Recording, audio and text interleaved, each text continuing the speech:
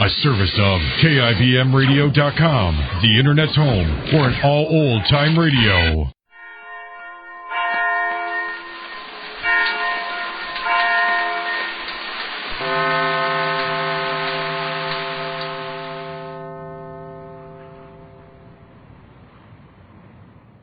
Well, Mr. Race discovered that Jane has pledged herself to sell 50 tickets for the charity play in which she is rehearsing the part of a maid. The tickets she doesn't sell, Mr. Race accidentally learned today, she is financially responsible for herself at $3 apiece. The scene now is the Aces bungalow, early evening. Jane isn't home from rehearsal yet. Marge is alone as the door opens and Mr. Race comes home. Listen. Where is she? Who, Jane? Yes, Jane. She's not home yet. I only just got in myself. I guess she's still rehearsing. Oh, she's rehearsing. Well, wait till she hears what I've been rehearsing. What? Oh, boy, wait till she gets here. Well, what's the matter? Oh, nothing. Everything's dandy. Now, just a second, Hugh. I want to know what's happened. Oh, nothing more than usual. My brilliant roommate just threw away $132, that's all. Threw away It's really nothing. I don't mind the money. It's just that I get myself all smeared up when I go down to the basement to make some new $100 bills. And I just didn't feel like working tonight. Will you stand still long enough to tell me what happened? What's this $132? How come the odd amount? There's nothing odd about it. She does it every chance she gets, doesn't she? Does what? That's what I'm trying to find out. Well, in a few well-chosen words, Marge, here's all she did. She signed a pledge to be financially responsible for 50 tickets to this play that she's got herself mixed up in. The tickets she doesn't sell, she has to pay for herself. So far, she sold me 4 and you 2. That's 6. That leaves 44. At $3 apiece, figure it out yourself. $132. Something Jupiter. Just call me Abe. When? When was all this? When did she sign this? The day she got the 50 tickets from that ticket committee that came here. I just found out about it this morning. Some woman came into the office selling tickets to this affair. So I told her that my darling little wife had already sold me 4 tickets. And we got to talking, and this woman said that they had all signed a pledge to get rid of 50 tickets, in return for which they were to be in the play. Oh, I see. But Jane didn't say anything about signing. Maybe she didn't. Oh, yes, she did. Yes, indeed. She signed all right.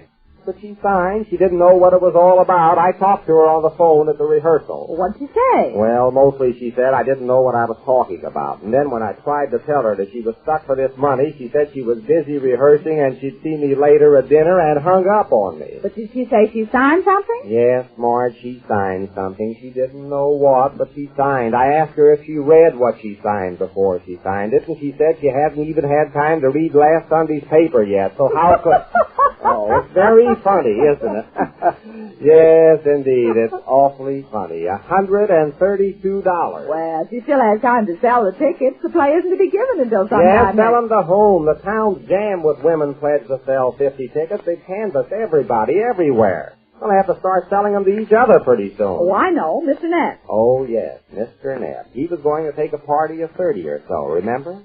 Well, what's the matter? Did he back out? Oh, no, he's going. Well, Jane can still sell him 30 tickets. I suppose I didn't think of that. I suppose I didn't break my neck getting over to his office when I came to after I learned what she had done. Well? Well, he bought the ticket someplace else. What? Yes, you remember the night, right in this room. I told Jane that Neff wanted to throw a dinner party for Betty and Carl and go to this charity affair after the dinner, and she could sell him 30 tickets. Well, she said she wouldn't have time to sell tickets anymore. She was too busy working on the play. Remember? Oh, isn't that awful? You took the words right out of my mouth. Well, I don't understand it. As long as she has the tickets, why didn't she sell them to Mr. Neff? Hey, that's an idea. I never thought of that. Oh, now stop being so sarcastic and stop walking around Listen, the room. Marge, you're going to stay out of this. Now, this time I'm really sore. I'm just waiting till she gets here. I just want to hear some fancy excuses. Well, I can see what her excuse will be. She just didn't know what she was signing. Well, is that an excuse for... Here she is. Is that you, Jane? Yes, Marge. Everybody home already? Yes. Oh, he is, huh? Yes, he is. Now, just a minute, dear. I know what you're going to say, and you're right. Anything you say is right. Just call me anything. Well, I'll start alphabetically. You're absolutely right. When you told me over the phone that I have to pay for all those tickets myself, well, I just couldn't believe my receiver. Well, the minute the rehearsal was over, I dashed right over to Mrs. Burnside's apartment like a bat out of a belfry. Who's Mrs. Burnside? She's the ticket committee. She's the I'm one not interested in what you did today. It's what you did last week when you Now, signed... just a minute, dear. I'm talking. Oh. When you told me this, I knew I didn't sign anything like that. And that's what I told her. I said I didn't sign anything that said I would have to pay for all these tickets. And she said, oh, yes, you did.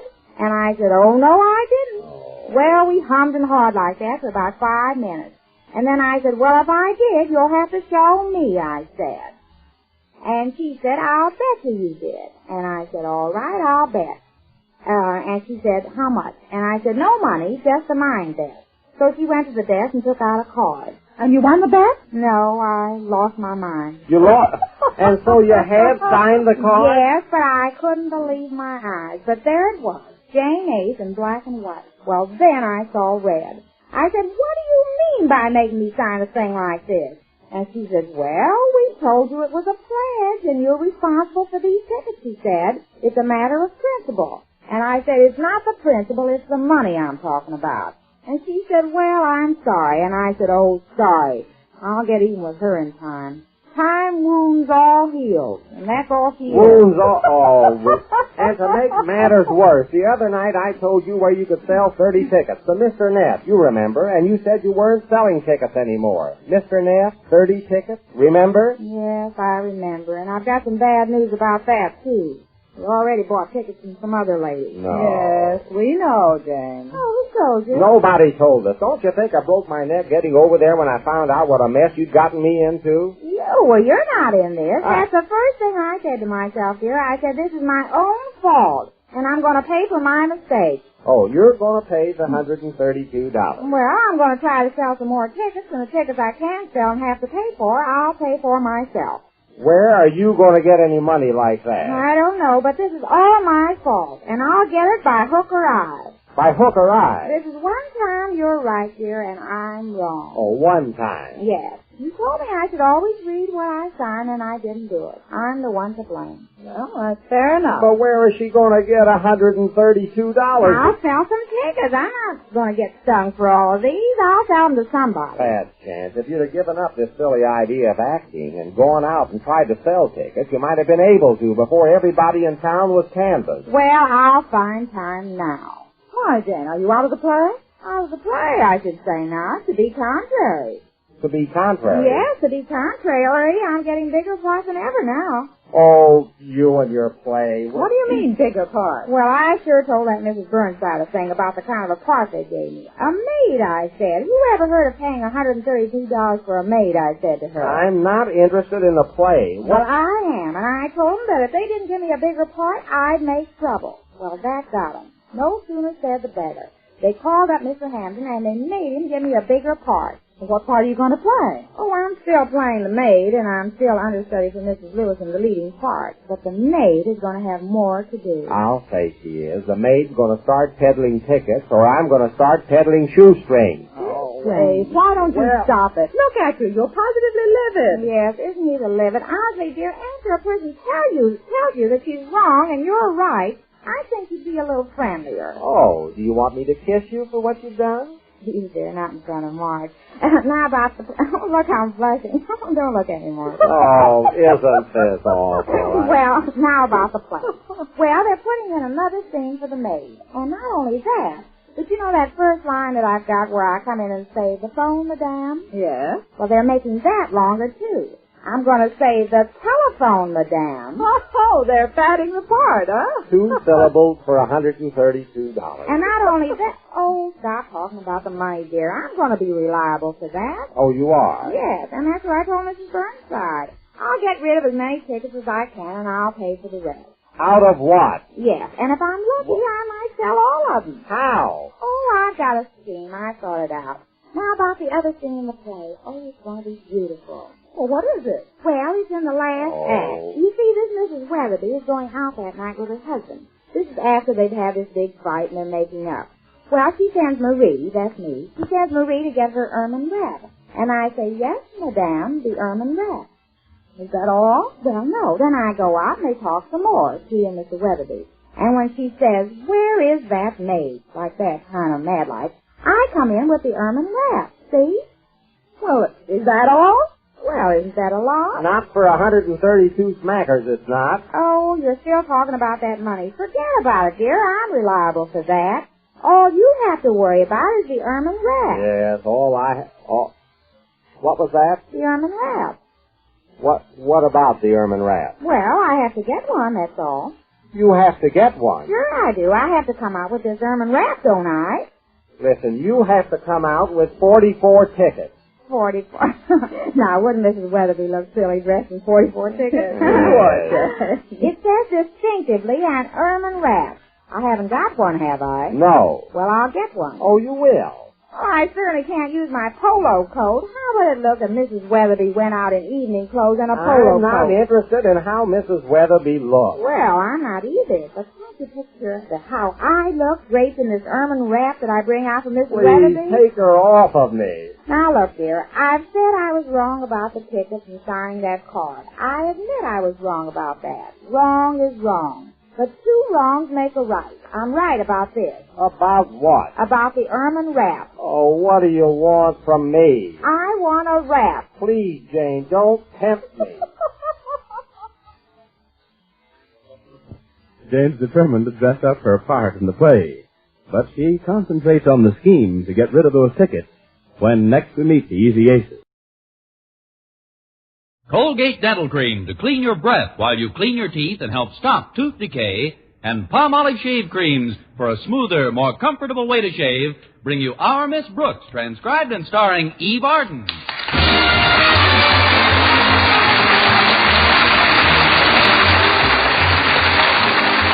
It's time once again for another comedy episode of Our Miss Brooks, under the direction of Al Lewis. Well, many people enjoy the brisk, snappy weather of the winter season. But our Miss Brooks, who teaches English at Madison High School, is definitely anti-cold. In fact, at the last count, she was sleeping beneath 11 woolen blankets. I kept warm enough that way, but it posed quite a problem for my landlady. Yesterday, when she came in to wake me up, she couldn't find me. We solved that, though. Now when I go to bed, I slip a bookmark under the bottom blanket. Last Friday at breakfast, I was complaining to Mrs. Davis about the temperature in the house. Now take this, dear. A nice steaming cup of coffee will warm you up in no time. Is it really hot? Piping hot. Here's your cup. Never mind the cup. Just pour it over me. Look, Mrs. Davis, the days aren't so bad, but last night at 11:30, my room was absolutely freezing. You could hang meat in there.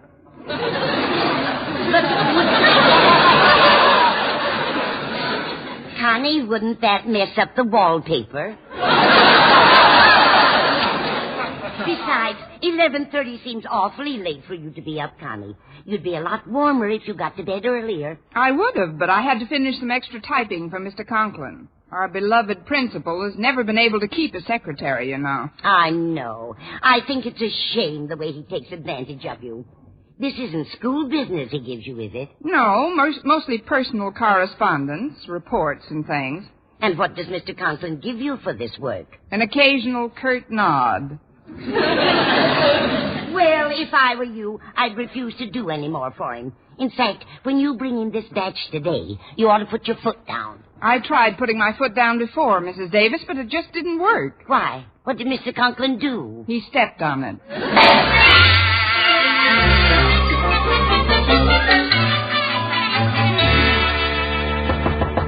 Come in. Good morning, Mr. Conklin. I brought in those papers you had me type last night. Just put them on my desk, please. What did you say? Perhaps you'd hear better if you'd remove those ridiculous earmuffs. What? Oh, these earmuffs. They must have slipped down again. It's terribly chilly in school this morning, Mr. Conklin. Nonsense. It's just pleasantly brisk. Now, about these papers, Why, Miss Brooks, you're familiar with the rules of this institution. Why are you smoking in school? I'm not smoking. That's my breath.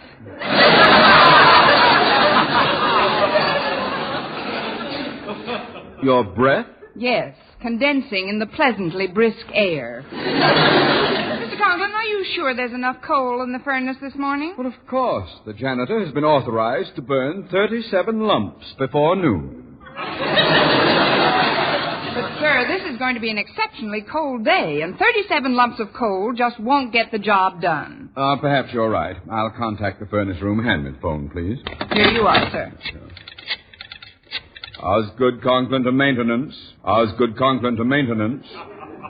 Fire lumps 38 and 39.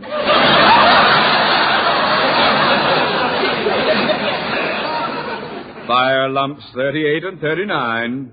That is all. That should do it. Now, let's see those papers. Here they are, Mr. Conklin. I stayed up until 11:30 last night, so I'd have them finished for you. Well, I'm not unmindful of your labors in my behalf, and I want you to know that your efforts will not go unrewarded. In fact, because of your fine spirit of cooperation, I have selected you as the one who will be permitted to type up my new report to the Board of Education. I'm sorry, Mr. Conklin, but teaching English is a full-time job for me, and I just can't assume any extra duties. But somebody's got to do it. Miss Enright just turned me down, too. As a matter of fact, she's the one who suggested you for this honor. Oh, she did she? Well, let me tell you... You shouldn't speak harshly of your fellow English teacher, Miss Brooks. After all, Miss Enright is quite fond of you. Fond of me? Oh, she must be to pass such a nice compliment about you this morning. She said she considered you one of her oldest friends. She did? And then she said she likes you as well as some of her younger friends. Well, I can't force you to perform this trifling task for me, so you might as well run along to your classroom. Yes, sir, but as far as Miss Enright is concerned, I would like Careful, Miss Brooks. You're speaking of a teacher who may soon be head of the English department. What? The position is still open, you know, and for months now I've been grooming Miss Enright. Good. That should make her coat nice and shiny. Are you inferring that Miss Enright is a horse? If the shoe fits, nail it on her.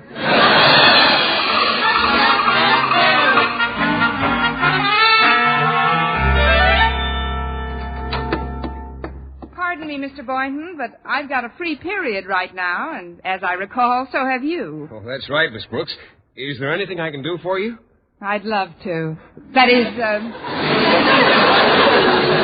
the real reason I dropped in here was to get away from my own classroom for a while. Sometimes I wonder if all this effort is worth anything. If I couldn't expend all this time and energy in another direction. Say, making a pleasant home for some man, the way any normal woman does. Well, you're certainly normal, Miss Brooks. Your muscular structure's good. You have a well-shaped skull. Good sound bones. And judging from your complexion, I should say your systolic circulatory system is A1.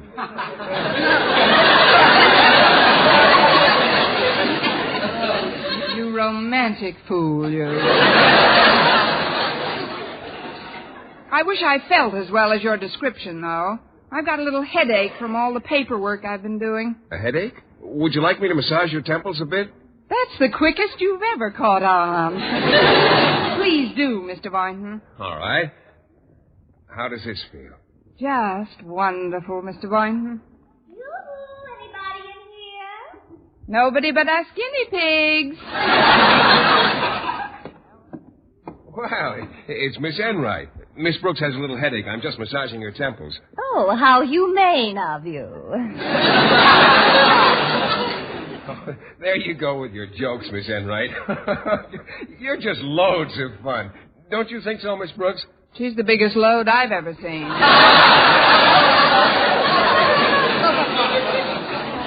Well, Miss Brooks, I didn't expect to find you here. I just dropped in because I'm worn out from my morning classes. Sometimes I just don't know where I get the fuel to keep running. If you didn't race your engine so much, your tank wouldn't get so low.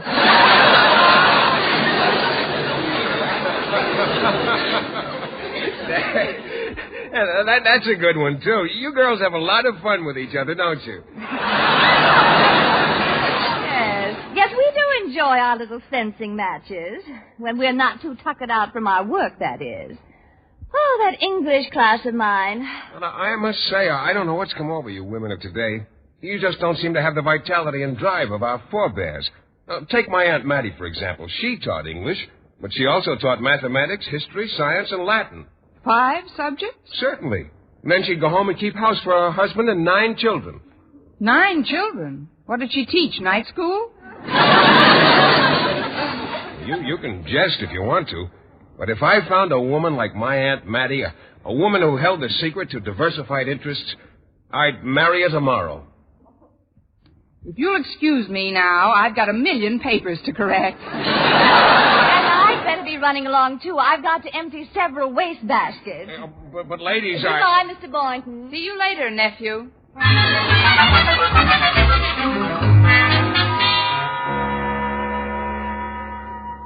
What is it you wanted to see me about, Miss Brooks? It's my work here at school, Mr. Conklin. I was wondering if you could give me another subject or two to teach. Miss Brooks, have you been sniffing too much eraser dust? No, sir. It's just that I'd like to diversify my interests. Another class would be a labor of love. Pardon me, Mr. Conklin. Hello, Miss Enright. Oh, Miss Brooks. What happened to those millions of papers you had to mark? I threw them in those waste baskets you had to empty. I'm rather busy this morning, Miss Enright. What's on your mind? Well, Mr. Conklin, I've been thinking about my schedule here, and I've come to the conclusion that I could take on another subject. You too? But not 2 hours ago, you both complained about how rigorous your duties were. That was BAM, Mr. Conklin, before Aunt Mattie. You might consider it strange, sir, but On the contrary, and it's an extremely fortuitous coincidence. I was planning to institute a course in business administration at Madison. My big problem, however, has been instructors. There are none available in this area. There are now. I mean, there is now. I'll take a shot at it. Yes, sir. You bet. Sure thing. Not so fast, darling. Mr. Conklin, if you're interested in a business administration course, I'd like to point out that I've got a terrific background. That you don't have to point out.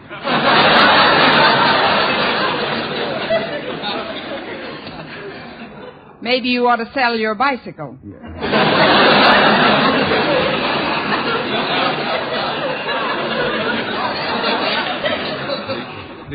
Please, Miss Brooks, please. Tell me about your experience, Miss Enright. Well, before I came to Madison High as an English teacher, I assisted Papa in his business. Papa was the head of a big collection agency at the time. I assisted my papa, too, Miss Enright. What did he do? He spent most of his time hiding from your papa. Please, Mr. Conklin, I'll admit I'm not overly familiar with the principles of business administration, but I'll study it thoroughly in the next few days. Miss Brooks, business administration is a 3-year course. How do you propose to learn it in a few short days? I'll only take a half hour for lunch. I'm afraid you have none of the qualifications for this position, Miss Brooks. Once again, it looks like Miss Enright has the inside track. Well, all I can say is don't bet too much on her nose. It might still be a photo finish.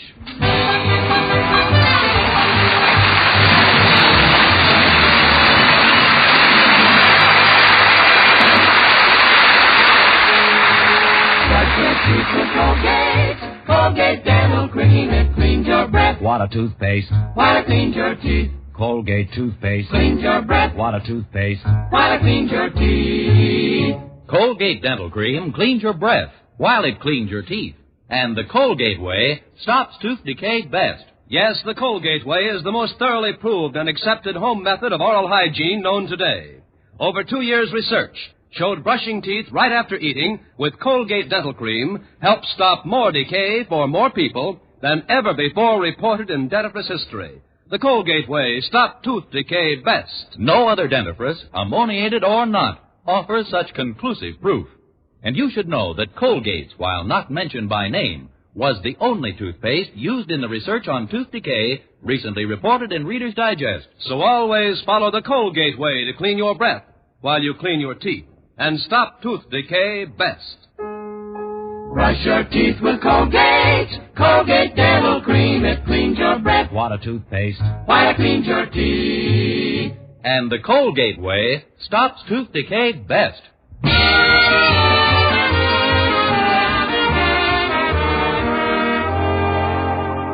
Well, Well, Mr. Conklin seemed convinced that I didn't know a thing about business administration, and it looked like he was right. I had just about given up on the biggest deal of my life, 200 pounds of prime biology teacher. When lunch period came, I must have looked pretty down in the mouth as I entered the school cafeteria. Get it up, Miss Brooks. Your chin is sweeping the floor. Oh, hello, Walter. I do feel a bit grim today. Well, suppose you sit down over here and tell our favorite pupil all about it. And that is, unless you're waiting for Mr. Boynton. No, he had to go down to the biology supply house. They're having a sale on used guinea pigs or something. I shouldn't make you this depressed. Gosh, you look like you're just about to bawl. What's the cause of it? Well, I spent about 10 minutes in Mr. Conklin's office this morning. Say no more. Here's my hanky. Mr. Conklin's the best cure I know for anybody who's got a slight case of cheerfulness. Not so loud, Walter. His daughter's about to join us. Hello, Miss Brooks. Walter. Hello, Harriet. We were just chatting about your daddy. Yeah. Why isn't he in the cafeteria today? I brought a sandwich to his office. He's calling the various oil companies to see if he can't beat the price raise. It seems fuel oil for our furnace at home has gone up 3 cents a gallon. Daddy has a big problem with oil every winter. We have a big problem with Daddy every winter. You probably don't know anything about this, Harriet, but I've been hoping your father would appoint me as instructor in business administration. He did mention something about the course, Miss Brooks, but he hasn't said who's going to teach it, so you might as well keep hoping. I'm going to get myself some dessert. Can I bring you something, Miss Brooks? No, thanks, dear. I'm pretty full. I've been biting my lips all morning. What's up, Miss Brooks? Things could always be worse. See you later, Walter. Okay, Pigeon.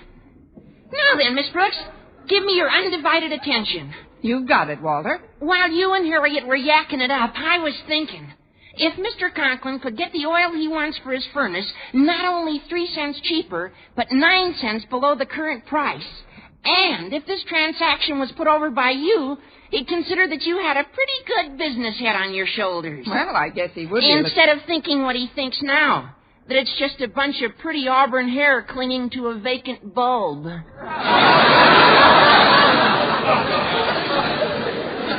Now, just a minute, Walter. Please, I'm not finished. It so happens that my dad has a good pal in the Ajax Oil Company, and we get all our fuel wholesale. Now, there's no reason why I can't get some for you to give to Mr. Conklin, thus helping you wrap up the job you want. Walter, I'd like to take this opportunity to apologize here and now for everything I've ever thought about you. This is a great idea. Thank you. We'll get the oil to Mr. Conklin's home right after school. But there's one question I'd like to ask you, Miss Brooks. Why are you so anxious to take on the added duties of another course? I can answer that in 2 simple words, Walter. Philip Boynton.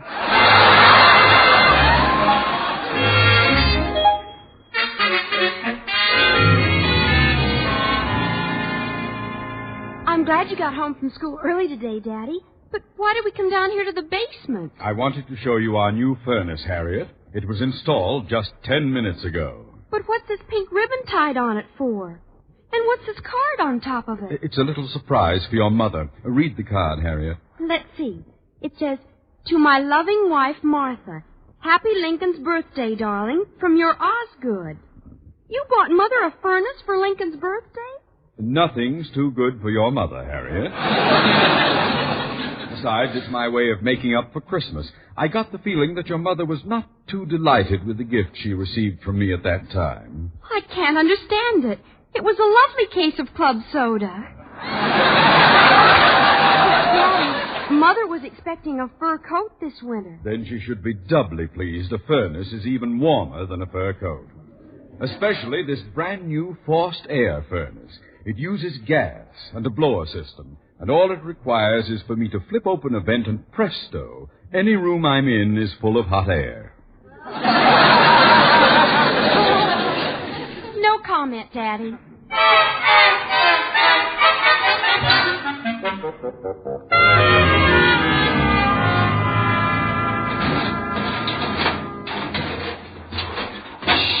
Quiet with that oil drum, Walter. I don't want Mr. Conklin to know we're in his basement. Well, I still don't see why we didn't just roll the drum up to his front door. Because I want to surprise him. We'll pour the oil right into the furnace.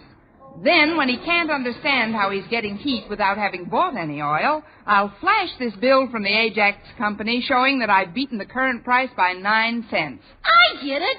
And then when Mr. Conklin reacts according to plan, he'll put you in charge of the business administration course. Mr. Boynton will admire your energy and diversified talents. And before you know it, you'll be married and have 9 children like his Aunt Mattie. Walter, have you been drinking this oil?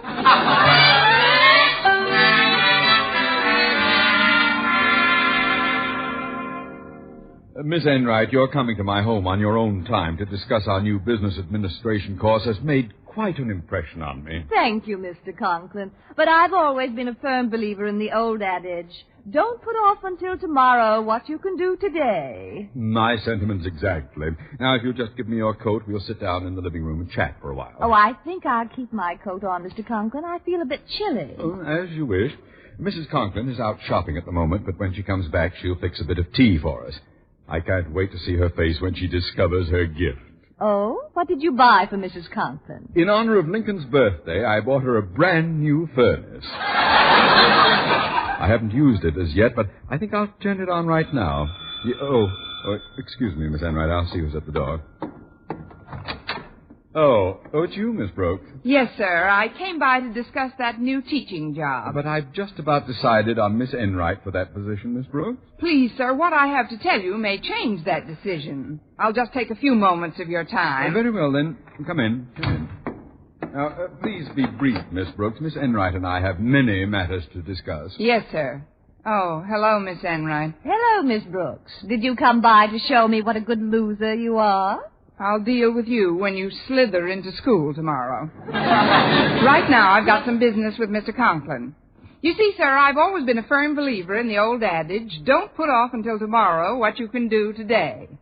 A salty cliché if I ever heard one. Please come to the point. Yes, sir. Mr. Conklin, what would you say if I told you that I was going to put $8.95 into your pocket this minute? I'd say sit down, Miss Brooks. Mr. Conklin, I'm going to put $8.95 into your pocket this minute. Sit down, Miss Brooks. Thank you. Now, in this transaction... Pardon me, but isn't it awfully chilly in here? For once, we're on the same side.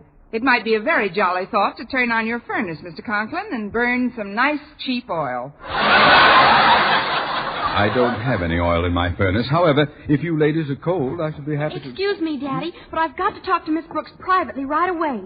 Will you kindly step out into the hall with me, Miss Brooks? Harriet, you know my house rules about disturbing adult conversations? It's terribly personal, Daddy, and it'll just take a second. Sounds important, Harriet. I'll be right back, Mr. Conklin. Meanwhile, I'm sure Miss Enright can regale you with some brilliant yakety-yak. It's happened, Miss Brooks. Daddy's done the worst possible thing that could happen. He signed on for another year at Madison High? No, he bought Mother a furnace for a Lincoln's birthday gift. He must have gotten his rebate on the club soda bottles. You don't understand. I just saw Walter Denton in the basement. He was washing his hands in the sink down there. Sounds like a reasonable place. He told me you put oil in the furnace. That's right, to surprise your father. You'll surprise him, all right. He bought a gas-operated forced air furnace. What? Oh, this is terrible. We've got to work fast, Harriet. You run down to the basement and tell Walter to get some tubing and siphon that oil out of the furnace at once. Okay, Miss Brooks. And you go on in and keep Daddy's mind occupied so he doesn't turn it on until I come back with the all clear. All right, Harriet. Now, for heaven's sakes, hurry. I'm dashing this minute. Good luck, Miss Brooks. I'll need it. Well, Miss Brooks, has my daughter concluded her personal business with you? Yes, sir. It was nothing, really. Now then, about this business transaction of yours. Boy, it's sure hot in here. Hot? I'm terribly warm. Do your lips always turn blue when you're warm? I'm still shivering, Mr. Conklin. Well, I've got high blood pressure, so I'm usually warmer than the average person, but I'll turn the heat up if you want me to, Miss Enright. No! I mean, why turn on the heat? Too much heat isn't healthy. Bless you, darling. I must have sat in a hot draft. Now, about the $8.95 I saved you, Mr. Conklin. Oh, excuse me one moment. I'm going to see if my new thermostat is accurate. I want everything to be just right when Mrs. Conklin comes home. First, I'll open the large vent in this wall.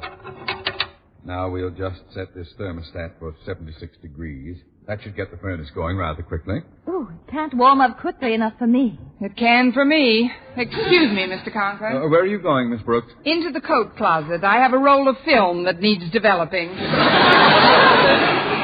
Oh, stop that idiotic jabber and let's get down to cases now. Perhaps we should set the thermostat up to 80 or so. Then the furnace will really get going. Here, I'll do it. But, Miss Enright, It's all right, Miss Brooks. I want to see how the new furnace reacts. Here, I'll turn it up to 85 degrees. Yeah. Now it's starting. Listen to the lovely sound of that nice hot air scurrying up the pipe.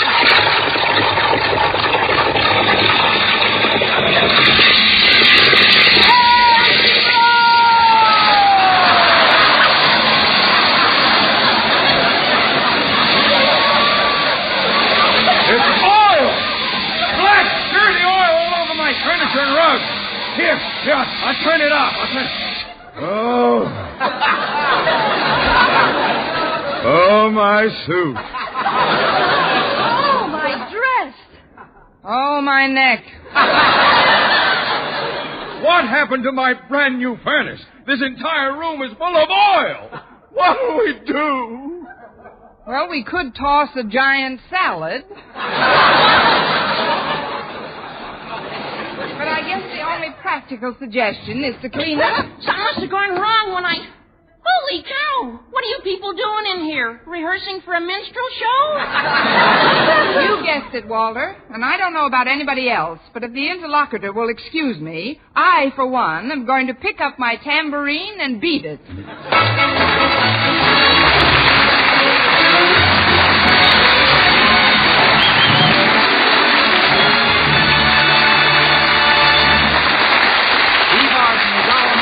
Returns in just a moment. But first, men, does your face do a slow burn every time you shave? Then it's time you heard the good news about smoother, more comfortable shaves the Palmolive shaving cream way. That's right, smoother, more comfortable shaves. And men, only Palmolive, no other shaving cream, offers you real proof, not just promises, of smoother, more comfortable shaves. For the new Palmolive shaving cream way gets beards really soft, and it provides a protective film that actually floats your razor's cutting edge. Yes, even in cold or hard water, you get a clean, close shave every time. Super smooth, super comfortable. Over 2,500 men tested Palmolive shaving creams thoroughly. They followed the simple directions on the tube, and no matter how they shaved before, 3 out of 4 reported beards easier to cut, less razor pull, more comfortable, actually smoother shaves. Get Palmolive shaving cream, lather or brushless. See if you don't get that super smooth, super comfortable, free and easy shave you've always wanted. You owe it to your face to try Palmolive lather or brushless. Remember, only Palmolive, no other shaving cream, offers you proof of smoother, more comfortable shaves. And now, once again, here is our Miss Brooks. Well, Walter Denton was just about to spill the beans to Mr. Conklin about my part in the great oil scandal, when luckily I managed to catch his eye. And through some magical current that seemed to flow between us, his lips were suddenly sealed. Then I took my knuckles out of his mouth, and we cleaned up. After that, Walter took me home, and when we got to the door, he said, Gosh, Miss Brooks, do you think you may still get a crack at that business administration course? I don't know about the business administration, Walter, but if he finds out about today, it's a cinch we'll both get the business. The This is Burns reminding you to tune in next week to another Our Miss Brooks show, brought to you by Palmolive Shave Creams for a smoother, more comfortable way to shave, and Colgate Dental Cream to clean your breath while you clean your teeth and help stop tooth decay. Our Miss Brooks, starring Eve Arden, is produced by Larry Burns, written by Al Lewis, with the music of Wilbur Hatch.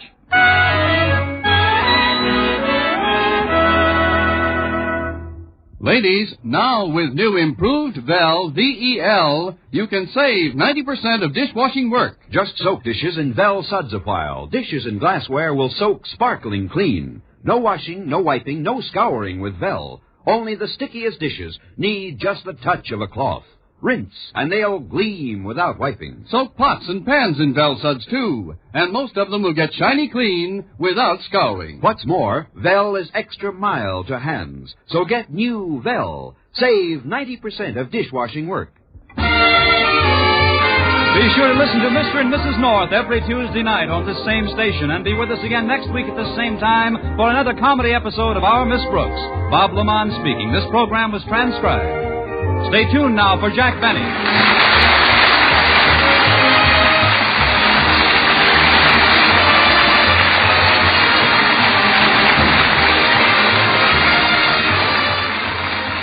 This is CBS, the Columbia Broadcasting System.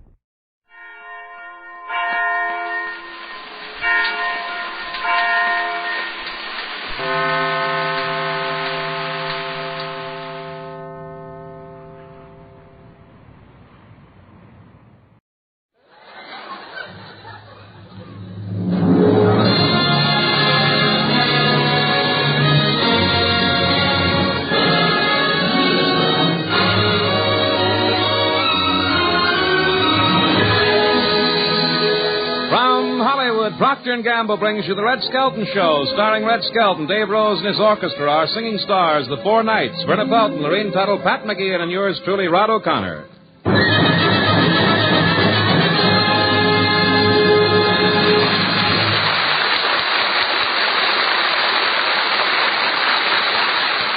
Yes, it's the Red Skelton Show, brought to you by Tide, Procter & Gamble's amazing new discovery for your whole family wash. Tide skin, dirt out. Tide gets clothes cleaner than any soap. Any soap? Yes, any soap. Tide gets clothes cleaner than any soap. T-I-D-E, Tide.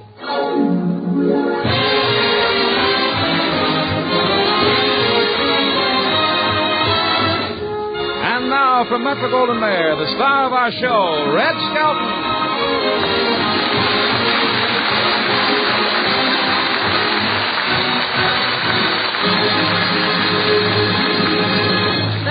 And good evening, ladies and gentlemen. How are you, O'Connor? Well, I'm fine, Red. How was your trip to Washington, D.C.? Oh, it was really swell. And I'd like to say here and now, it's a wonderful feeling to go to Washington from Hollywood without a subpoena in your hand.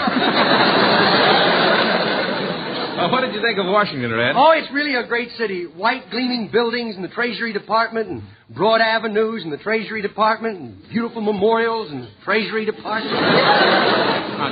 Just a minute. You know, the Treasury Department seems to have made quite an impression on you. Annually, Bub, annually. Hey, you know, I took my uncle over to the Bureau of Engraving where they make money, and he looked at the machines. He says, "Look at the dirty crooks. They stole my ideas."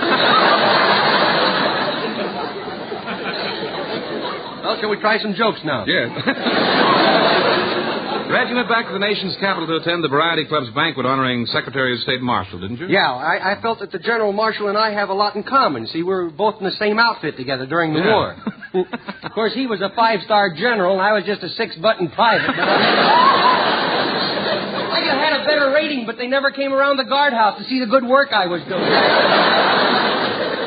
Well, the Variety Club gave Secretary Marshall the Humanitarian Award for his services to mankind, didn't they? Yeah. Tell me, what did they give you? Wait till I find my... Here it is. What's that? What'd they give me? Yeah. The usual 24 hours to get out of town. Hardly worth finding, was it?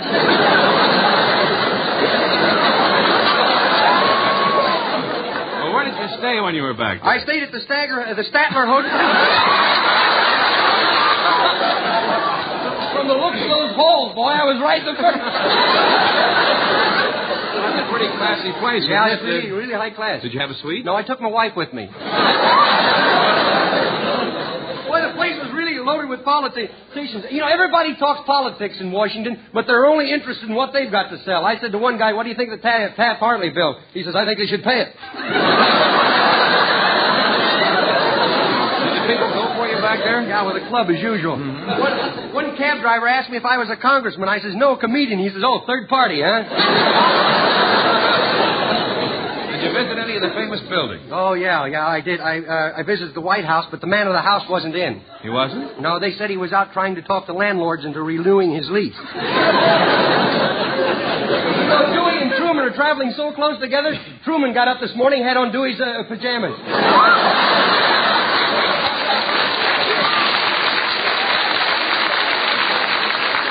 I had lunch at the White House while I was in Washington. Really? Yeah, I had lunch there. Of course, I didn't get any butter. The chain on my knife was so short I couldn't reach it. I saw Dewey at the White House, and he was writing a postcard home to his wife, and I peeked over his shoulder and says, having a wonderful time. Wish I were here.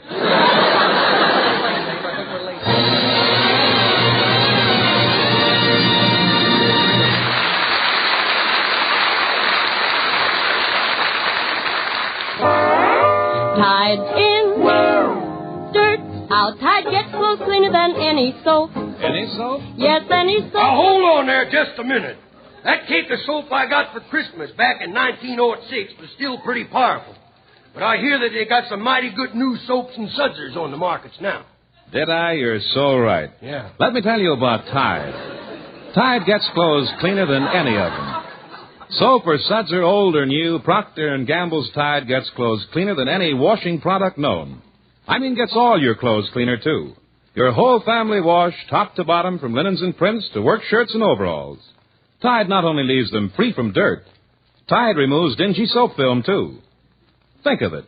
All this amazing cleaning power, yet Tide is safe. Truly safe for all your washable colors. In fact, Tide spruces up gay checks and prints.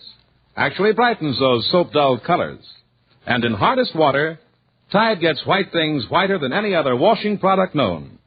Tide keeps them white, too. Week in, week out. Never turns them yellow. No, wash day products are not all alike. Tide and Tide alone gives you all this. The cleanest, brightest, whitest wash you ever hung on the line.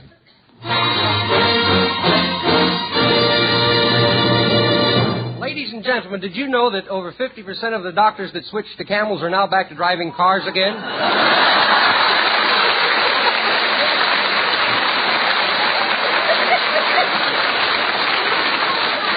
Ladies and gentlemen, the four knights are here now to sing Rambling Rose.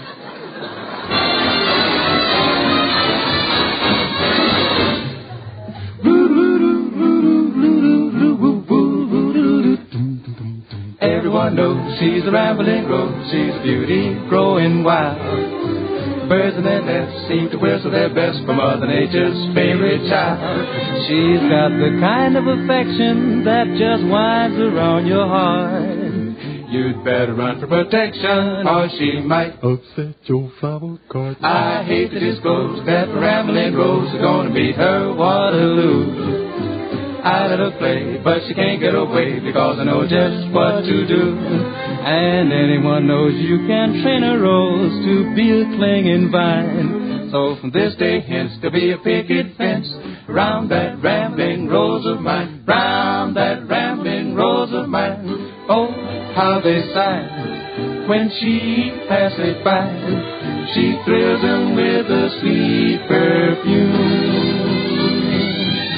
Nobody's brush has painted her blush. That's just a natural bloom. 'Cause everyone knows she's a rambling rose. She's a beauty, and she's running wild. Birds in their nests seem to whistle their best, just for Mother Nature's favorite child. I hate to disclose that my rambling rose is gonna meet her Waterloo. And from this day hence there'll be a great big fest round that rambling rose of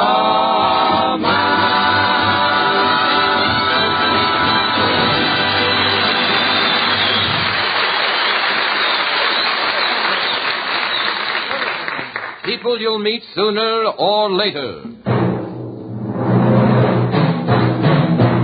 Have you ever met anyone who mistook you for somebody else? Well, old Clem Cadiddlehopper did once, and so will you sooner or later.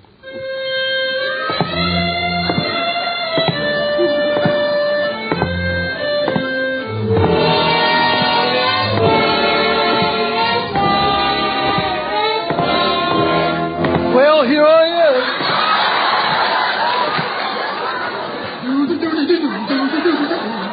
She's the Rambling Rose. Boy, I really sing it when I get done with it. You can smell it. Well, here I just registered for the draft again. They didn't know how to classify me either. Dead or alive.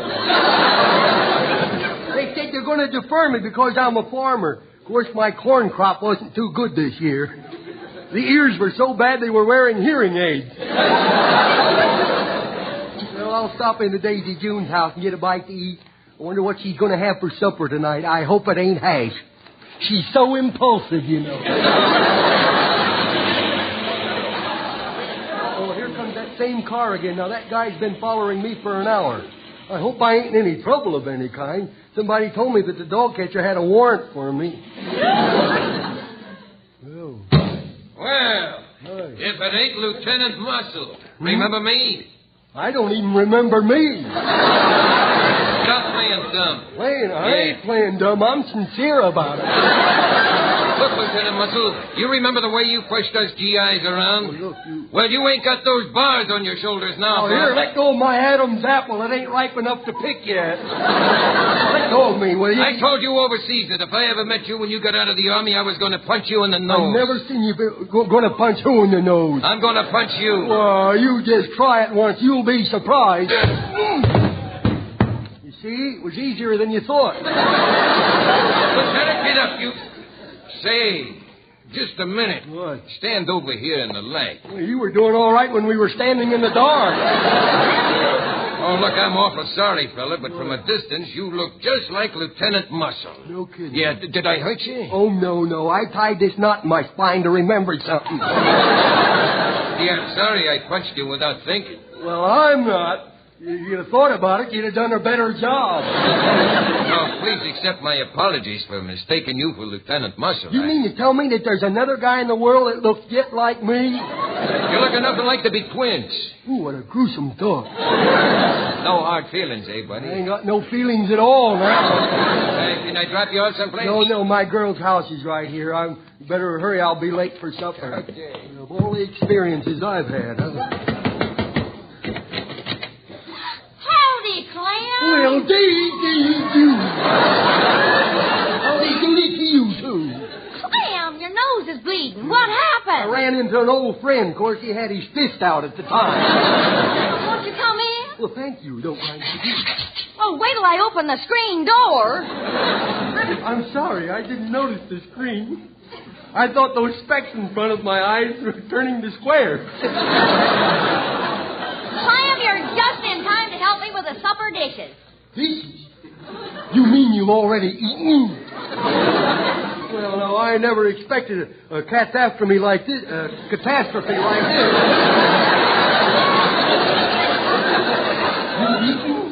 Didn't you eat, Clem? Are you accusing me of doing something behind your back? Oh, I'm sorry, Clem. Oh, it's all right. Are you hungry? No, I ain't hungry. Your stomach growling? That wasn't thunder you heard.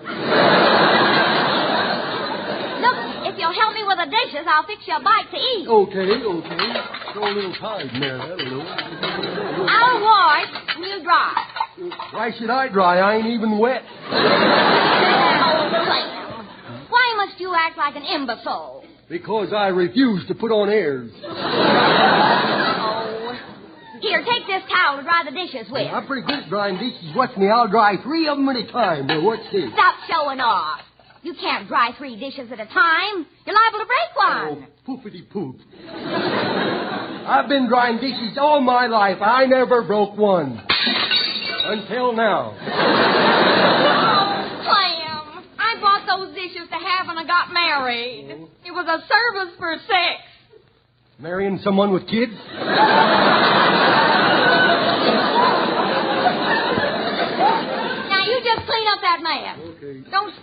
get the broom from the back porch. Okay, let's see now. Where could the broom be? Oh, somebody's walking around out there, a prowler. Hey, what are you doing? Hey, who are you? Who are you? You going to tell me who you are, or am I going to have to run for my life? Hey, could you tell me where 521 Keys Avenue is?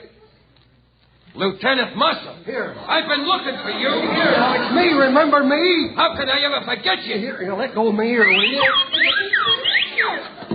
Now, ooh, look what you've done to my ear. I look like a lopsided bloodhound now. This is for being so nasty to the boys in our outfit.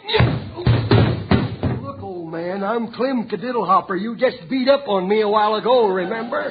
Oh, of course. Yes, I'm sorry. I never can remember faces. Well, no wonder you keep going around changing them. I'm sorry, Clem, but you look so much like Lieutenant Muscle. Yeah. Every time I see you, I think of how he treated our outfit. And, well, I just got carried away. Well, take it easy, or I'm going to be the one that's carried away. Yeah, well, I can't keep beating you up. No. Here, wear my Dewey button. Oh, I'll pin it on my shirt. Yeah, oh, then I ain't wearing one. Then I'll know the next time I see you. I know you. You said you were looking for 521 Keys Avenue? Yeah, that's right. Well, this is the house right here. But you better go round to the front door. Around here, if you come to a back door, they shoot and then ask questions. Of course, they don't get many answers, but that's... Okay, I'll go round to the front door. Clem, who's keeping you? I was just talking to a man out here. Well, what was he doing at the back door? Well, Who was he? He's looking for... There he is now. I told him to go around the front and let him in. Howdy doody. Pardon me, could you tell me what... Lieutenant Muscle! Here! I told you I'd look you up! Get up, you rat! Get up! Look, you eager beaver, you! That's a new kind of a beaver. I'm Clem Cadiddlehopper. Look, I'm wearing the Dewey button, see? I'm sorry. Politics ain't going to help you. Now take that! Now, look, you're asking for it. For what? A manslaughter charge. Good thing I don't lose my temper easily. Here, you big bully. What are you trying to do? Not Clem silly? If you are, you're wasting your time. Stand up on your feet, Lieutenant Muscle. He ain't Lieutenant Muscle. No. Muscle died over a year ago. Muscle's dead? That explains the resemblance. You say Lieutenant Muscle's dead? Yeah. Say, I'm sure sorry to hear that. Yeah. He was the nicest guy I ever knew. With him gone, life won't be worth living. It'll help me out a little. Gee, poor Lieutenant Muscle. Well, I'll be seeing you around. Never in all my life. Oh, my poor Clem. I'll fix you something to eat. Oh, never mind. I couldn't chew it with my teeth scattered all over the rug anyhow. I'm going. You're going home? No, I'm going over to the undertaker's and get an appraisal. I'll see you later. Aren't you going to pay us, May? Look, haven't I taken enough punishment already?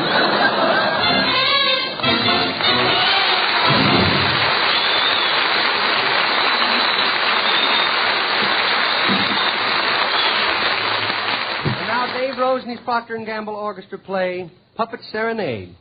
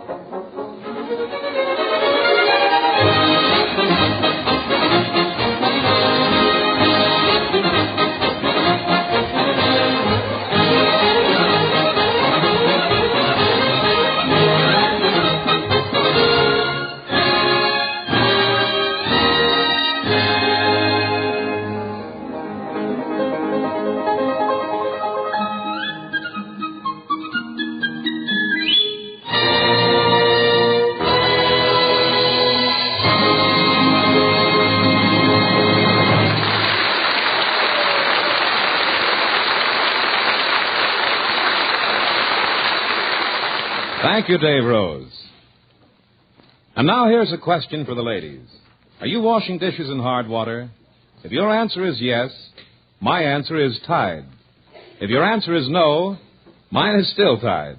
Because in hard water or soft, Procter & Gamble's amazing Tide washes dishes cleaner than any soap in the world. Tide cuts grease better than any soap, too. And just think of this.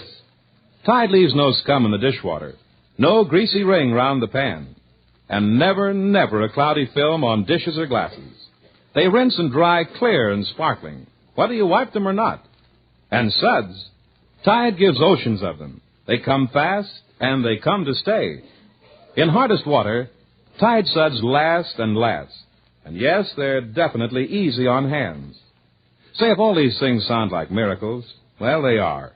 And they happen in hardest water. Try Tide, and they'll happen in your dishpan.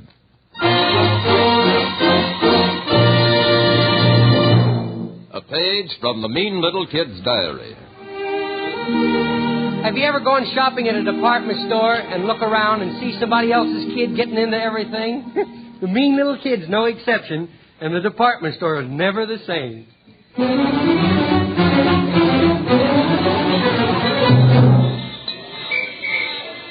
Mother, here's a big department store. I hope you're holding on to Junior. No, I'm not. I thought you had him. He's gone. Oh, Mother, we'll never find him among all these people. Should we call for help? Yes. These people are going to need it. Oh, there he is. Junior! Jack, kiddo! Come here to me now, this instant. Okay, now, don't you hit me. You hit me, boy. I'll tell Pop that I was twins. And you'll never be able to explain what you did with the other one. You're so bad, I can't even explain you. Well, you shouldn't wander away in this crowd, goodness Junior. Listen, you might get lost. And how would we ever find you? You mean you would try? Certainly. Boy, some people don't know when they well off, do they? Well, Mother, we better get on with our shopping. Hey, will you buy me a cowboy suit? No, I won't buy you a cowboy suit. Well, you don't have to get nasty about it. Come on, Junior. Okay. Come on. Okay. Now, be careful going through the revolving door. Oh? You might get your head caught and jam it. Yes. Then, you know, people wouldn't be able to get into the store. Boy, such a question I've never seen. Hey, how'd this door work, huh? Well, you just step into one of those little places and push. Okay, then. Well, that's funny. The store looks the same on the inside as it does on the outside. Oh, Junior, you're not supposed to go all the way around. Oh. Come on, I'll show you. Okay. Boy, this is fun. I'd like to get that spinning real fast. Trip people up and stuff. What's the matter with you? What's the matter? Why are you acting so strangely, Junior? What Look are you at them staring stairs, at? Mummy. Look. People standing still, yet they're going upstairs. Maybe I've got Grandpa's sickness. Does Alcoholics Anonymous have a kindergarten class? No, dear. That's an escalator. A what? Escalator. I don't want an escalator. I want to know now. What is it? Now, be careful getting on. No, I'm afraid. Well, here, I'll lift you on. Oh. Lift. Oh. Now, stand still. Oh, boy, ain't this something, huh? Stairs that walk. Boy, we ought to have one of these in the house. It would save you and Mummy a lot of trouble carrying Gramps upstairs at 3 o'clock in the morning. Junior, are you insinuating that your grandfather drinks to excess? Oh, no. He drinks to get blotto. Boy, look at all the people on this thing. I sure like to nail their shoes to the steps, boy. Boy, then when they get up at the end, they couldn't get up, and they would go right through that little crack. Oh, what an imagination. Well, we're almost at the top. Now, be careful, Junior. Okay. There. Now, wasn't that fun? Yeah, I didn't care much for it. No. Mother, I'm going over to the shoe department. Will you watch, Junior? Yes, dear. Hey, Nemo, is you going to give me some money to buy Mummy a present? Well, what do you want to buy her? Well, I don't know. How about some toy shoulders and a pair of skates and a feet ball? I thought it was too good to be true. You're just thinking of yourself. What did you suggest I should get her? Give her something she can use. Oh. A hairbrush. What? No! No, I'm not buying my own booby traps, kiddo. I'm stuck. I just don't know what to get her. She has so much, you know. Oh, so much. Junior. A kooky-lookus she's got in there. Junior, look. They're having a fall dress sale. Fall dresses, huh? That must be those dresses without the shoulder straps on them. You know I'd hold them up? A city ordinance. Well, he just walked away and left me here all alone with a new world to conquer all by myself. Oh, boy, I think I'll just pick up something. Oh, that's a silly thing to say. Look where I is in the piano department. Oh, the toy department. Oh, where's old Red Whiskerface? Where he at? Not here yet, huh? I think I'll just stop for a second. Oh, look at the little rubber balls. Just what I need, boy. I think I'll take one of them home and try it, and if I decide that I want it, I'll come back and open a charge account. Oh, here comes my mummy. Hey, Mummy, over Jester? here. Yes? Where's your grandmother? I thought she was watching Well, you. she's only got 2 eyes, kiddo. She's only got 2 eyes. Well, where is she? She's over there. Come on, let's now, get come on, going. let's go. Yeah, just hurry. Wait a minute now. What have you got under your coat? Don't ask silly questions. Let's get out of here. Now, let me see that. It's a ball. Junior, where did you get it? Never mind. Let's get going. I'm loaded down with hot goods. Where did you get this ball? Look, stop asking silly questions. The reform school is beckoning me. Come on. I want to know, where did you get this ball? What's going on here? Not too loud. Junior, you didn't take that rubber ball. Yes, he did, Mother. Well, why don't you both yell a little louder? Maybe the store detective ain't heard you yet. Now you march right over and put it back. No, don't make me put it back. Don't make me put it back. It's got me fingerprints on it. If they catch me, it's up the river. I don't want to go up there with Pop.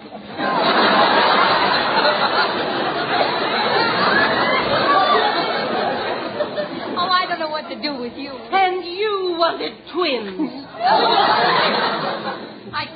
If he were twins, I'd pick one of them up and knock the other one down with him. Now, Junior, you put that back. No, I want it. Oh, wait until I get you home. Don't take it away from me, please. Don't take it away from me. I want a ball. Well, go ahead and ball. But put this one back. No, I'm going to kick my feet on the floor. Get up off that ball. Junior, get off of the floor and stop tearing your clothes off. I'll hold my breath till I die. Stop that. Junior! I'm the floor walker. What seems to be the trouble with this little purple-faced boy? Oh, it's my little boy. He's holding his breath because I won't buy him that ball. Well, for heaven's sake, buy him one. No, I don't want him spoiled. If I blow up, I'll be really spoiled. I'm sorry, madam. We can't have anything like this in our store. He might die. Oh, no. Now what's the matter? What he said, he scared me. Oh. He scared me. Oh, don't cry, That's you, man. No, I'd kick you in the shins, I would. I didn't have my good shoes on, I'd kick you. Poor baby. Yeah, Here. poor baby. Don't cry now, darling. Don't cry. Oh, he's sorry. I'm sorry. Here. How much is the ball? I knew I'd get one. The price of the ball is 50 cents. All right, sir. There you are. Here, Junior. Here's a nice, beautiful red ball. Oh, no, I don't want it. You're not going to spoil me, kiddo.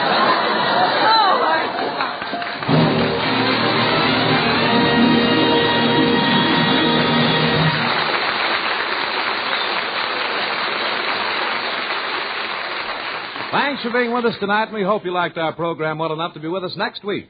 So until next Friday... This is Red Skelton saying goodbye now, and thanks for listening, and thanks for buying more and more of that Wash Day Miracle Tide. Tide's in, dirt's out. Tide gets clothes cleaner than any soap. T-I-D-E, Tide.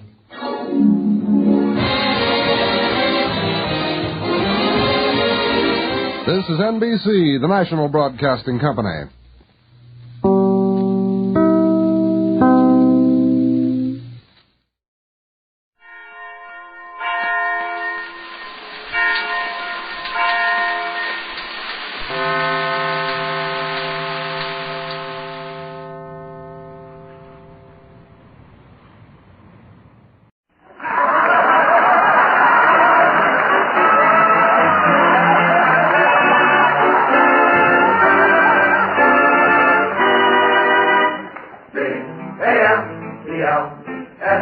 Abbott and Costello program, brought to you by Camel, the cigarette that's first in the service. Camel stay fresh, cool smoking, and slow burning because they're packed to go around the world. Listen to the music of Freddie Rich and his orchestra, the songs of Connie Haynes. Tonight's guest, the Metro Goldwyn Mayer star, Mr. Charles Laughton, and starring Bud Abbott and Lou Costello.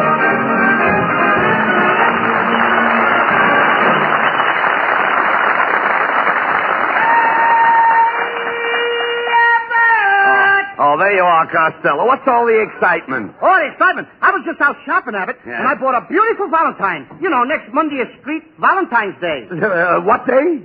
Street Valentine's Day. Here it is, right on the card. See it? What? ST Street. Oh, no, you dummy. That's Saint Valentine. ST means saint. Who are you sending it to? Oh, to Miss Carol Lou, 156 South Main Saint. South Main Saint. Yeah, that's where my girl lives. What do you mean? On South Main Saint. What are you talking about? ST. Oh, that ST means street. You said it was Saint. Now make up your mind. Look, when it's an address, it's street. Now read it again. Miss Carol Lou, 156 South Main Street. Now that's better. Street, Louis, Missouri. No. Just a minute, Costello. That's St. Louis, Missouri. Yeah, but that's an address. Yes, but this time it's Saint. Well, make up your mind. Sometimes it's street and sometimes it's Saint. When is it is and when is it ain't?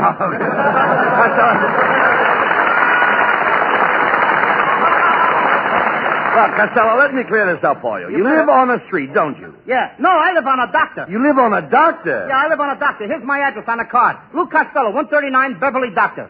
Let me see that. Go ahead, you read the card. DR. That isn't doctor. That's drive. Drive, you dummy, drive. What, on an A card? Oh.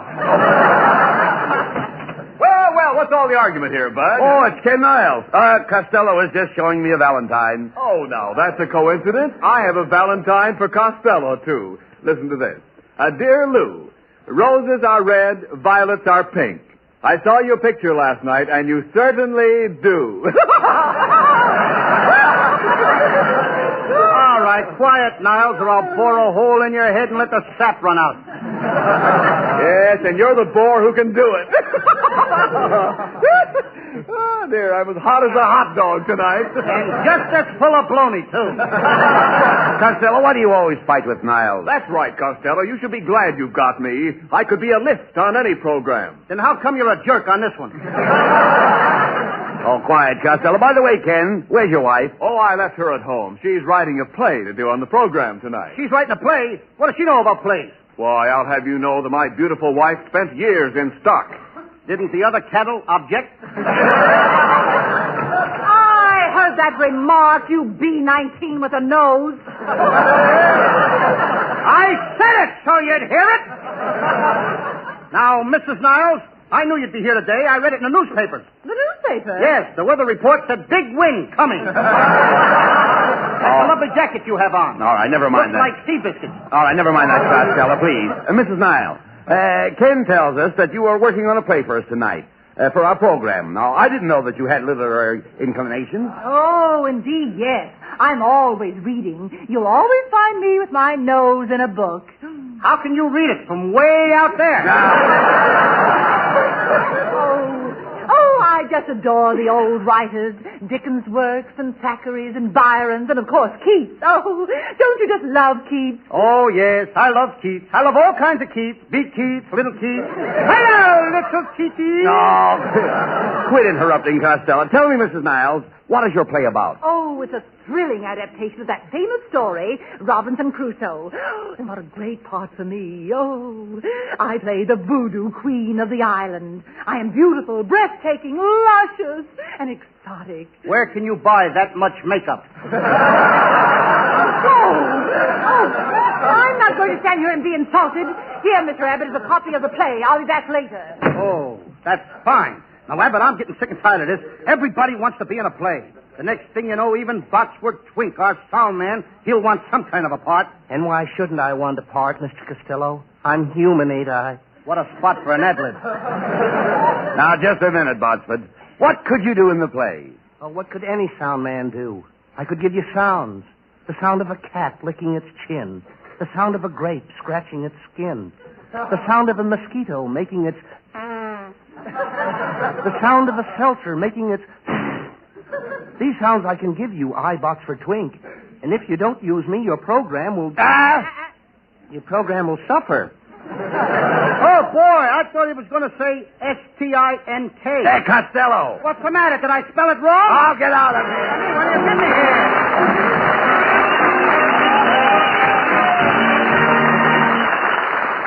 North of the Persian Gulf are Americans, soldiers, railroad men, truckmen, seeing that the tanks and the guns speed along the overland supply route to Russia. To Americans in Iran, in Iraq, to Americans throughout the world go Camel cigarettes by the million, by the ton. For Camels are first with men in all the services according to actual sales records. And when the Camels get to Iran, or to you, they're fresh, cool smoking and slow burning because they're packed to go around the world.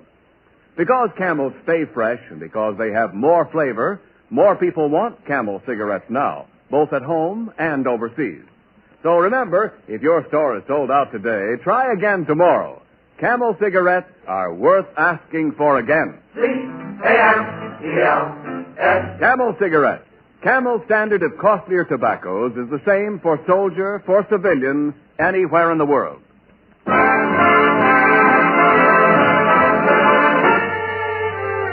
Freddie Rich plays the lovely David Rose composition, Holiday for Strings.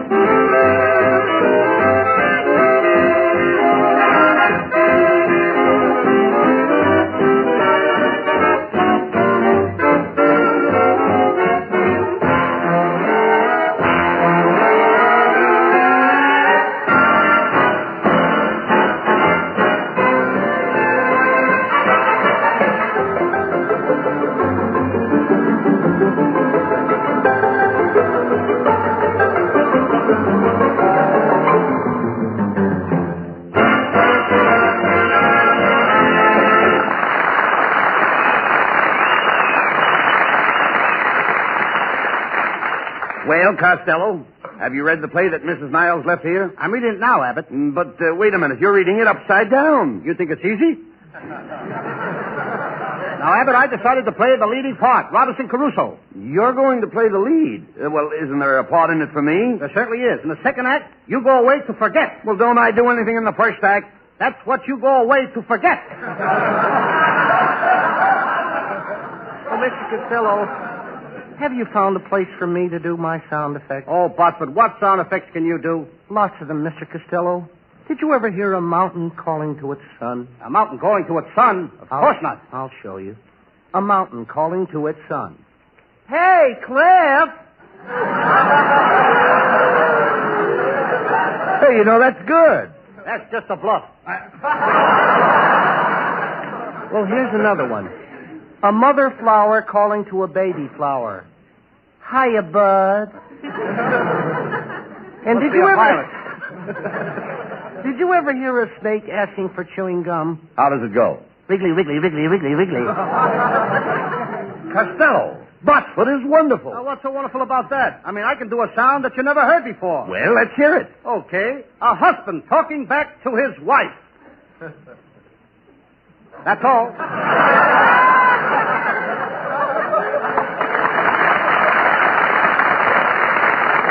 Come on, Costello. Give Botsford a chance in the play. Okay, Abbott. Now listen, Botsford. You can be in a play, but remember, don't make any sound effects till I give you the word and the sound and the cue.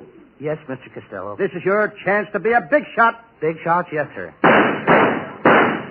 That isn't a word. Wait for the play. Come in. Pardon me, is this the Abbott Costello program? What do you think it is? I'm sorry, I just walked past a glue factory. I haven't noticed any change. Yes. Who is this fresh guy? Costello. It's that great actor, Charles Laughton.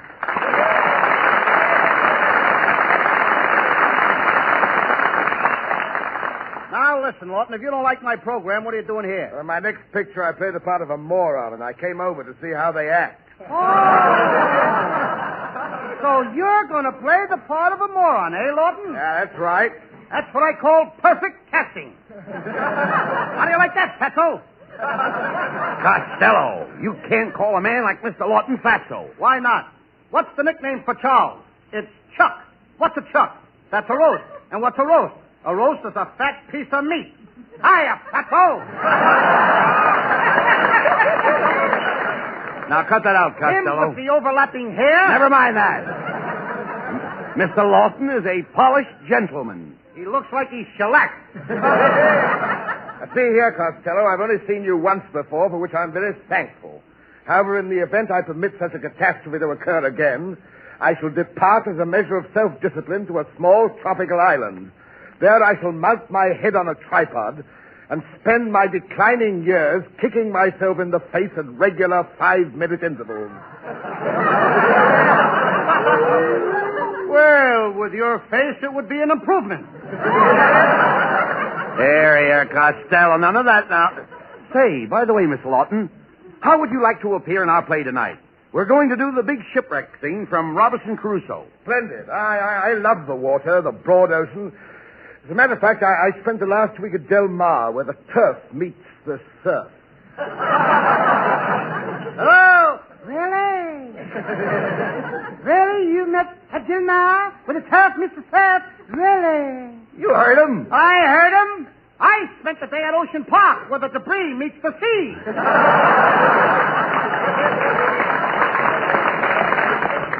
Shut up, Costello, please. Charlie, as the play starts, we board the ship and go off in search of adventure. Yes, I'm Robinson Crusoe, the captain, and I'm sailing my boat around the Horn. Horn, yes, sir. Hurry up!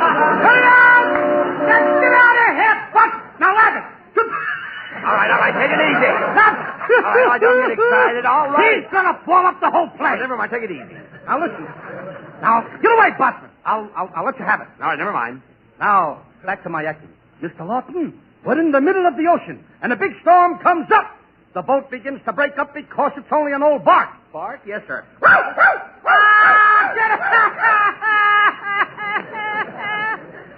Get out of here, will you? Stop that barking. Yes, Mr. Bones.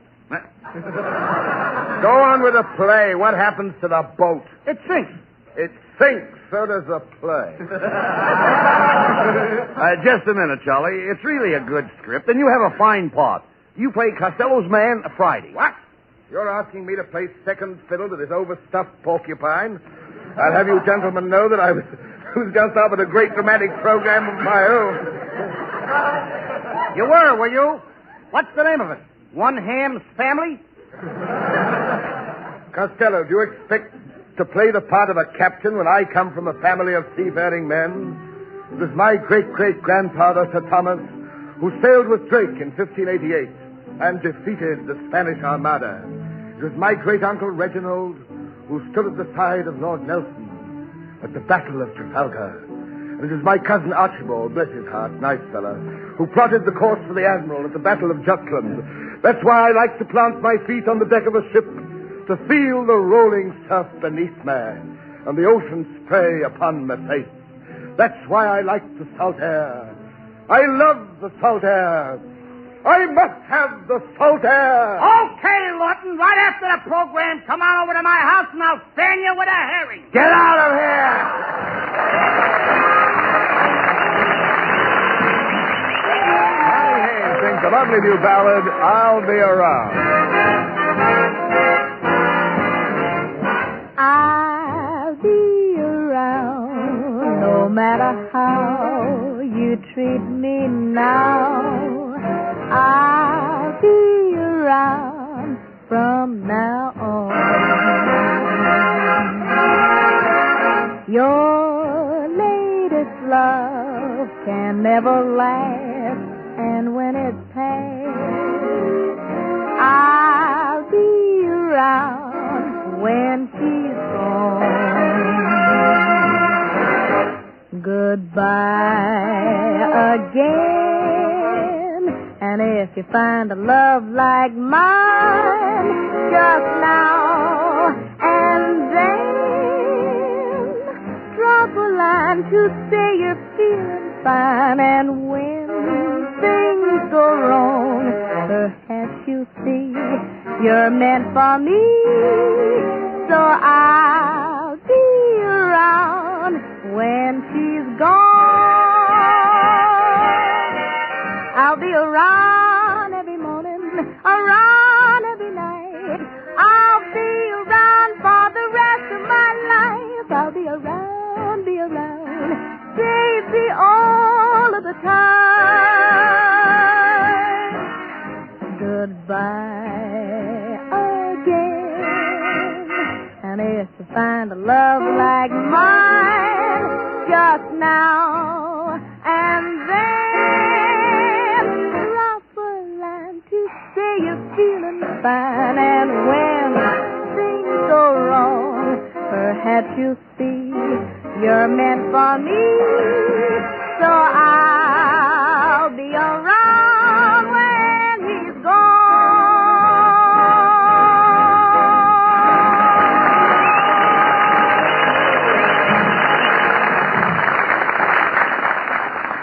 They wouldn't take the old gray mare in the army because she had flat feet. Listen.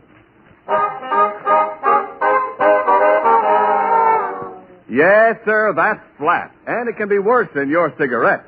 If you want a cigarette that won't go flat no matter how many you smoke, get Camels.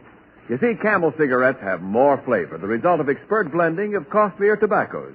And more flavor is what helps Camels hold up, keep from going flat no matter how many you smoke. Prove that in your taste and throat, your T-zone. Your taste is your best place to test Camel's rich extra flavor. And your own throat will give you the last word on Camel cigarettes' smooth, extra mildness. And remember, Camels stay fresh, cool smoking, and slow burning because they're packed to go around the world. C-A-M-E-L-S. Camel cigarettes. They're first in the service. They've got what it takes.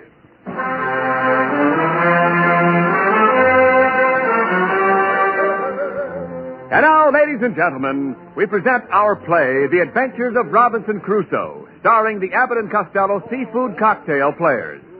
That little shrimp Costello plays Robinson Crusoe. That old crab Charles Laughton plays his man Friday. And Bud Abbott is just along for the halibut. For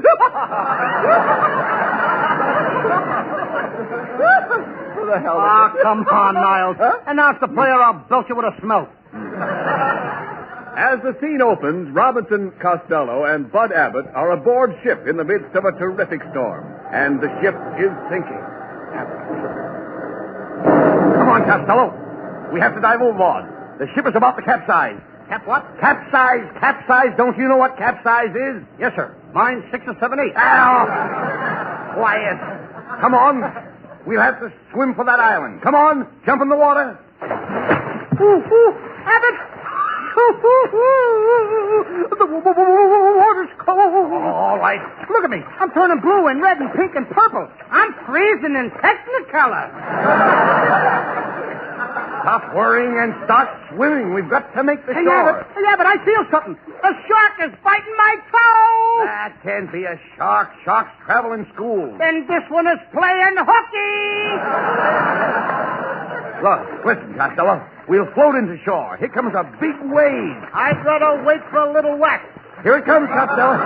Come on, get ready. Oh, boy. Oh, boy. Blow on my clothes and dry them, kid. Yep. Well, we made it all right. Now we've got to find out where we are. There's nothing on this island but dense tropical jungle. Hey, Abbott, look up in that tree. It's a jet. That's a monkey. They sure fool you, don't they?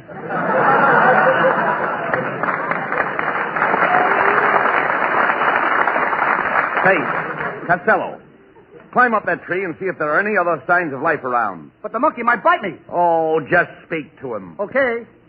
Hiya, little monkey. Hiya, brother. Niles, will you keep out of the play?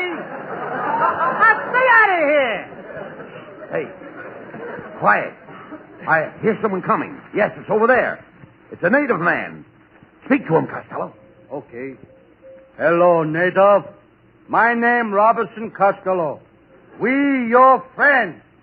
You welcome us to island? Greetings, white man. My name Friday. Welcome to this island. You all, yowza, cheerio, pip, pip. And all that sort of thing, yak, yak. Hey, Laughton, what kind of dialect is that? Me native. Speak with a drool. You mean drawl. No, drool. Me read Esquire. Enough of this talk. He's got funnier lines than me. Now, wait a minute. Just a minute. Let's get together here. None of this kind of talk, Friday. We both need food and drink. What can you give us? Me give you rubber. All my life, me eat the rubber and drink the sap from the rubber tree. I'll bet you were a bouncing baby. I'll bet you were a bouncing baby. You said that one. Nobody hears me. Just a moment, Friday. Do you really enjoy this diet of rubber? Oh, yes, stranger. The rubber has a wonderful tang. But how do you feel after you eat this rubber? Oh, it makes me feel like a king. And you want to sing in the spring. I hear Laughton overacting. You know, silence you all. I advise you to leave this island at once.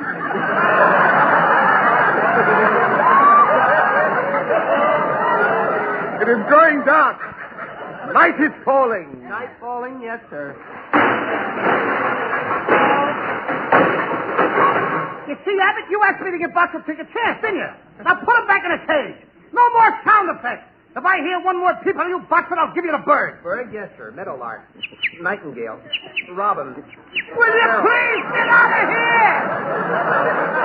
Costello, let's get back to the play. Remember, the play is the thing. Who called this thing a play? Now, look, Friday.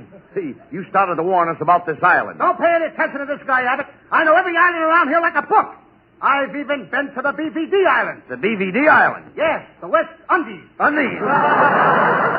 That's when I was working in shorts. Costello. Yes, sir. Will you keep out of this and let me talk? Now tell me, Friday, do you think we're really in danger? There's no escape for us. Listen. Why, even now you can hear the drums of doom. Doom, doom, doom. Doom, doom, doom. Yak, chili, bum, bum. Doom, doom. Listen to those jive drums, Abbott. What does it mean? It means that the voodoo queen is about to make a human sacrifice. The sacrificial fires are already burning. Oh, help! Oh, it's terrible! It's terrible! What's the matter? Oh, it's awful. First they put me in a big pot, and then they take me out of the pot, and then they put me back in the pot, and then they take me out of the pot. Wait a minute. Who are you? Oh, just a little poker chip. Come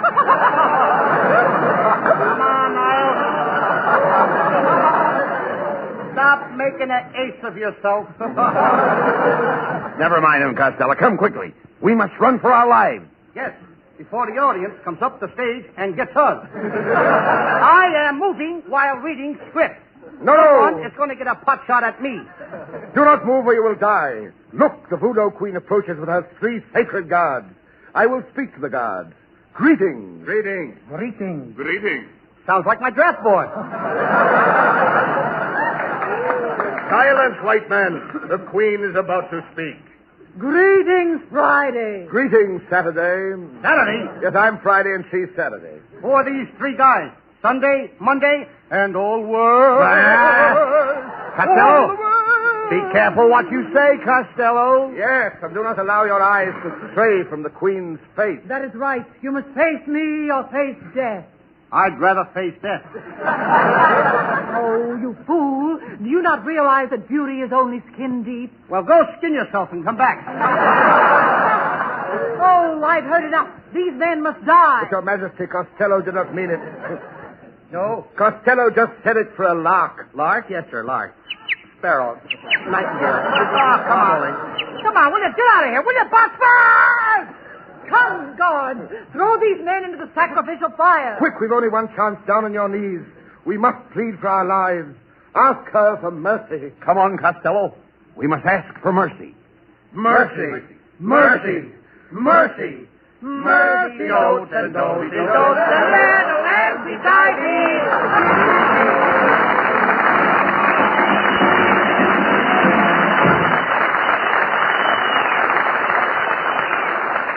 Abbott and Costello will be back in just a moment. Thanks to the Yanks of the Week. Tonight we salute 23-year-old Captain Herschel H. Green of Mayfield, Kentucky, a Thunderbolt pilot in Italy. Flying one of a squadron of P-47s, Captain Green shot down 6 German planes in 15 minutes, adding his score to 30 others shot down by the squadron in this single action with the loss of only 1 Thunderbolt. In honor of you and your squadron mates, Captain Herschel Green, the makers of Camels are sending to our soldiers overseas 300,000 Camel cigarettes.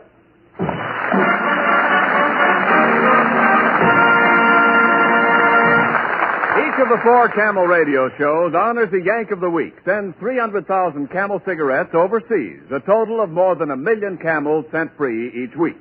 In this country, the traveling Camel caravans have thanked audiences of more than 3.5 million Yanks with free shows and free Camels.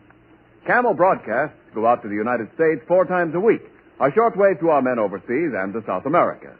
Listen tomorrow to Gary Moore and Jimmy Durante. Saturday to Bob Hawke in Thanks to the Yanks.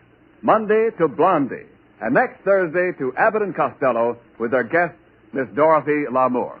And now here's Abbott and Costello. Thanks, Ken. Well, Costello, let's go home and get ready for next Thursday's program. Oh, Abbott. Who's going to be our guest star? Oh, that beautiful Paramount star, Dorothy Lamour. Woo! Dorothy Lamour? Mm-hmm. Abbott, is she going to be wearing her sarong? No, yes, I guess she'll wear her sarong. Gee, what a quiet program we're going to have. What do you mean? What do you mean quiet? Everybody will be waiting for a pin to drop. Oh, get out of here. Good night, folks. Good night, neighbors. Good night, everybody. Good night, Mom. Be sure and tune in next week for another great Abbott and Costello show with their special guest, Miss Dorothy Lamour. Charles Laughton appeared tonight through the courtesy of Metro-Goldwyn-Mayer, producers of Madame Curie. And remember, Camel cigarettes are packed to go around the world. Camels stay fresh, cool smoking, and slow burning because they're packed to go around the world. This is Ken Niles wishing you a very pleasant good night from Hollywood.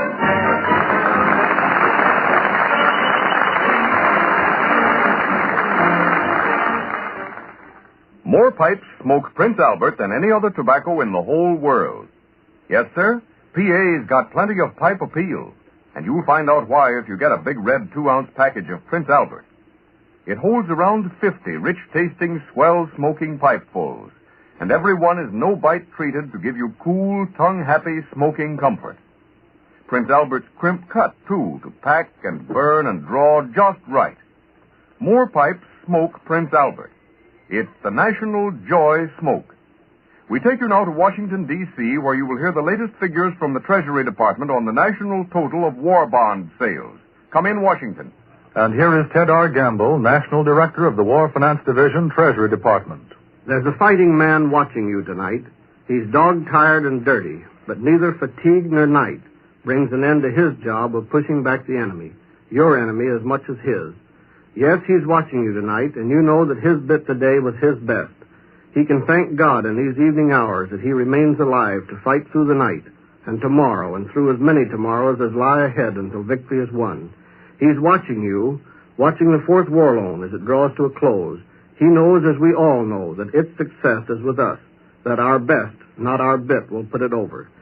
Tonight, we have reached 86% of our quota, with sales of $12,062 million. Included in this total are sales to individuals of $3,157 million. With only 4 days left in this drive, every individual sale is needed. If you haven't bought your extra bond, make it your first order of business tomorrow. Thank you, Mr. Ted R. Gamble. This is the National Broadcasting Company.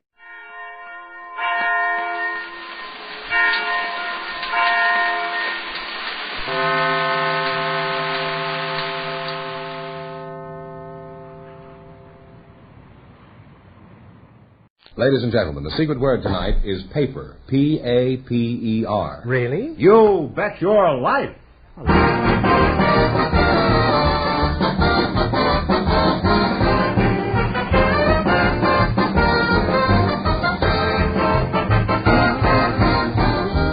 more than 3,000 DeSoto Plymouth dealers of America present Groucho Marx in You Bet Your Life, the comedy quiz series produced and transcribed from Hollywood. And here he is, the one, the only...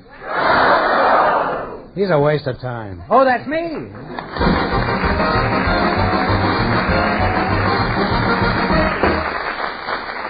Well, here I am again with $1,000 for one of our couples. We asked for some young people to volunteer tonight, Groucho. And just before we went on the air, Mrs. Amelia Mendez de Bitterline, Mr. Bill... Stop ad-libbing. I couldn't do it again. And Mr.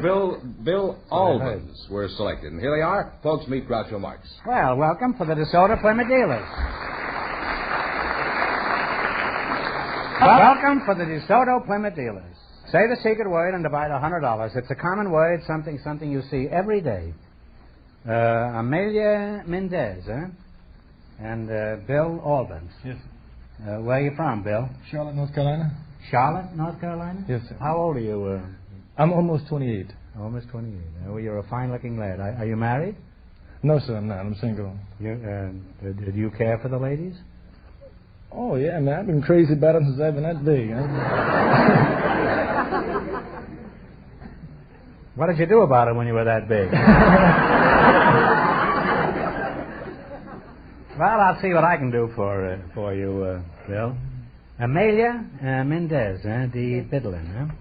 Where are you from? Panama City, Panama. Oh, from Panama, huh? Well, we've rarely had anybody from Panama. Where's your hat? Now, you know, people all over America are planning their vacations these days. Well, some of them may want to visit Panama. How would you suggest that they go, by ship or by plane? I would suggest that they go by plane because it's faster, and then they could stop in several Central American countries as well as Panama. For example, they could go to Guatemala, to Nicaragua, and Costa Rica. You say they'd visit Guatemala? How long would we stay in Guatemala? Overnight or a day, it depends on how much time you have. Just one day in Guatemala? Well, I guess that's right, that old saying, here today in Guatemala.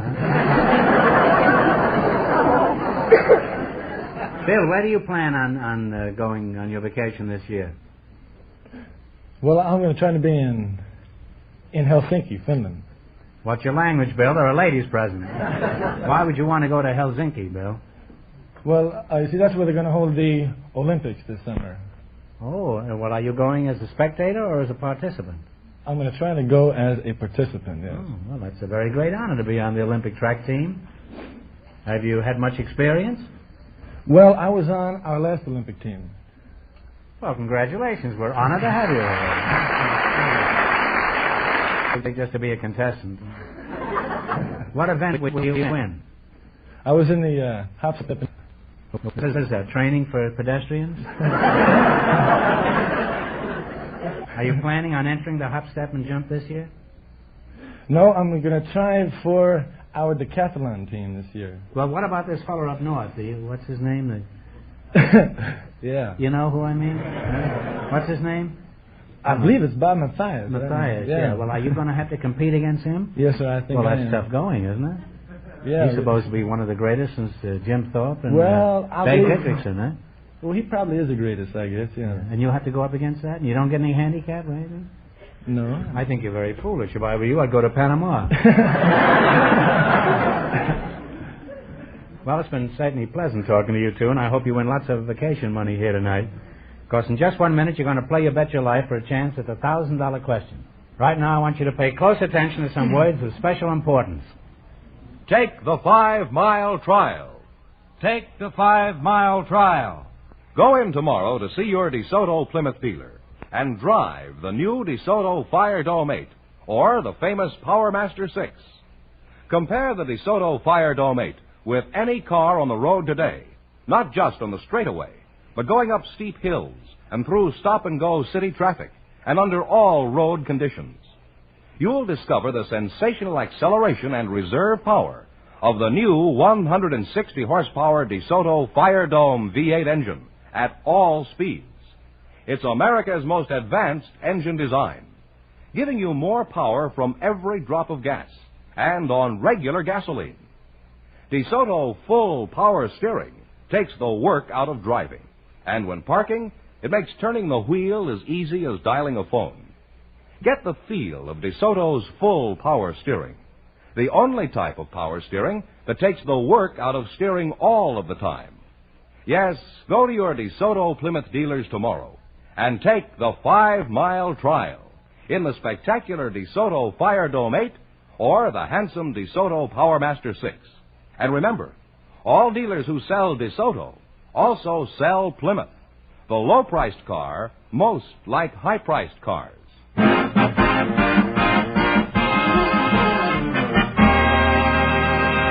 All right, now let's see how well you work together as a team. Fire Dome Fenneman. Coming. Give him that 160-horsepower motor and tell him the rules. All right. You bet as much of your $20 as you want on each of 4 questions, and the couple that earns the most money gets a chance at the $1,000 DeSoto Plymouth question later on in the show. Let's see how high I can bid you $20. Out of our list of 20 categories, you selected number 9, which happens to be cities with names of famous people. All right, now here's your first question. How much will you bet? And talk right out loud. $18. All right. Ohio's largest industrial city bears the same name as one of our former presidents. What is the name of this city? Cleveland. Cleveland, right. And you're on your way with $38. How much of the $38 are you going to risk? I say 37. All right. 37? A large city in Maryland was named for the founder of the state. What is the name of this city? Lord Baltimore. Baltimore is right. You're climbing, you have $75. Now, here's your third question. How much will you bet? 74. 74. Okay. What is the name of the Wyoming town founded and named by Buffalo Bill?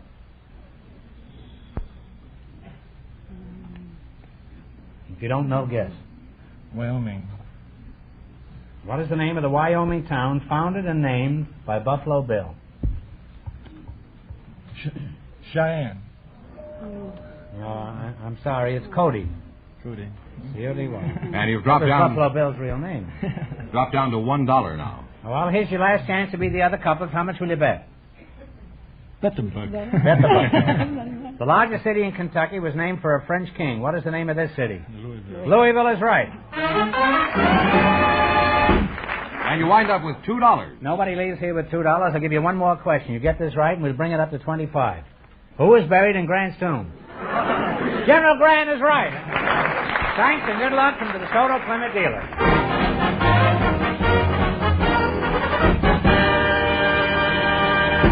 Groucho, we invited some young single... Groucho... Where were you last night, Groucho, we invited some young single Republicans. You go right home and go to bed early tonight. I will. You've got to watch yourself now.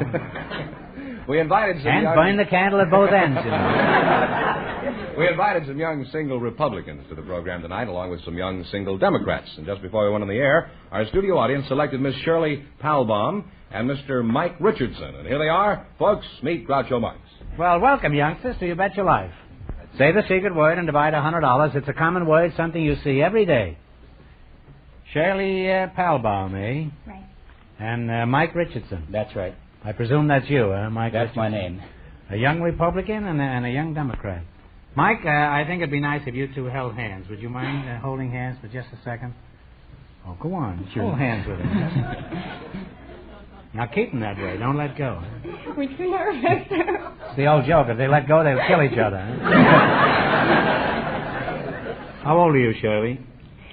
Well, It isn't. I look older than I am. It isn't obligatory. You don't have to answer. You look like a real young, attractive, pretty girl. Thank you. How old are you? How old are you, Mike? I'm 31. Now, let's see. You're the Democrat. Is that right, Mike? No, sir, that is not right.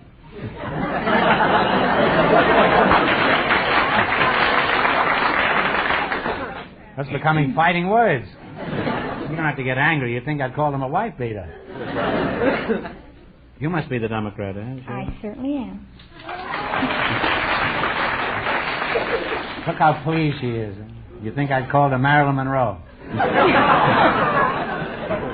How active a Republican are you, Mike? Groucho, I'm the president of the Westwood Young Republicans. What sort of work do you do, Mike? I'm the purchasing agent for the Hardman Tool and Engineering Company. We build aircraft chairs. What is your job, Shirley? I'm a legal secretary. I work for Richard Richards, who's chairman of the Democratic County Central Committee. You're not married? No. For a Democrat, you sound more like an independent. How about you, Mike? You married? No, I'm not. A single Republican and a single Democrat, eh? You two should get married by all means. You could have your own third party.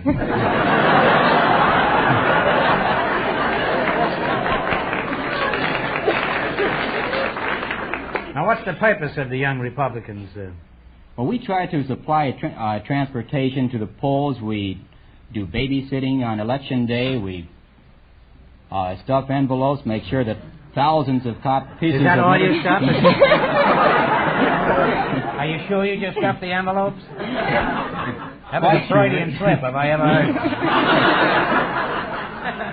What do you mean you provide transportation? Well, on Election Day, I'd say some of our members make as many as 20 trips to the polls.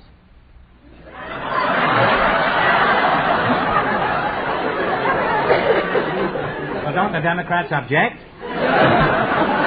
Or are they busy making 21 trips to the polls? I'm strictly neutral in this battle because it happens I'm a Whig. Except on windy days when it blows off. Well, let's hear. Could we have a little sample campaigning? Mike, give me all the reasons I should vote the Republican ticket this year. And take all the time you want. You've got 30 seconds. Go ahead. I would say you should vote the Republican ticket, first of all, for the obvious reasons you see in the newspaper.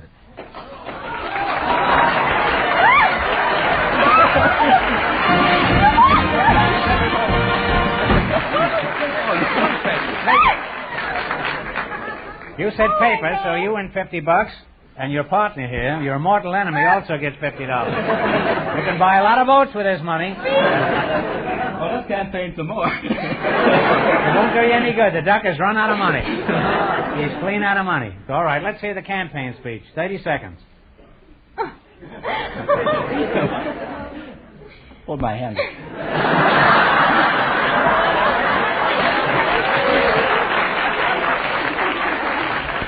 The Young Republican is now on a different campaign.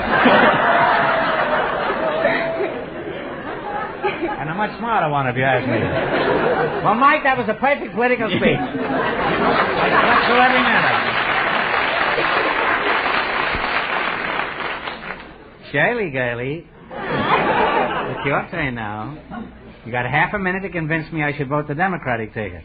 Now, go ahead. I've always been a Democrat, and I expect to remain a Democrat. I think the Democrats are for the working people, which is quite evident today. The employment has risen to great heights. In the Hoover administration, we had depression. Now we've got... Poor old Hoover. He's been out of office 25 years, and they're still hollering at him. It was a very impressive speech, though, Shirley. You have beautiful teeth. Well, enough of this petty talk about the fate of the nation. Let's get down to important matters. You two already are, I notice. Huh? What kind of a girl are you looking for, Mike? Well, I'm looking for what I would consider a wonderful girl, the type that I would think as much of on Sunday as possibly on Saturday night. I'm looking for the type who would revere me. That's a new approach. I've never heard that. Now, how would Shirley differ on Sunday than she would on Saturday night? I think she'd be fine on Sunday. What about Saturday night? Just as good. He's a politician, all right. Now, suppose she happens to be a Democrat, this dream girl that you're pursuing. Hmm? Well, I hope that in time we might sort of think alike politically. I'm sure you will, and my boy, you're going to make an excellent Democrat.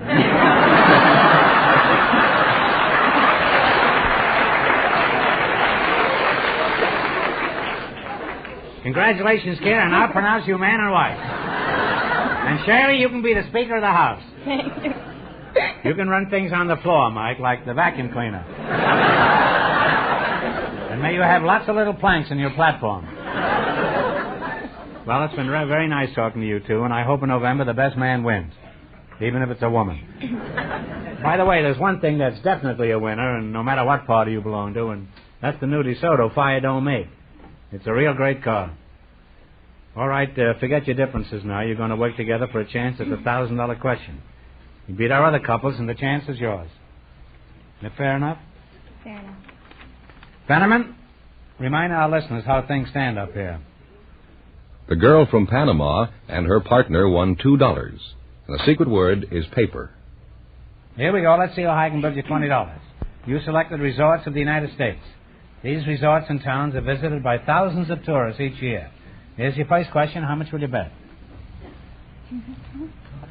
Talk up. We're going to bet the whole $20. Republicans are shooting the works this year. They're not only shooting the works, they're shooting the Democrats. All right, in what state do you find Atlantic City? New Jersey. New Jersey is correct. And you're on your way with $40. Remember, you're going for $1,000 tonight. Now, how much of the $40 you going to risk now? $40. $40. In what state do you find Cape Cod? Massachusetts. Massachusetts. You climbed to $80. Here's your third question. How much of the 80? The whole thing. The whole works. In what state do you find Sun Valley? Idaho. Idaho is right. You now have $160. Here's your last chance to beat the other couples. How much of the 160 are you going to try? The works. In what state do you find the Catskills? New York. New York is correct.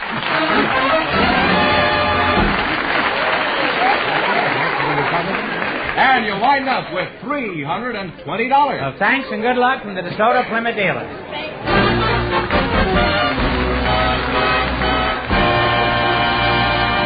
Mike is cooked. I can see it in her eyes. We asked for married couples with interesting backgrounds and stories to volunteer tonight. And just before we went on the air, Mr. and Mrs. John Caldwell were chosen. And here they come. Folks, meet Groucho Marx. Welcome for the DeSoto Plymouth dealer. Say the secret word and you'll win $100. It's a common word, something you see every day. Mr. and Mrs. John Caldwell, eh? John, where are you from? I was born in Fort Worth, Texas. How old are you, John? I'm 33 years old. Mrs. Caldwell? That's you, huh? Yes. What's your first name? Mary. Mary. Well, John and Mary, eh? Where did you ever get such unusual names? Where were you born, Mary? Yorkshire, England. Oh. Yorkshire? Were you born inside of a pudding? If you're from England and John's from Texas, where did you meet him? Well, I met him down under. Doc? Well, no, in Sydney, Australia. Oh, you mean the Antipodes, huh? Mary, where did you get married, in Texas or down under Sydney? No, we were married in Sydney, but the day we were to be married, John was up in Brisbane, and that's 600 miles away. John was 600 miles away? John is no fool. Where were you heading, Johnny? Towards Alaska? No, I was up in Brisbane trying to get a plane down to Sydney for my marriage that afternoon. Where did you go on your honeymoon? Well, that's the sad part. We didn't. As a rule, it isn't. However, I'm willing to listen to any story. We didn't have a honeymoon because 3 days later I shipped out in the Merchant Marine. How long were you separated from your bride? Oh, a long time. This ship that I left on was wrecked up in New Guinea, and then I was put aboard another ship that went around the world and touched in about every port except an Australian port, and eventually I wound up in New York City more than a year after having seen my bride, and naturally feeling very cheated and wanting to get back down there. Well, what happened? Here you are in New York, and she was in Australia. Well, she couldn't get over here, and I couldn't get down there on a ship, so I thought if I went down to Panama I could get a British ship, but when I got down there I couldn't, so I bought a little 29-foot sailboat and thought I'd try, sail it to Australia. Well, tell us about your boat trip. How many other lunatics were aboard? Well, that's sad, too. I was alone. You were alone? Yeah. Well, what about at night? Did you have to sleep? Yeah, but that little boat did all right. I'll tell you about it. The trouble was that I'd never sailed a boat before. Well, that's certainly the right equipment to go around the world. I think a fellow's crazy to have any experience in a thing like that. Just buy a boat and sail around the ocean. Huh? I had a book on how to... You were foolish to do it in a boat, though. You should have done it on a log or something. Pogo stick or something, exciting. I had a couple of books aboard, though. I had a book on how to sail. Well, that's good. That's really all you need. No, because what about at night when you wanted to sleep? What'd you do? Well, I had a book on how to navigate. Well, you read this while you were sleeping? Did you have a motor on this thing? Yeah. Mm-hmm. Gasoline motor? And did it work all right all the way through? After 5 days, it conked out. Pulled a shark aboard, and he banged away the cockpit and got his head on the engine and broke spark plugs off. I didn't mention, but I had sails. But you had the shark then for company, didn't you? After the shark play cards or something? I mean... No, this wasn't a card shark, huh? You meet them on boats, You got to be very careful when you're traveling. Huh? So? Well, I got past the Perlas Islands nearby Panama and past the Galapagos, that's 1,000 miles away, and past the Marquesas, that's 4,000 miles out into the Pacific. But I had some tough luck after leaving the Marquesas. I ran into a hurricane and I was dismasted.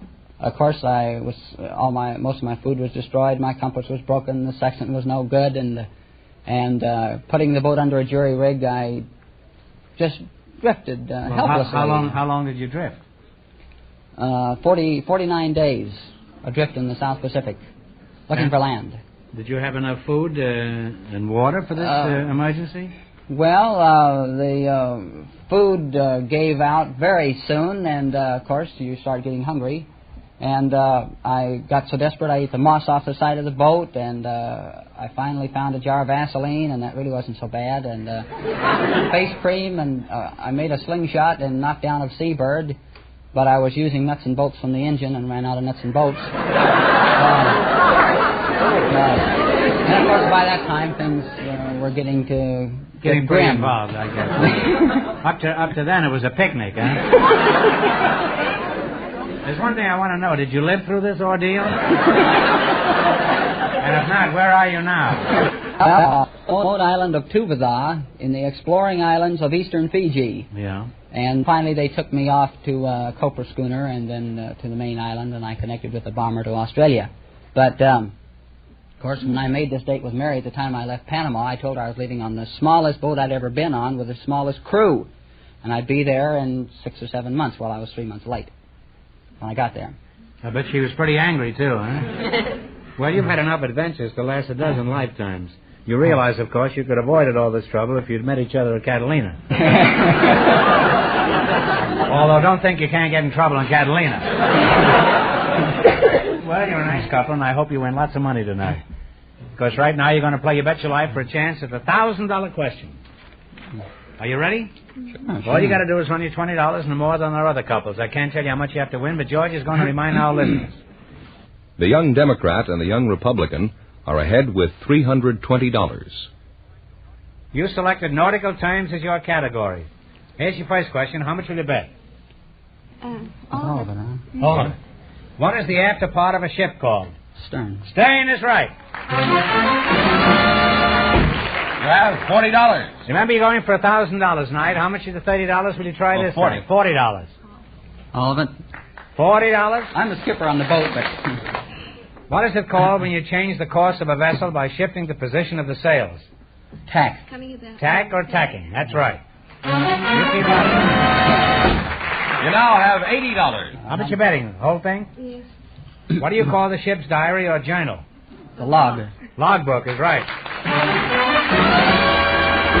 You find the $160. And here's your last chance to beat the other couples. How much of the $160? All of it. All of it?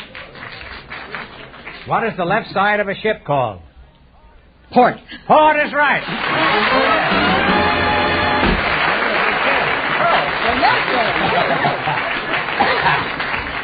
You wind up with $320.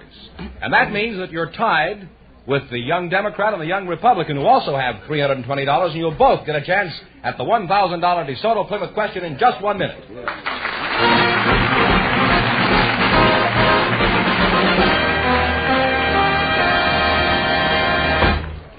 Repair bills are the price you pay for not lubricating your car properly.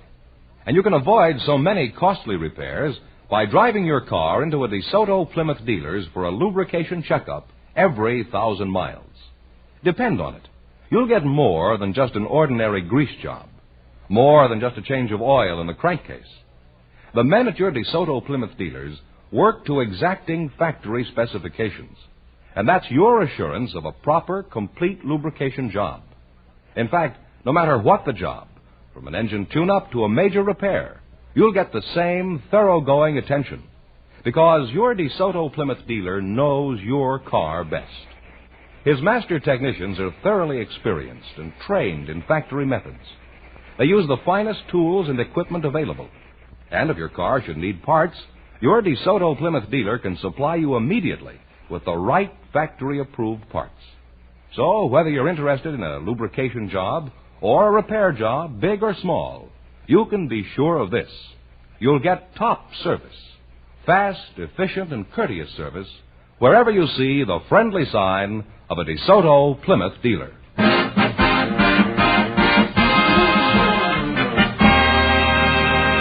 Well, here come the two couples who are tied for our big question tonight, Groucho. The young Democrat and the young Republican, and Mr. and Mrs. Caldwell. Come on in here, folks.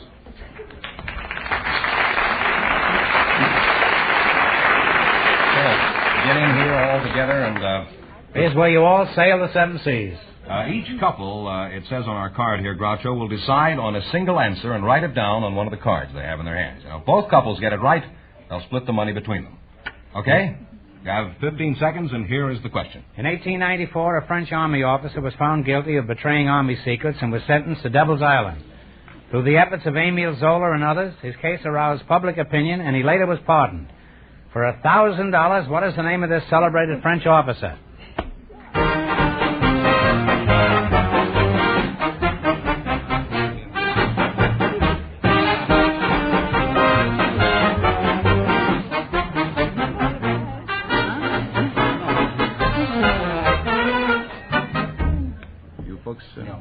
Duffy there? No answer? Let's see the answer. The correct answer is Alfred Dreyfus. Oh, of course. That's pretty easy, too. Well, you lost the big money, but how much did they win in the quiz, George? Well, they went the limit, $320 each. Well, congratulations, and thanks to both of you and to all of you and to all of our contestants on the show tonight. Congratulations.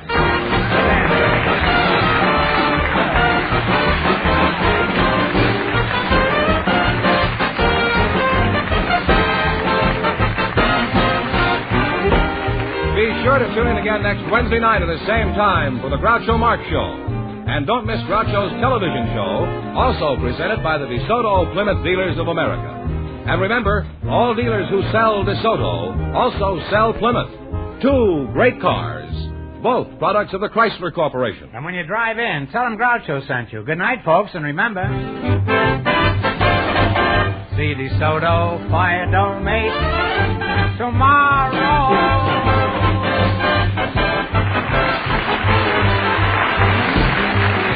Folks, here's a reminder from the National Safety Council. Don't stick your neck out in traffic. You Bet Your Life, transcribed from Hollywood, is produced by John Goodell, directed by Robert Dwan and Bernie Smith, music by Jerry Fielding. This is George Fenneman signing off for the more than 3,000 DeSoto Plymouth dealers from coast to coast.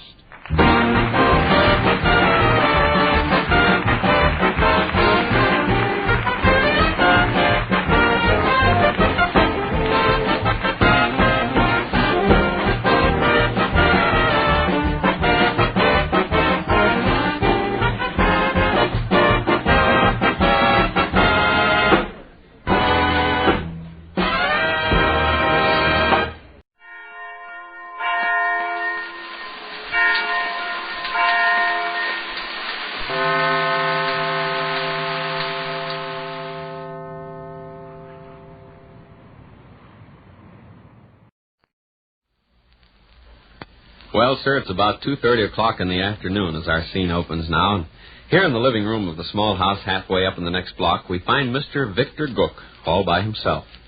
The gentleman is established at the library table, and from the litter of writing materials and important-looking documents and evidence, we jump to the immediate conclusion he's doing a spot of office work at home. But at this moment, being suddenly aware of sounds in the kitchen, he glances in that direction and calls, Yes? Who is it? That you, Dad? I never knew you were home. Plant 11, 9 carloadins. Plant 3, 12 carloadins. Dad? I'm busy, Roscoe. What you want? Mom around? No. I got Bluetooth Johnson out by the garbage box. Well, keep him there. What? Keep him there. I'm trying to concentrate on some work. Where is Mom? You know. Where is Mom, Dad? Oh, my. Dad? I haven't the slightest notion where she is. Go away. Plant 11, 9 carloadins. Plant 3, 12 carloadins. Hey, Bluetooth. Wait for me a minute, will you? Oh. Yeah. I'll be out in a little while. I think my dad's Hey!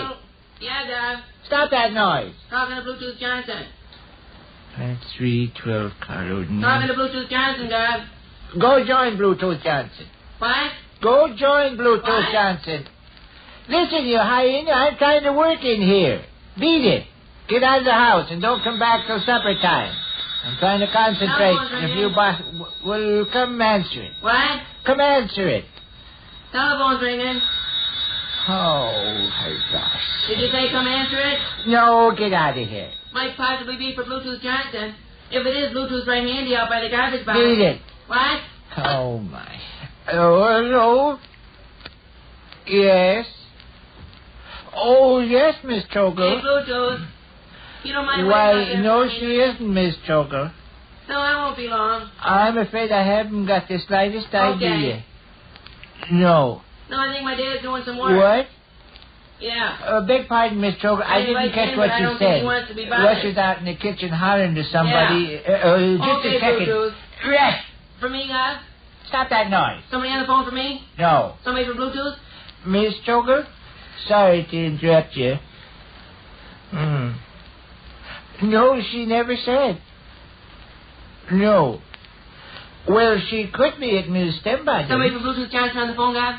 Well, why don't you try there, Miss Choker? Phone number? I ought to know Stembottom's phone number. Let's see, I believe it's... one moment, Miss Choker. Rush. Somebody for Bluetooth? What's Stembottom's phone number? Is that where Mom is? Stembottom's? Listen, you lummox, in about 1 minute, I'm... what, Miss Choker? No, I was talking to this reprobate son of mine. What's Stembottom's phone number? 2572X. Now beat it. 2572X, Miss Choker. Yes. Not at all. Not at all, Miss Choker. Bye.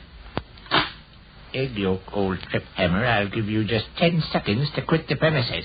I only wish to get the magnifying glass out of the bookcase, and then I will take my departure. I'll say you will. Bluetooth Johnson is out by the garbage box. I don't care if Bluetooth Johnson is out by the Straits of Gibraltar. On the one afternoon, a man tries to do a little work I think at he home. heard you. You think who heard me? Bluetooth. When I hollered in here and told you Bluetooth was out by the garbage box, I think he heard you when you yelled back for me to keep him there. His feelings are probably wounded. Bluetooth Johnson's a very sensitive bundle of nerves. His tears are very near the surface. He'll weep at the drop of a hat. Bluetooth Johnson is as high-strung an individual as you'll find. Are you going to get out of here? I want the magnifying glass out of the bookcase. Get it and go. Very well.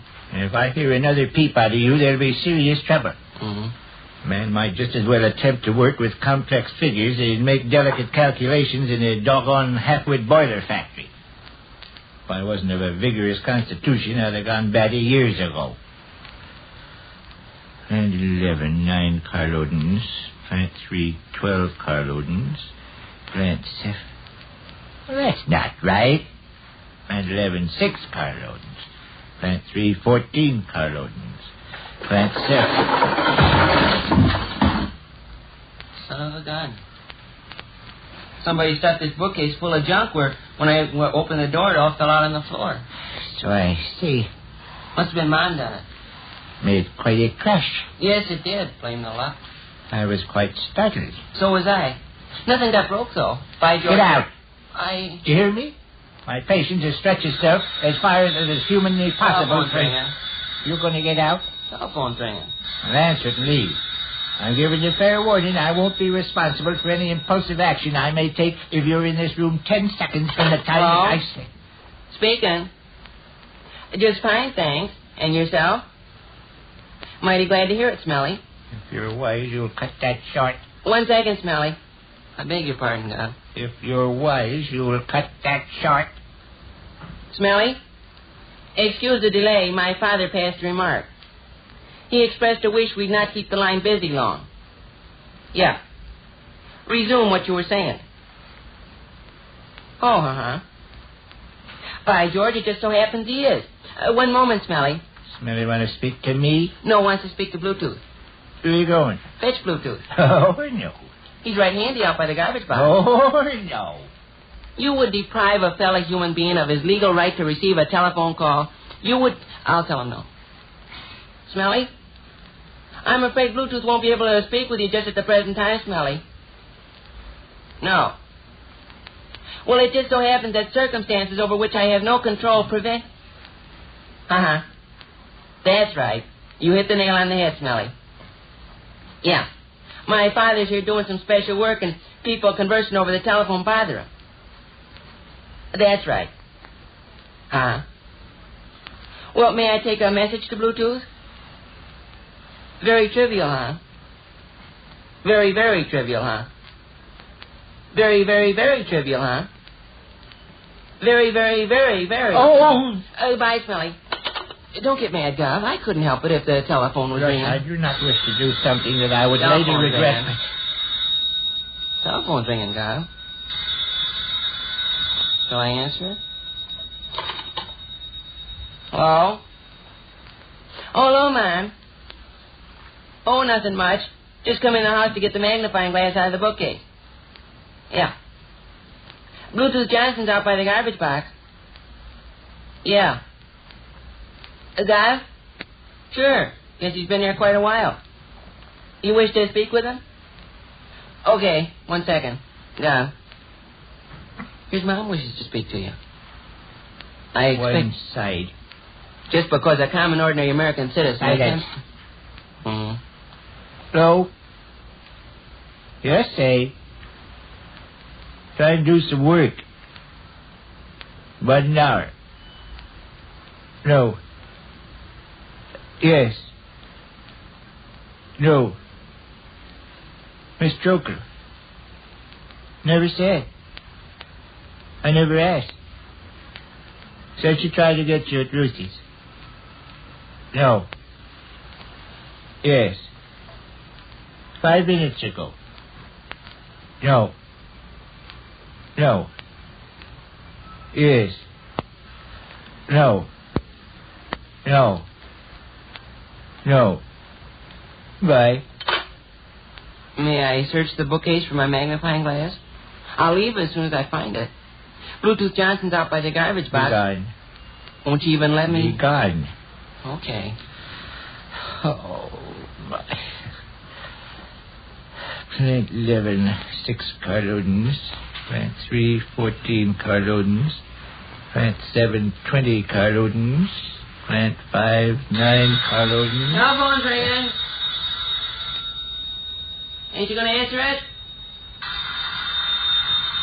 Front doorbell's ringing. God, front doorbell's ringing. Ain't you going to answer that either? Hey, Bluetooth. I couldn't find the magnifying glass. Wait for me a minute, will ya? Okay. Oh, my. Which concludes another brief interlude at the small house halfway up in the next block.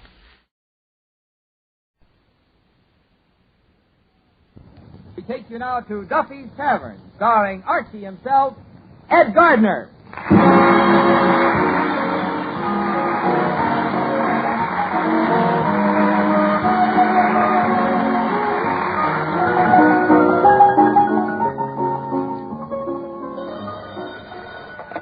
Hello, Duffy's Tavern. What are you late, mate? Archie the manager speaking. Duffy ain't here. Oh, hello, Duffy. Huh? A pink elephant just walked into the room? Duffy, you better take another look. Yeah, that's what I thought. Just Mrs. Duffy in a nightgown.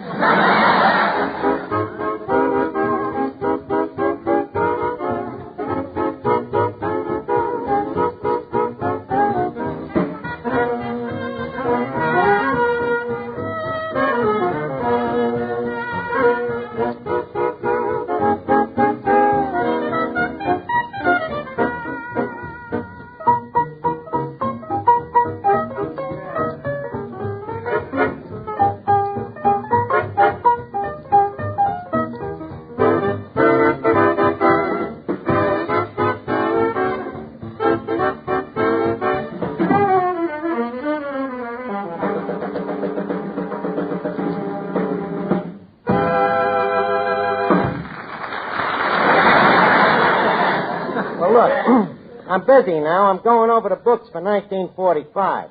Yeah, I'll call you back. Now, let me see here. The black ink is the liabilities, and the red ink is the assets. What you doing there, Miss Archer?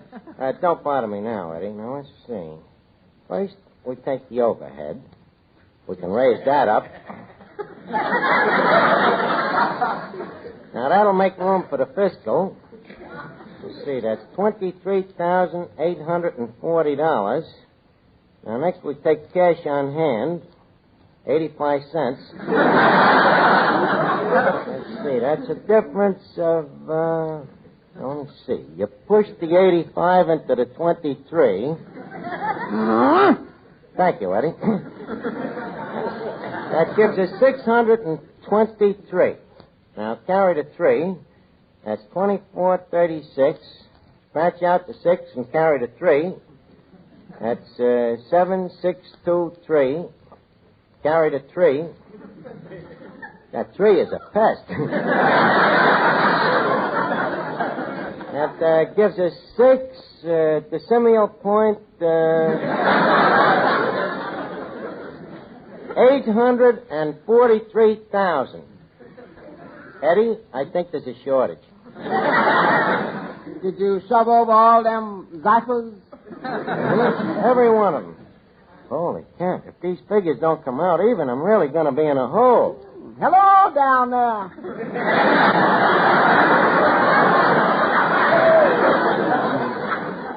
I can't account for such a big loss. I think I better go over the figures again. Well, you got $2 million. Want to try for 4? Man, what a bookkeeper. What a bookkeeper? What do you mean? What are you talking about? I've been doing this stuff for years. Perhaps you forget that I was only the head bookkeeper of the oyster division of the Fulton Fish Market. I beg your pardon. Of course. And the owner of the fish market, Sir Isaac Fulton himself, he used to think I was a genius. He'd look over the books and say, Archie, you've got the greatest fish head I ever seen. Boy, was I fast at figures. Like greasy lightning, Eddie. Yeah, but did you get the right answer? Well, you got to sacrifice something for speed. You know, maybe that's what it is. Maybe my mind is working too fast for my pencil. I think I better go over these figures again, just in my head. Well, that gives you a nice, spacious working quarter. Yes. Now, let me see here. 85 cents into 23840. Now, we take the 0.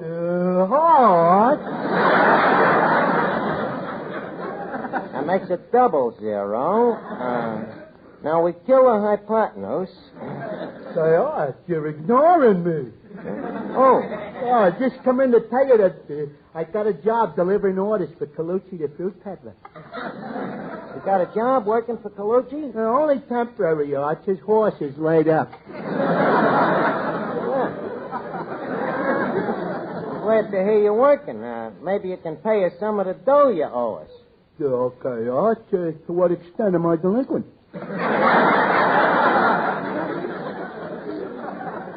You are extinct to the delinquency of 45 cents. For what? For 6 dinners. And 12 cocktails. Oh, but that don't come to 45 cents. You forget the carrying charges. Oh, no, you don't, Arch. I walked out of here. And again, carrying charges as bookkeeper. Now, tell me, how much is Colucci paying you per diem? Per diem? Yeah. Per week. Oh.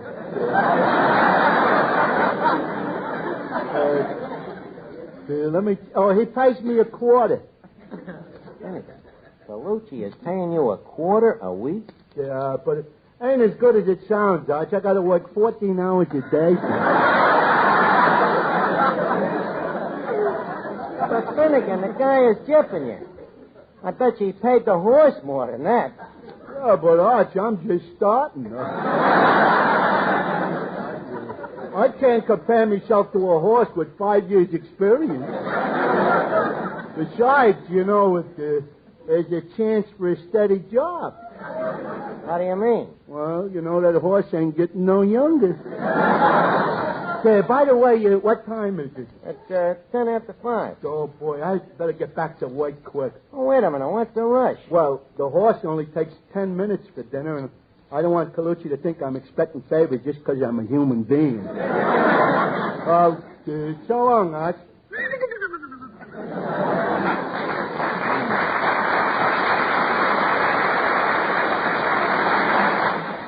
Now, let's see here. Got to figure how much money is owed to us. Oh, yeah, here it is. Accounts payable. Bunchwager, the butcher, owes us 80 cents. Chin Lee, the French dry cleaner.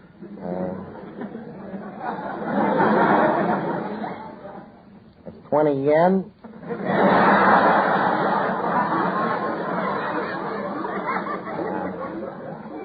Here we are.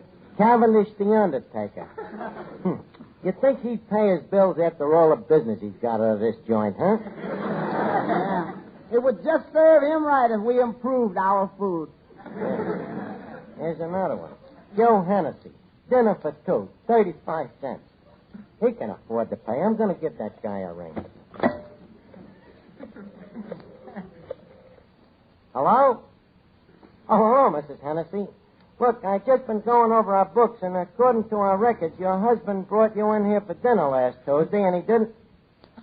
Huh? That wasn't you he brought in.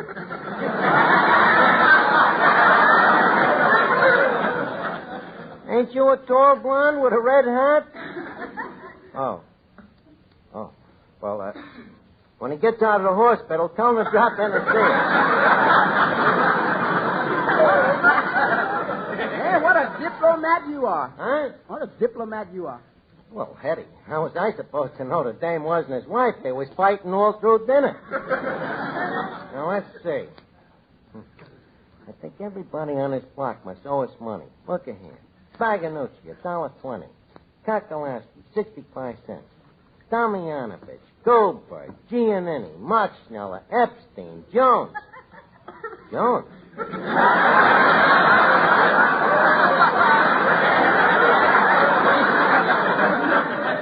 What's this neighborhood coming to? Hello?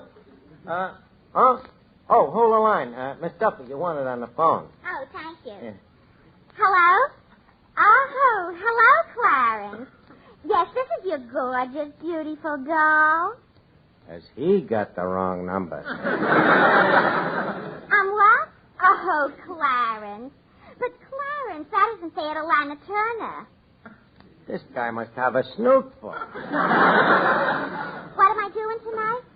Well, I have a date, but... Huh? Either I go out with you or you'll kill yourself? He'd be much better off. Hello, Clarence? What? You think I'm what?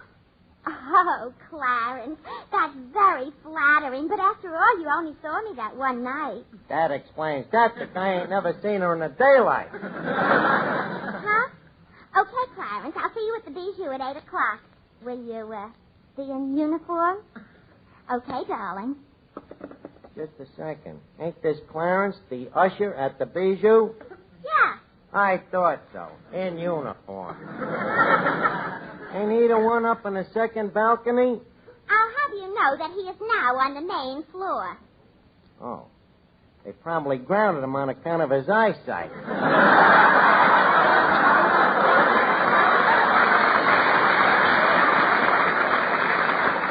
Now, look, Miss Duffy, will you take your mind off guys? I'm having trouble with these books, and we got to straighten them out. Now, will you please explain your filing system to me? Yes, it's very simple. I keep all the paid bills under P and the unpaid bills under U. It's what they call the PU system. Yes, it certainly does. And by the way, there's a couple of paid bills here, okayed by you, that I don't understand how they got in there. What do you mean? This item here. Armed Forces Transportation, $5. How come? Well, you don't expect me to come home from the Navy Yard at 3 o'clock in the morning in the subway, do you? Oh. Miss Duffy, how am I going to explain this item to your father?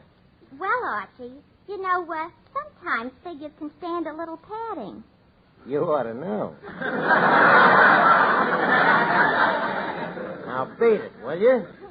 Pad the figures. What an idea. What an idea. Hey, maybe there's some madness in our method. Archie? Oh, hello, Mr. Miller. Hey, maybe you could help me. Do you know how to keep books? Oh, sure. Don't lend them to anybody.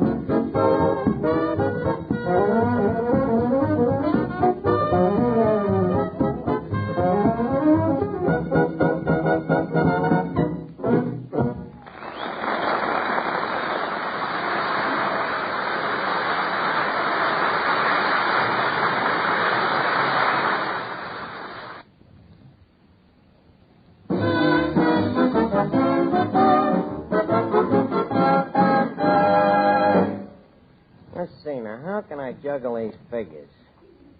I can change the 0 to a digit. Turn the 6 upside down to look like a 9. Then I can plug up the holes in these 3s so they look like 8s. Oh, if I had the wings of an... Wait a minute, Eddie. Don't be such a wise guy. The figures are right here in the books in black and white. Black and white, huh?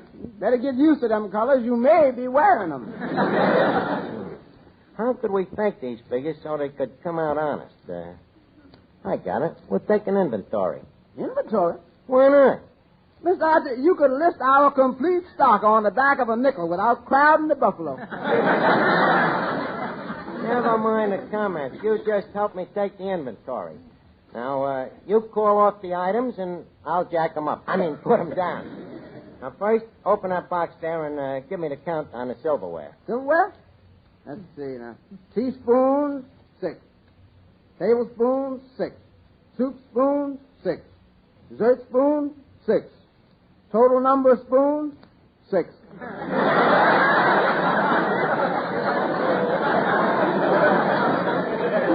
Okay, I'll put it down. Spoons, 16 dozen.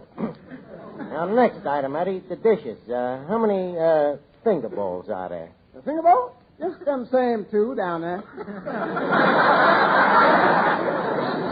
Right. 6 brass finger bowls. Now, next, china. Oh, ain't they having enough trouble? I'm talking about the chinaware, Eddie. Now, cups and saucers. Okay. 4 china coffee cups, slightly chipped on the outside. 6 cups chipped inside. 4 cups, no handles. 8 handles, no cups.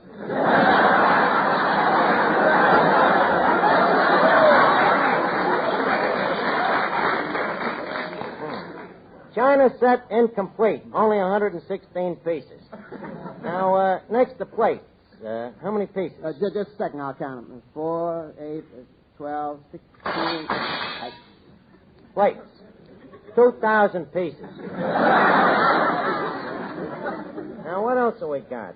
Oh, yes, the canned goods. Let's count the canned goods. Including or excluding Mr. Moriarty? Don't be so whimsical. I'm talking about the canned goods that will still be canned goods in the morning. That's still Mr. Moriarty. Look, I got to get this thing finished. Now, would you mind to please just count the cans? Okay. Let's see. 1 can of tuna fish. 2 tuna. 2 pea soup. Split? No, just leaking a little.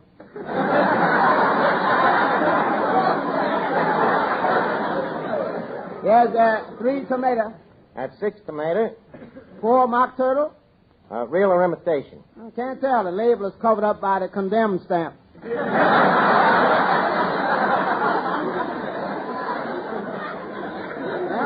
That's all on this shelf. Wait a minute. What about that rusty can over there? Where? Oh, yeah. Let's see. What does it say? With women who know their soups best, it's Campbell's 2 to 1. Signed, Betsy Ross. Just a second, Eddie. It can't be that old. Oh, no? Take a look. That NRA eagle ain't no squab. Okay, I'll put it down. 2 cans of vintage soup. Now, what's that jar on the next shelf there? What jar? Oh, that's some pickled pig's feet that Duffy himself put up. Duffy put up? Okay. 1 jar of pickled pig's feet, untouched by human hands. Now, leave us take the free lunch next, Eddie. All right. Let's see. 6 salami sandwiches, 6 liverwurst, and 2 indifferent. What do you mean indifferent? After they get past a certain age, it's hard to tell. Okay, we'll call them chicken salad. 40 chicken salad sandwiches. Hello? Oh, hello, Duffy. Huh? Is who here? The accountant you sent down to look over the books. But, Duffy, you can't... But, Duffy... Huh? Okay, then let him come. I ain't got nothing to hide. Quick, Eddie, where are we going to hide these books? I don't know where you go hide them. Young man, I would like to talk to you. I am Mr. Schmidlaff, the CPA. Oh, the accountant. Oh, yes, yeah, we've been looking forward to your acquaintanceship. Hey, Eddie, the accountant just got here. Yeah, speaking of debit. Well, glad to see you, Schmidlapp, old boy. Have a cigarette? Never touch them. Bite to eat? No, thanks. Have a drink? No, thanks. Well, look, I got a couple of phone numbers. No, thank you. Schmidlapp, would you mind breathing into that mirror? I just want to see if you're alive. My dear young friend, I happen to be a quiet, simple, happily married man with 2 little children. 2 little Schmidlapps. Well, what an occasion this is. Eddie, Mr. Schmidlapp here says he just had twins. Schmid, to this we got to drink a toast. But I didn't say anything of the kind, and I don't drink. It goes to my head. But, Schmid, you got to on an occasion like this. What will your answer be if someday them sweet, innocent, little blue-eyed, curly-haired cherubs come to you and say, Daddy, is it true that you refuse to drink your toast with us to Archie? Well, okay, but just one. Atta, boy. Here you are. To the 2 little Schmidlaps. Bottoms up. Bottoms up. You stepped on that last bottom. Gee, this stuff isn't so bad at that. No, it's pretty good. Here, have another one. No. Down the hatch. For he's a jolly good Schmidlapp. For he's a jolly good Schmidlapp. For he's a jolly good Schmidlapp, which nobody can deny. You know, Schmidlapp, by the way, what's your first name? Bartholomew. You know, Schmidlapp...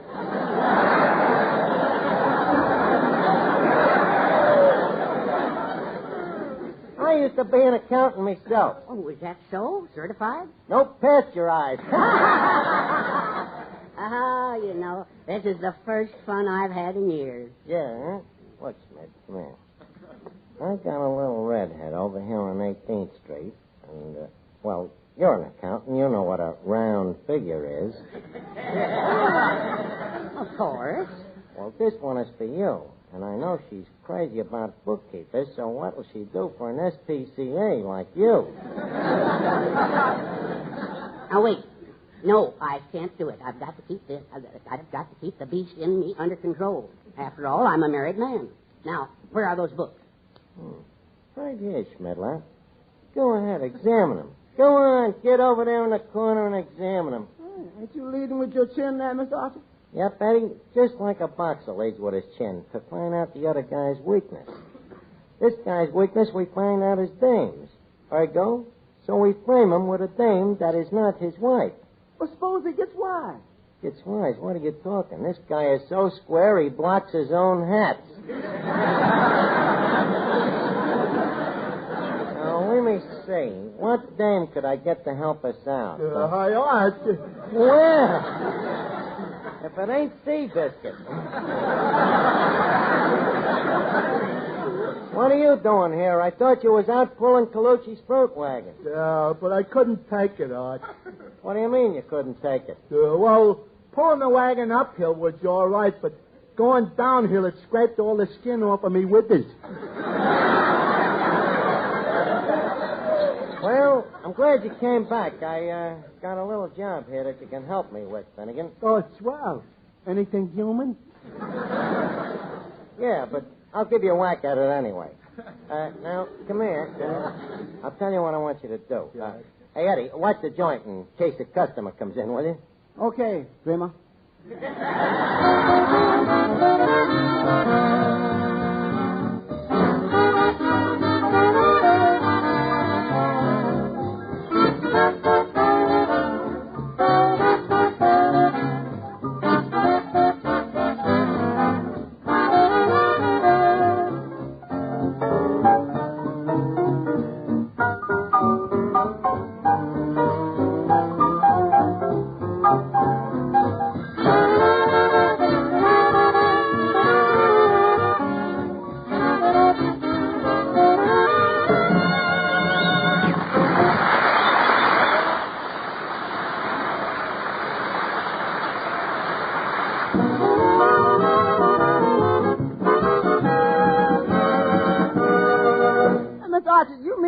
Frame a man with a wife and 2 children? Well, he's got me on the spot with them books, ain't he? It's the law of the jungle, Eddie. An eye for an eye and a dog for a dog. Now, you keep out of this. Hey, Finnegan. Come here. Now, you remember what I told you. You remember when you're supposed to jump in, don't you? All right, Arch. As soon as you say giddy up. Right. Now, just stand by. Hey, Miss Duffy, come here. What is it now? Miss Duffy, you see that distinguished-looking gentleman over there with the eyeglasses working on the books? Yeah? He just told me he goes for you. And you know who he is? Who? Only Bartholomew Schmidlapp. The wealthy bachelor and playboy. Throws money around like a Confederate sailor.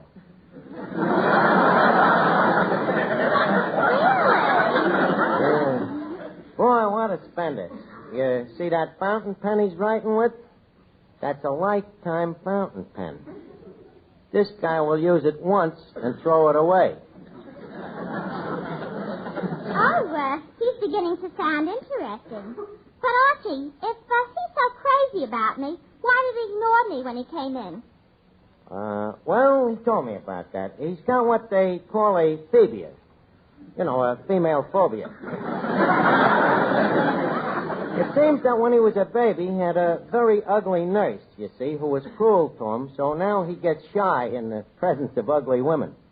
Oh, well, that's different. Yeah. But I can't very well chase after him. What's the matter? Did you suddenly develop a Charlie horse? Look, if you want a wealthy bachelor like that, you've got to go after him a little. Well, how do you think I ought to approach him? How to approach him? I don't know. You might tell him you want to write his life story for the Hobo News. Look, what's the use of me telling you how to attack the guy? You'll figure out something. I'll be right with you. Hey, Bartholomew. Yes? Yeah, no, I told you I had a cute little doll lined up here. And I told you I wasn't interested. But, Schmidt, take a look at her over there. Look at that construction. Plenty to go around, ain't there? Ever seen anything like it before? No, has anybody? A fair question. But where do you meet her? Hey, Toots, come here. Mr. Schmidlapp, shake hands with Toots. Here, Toots, put your arm around Mr. Schmidlapp. By all means. Gee, you're cute. Now, look, young lady, I'm busy with these books, and I don't want to be bothered. Gee, he is shy, ain't he? Yeah, I told you. You'll have to be the offensive one. Well, that's no trouble at all. Come here, cutie, while I give you a little kiss. Now, just a second. Oh, come on. Atta girl, Toots. Okay, I got him by the arm. Let me at him. Help! Wait a minute, Miss Duffy. You don't have to go berserk. The idea is to take him alive. You shut up. Help! Giddy up. Help! Giddy up.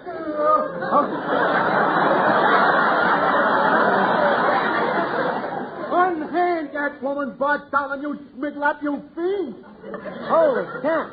Her husband. So, this is what happens behind me back when I'm out working like a horse.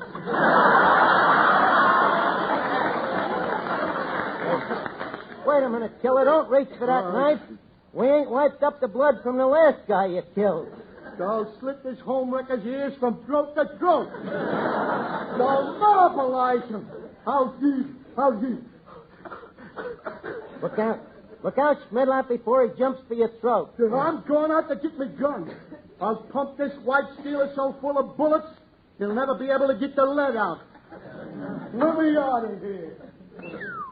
Oh, boy. Are you in trouble, Bartholomew? But it's your own fault, you know. I told you not to make no passes at the dame. Boy, when your wife finds out what this guy shot you for, I'd hate to be in your spot. But if you could arrange not to mention anything about the books being short...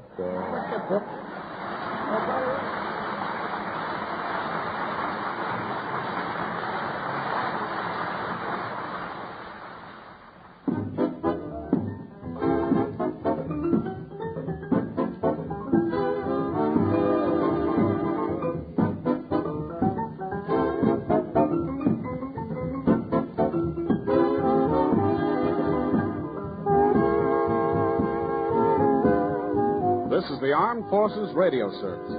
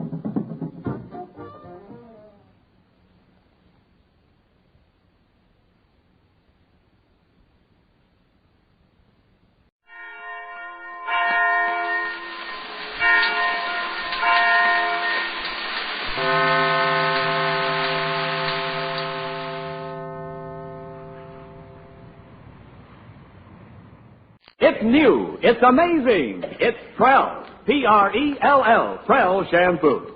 Yes, Procter & Gamble's new Radiant Cream Shampoo in the handy tube.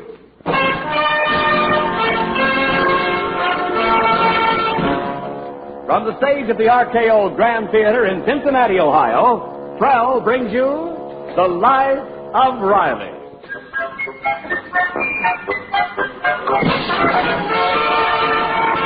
Prell, the shampoo that removes unsightly dandruff, leaves hair radiantly lovely, presents The Life of Riley with William Bendix as Riley.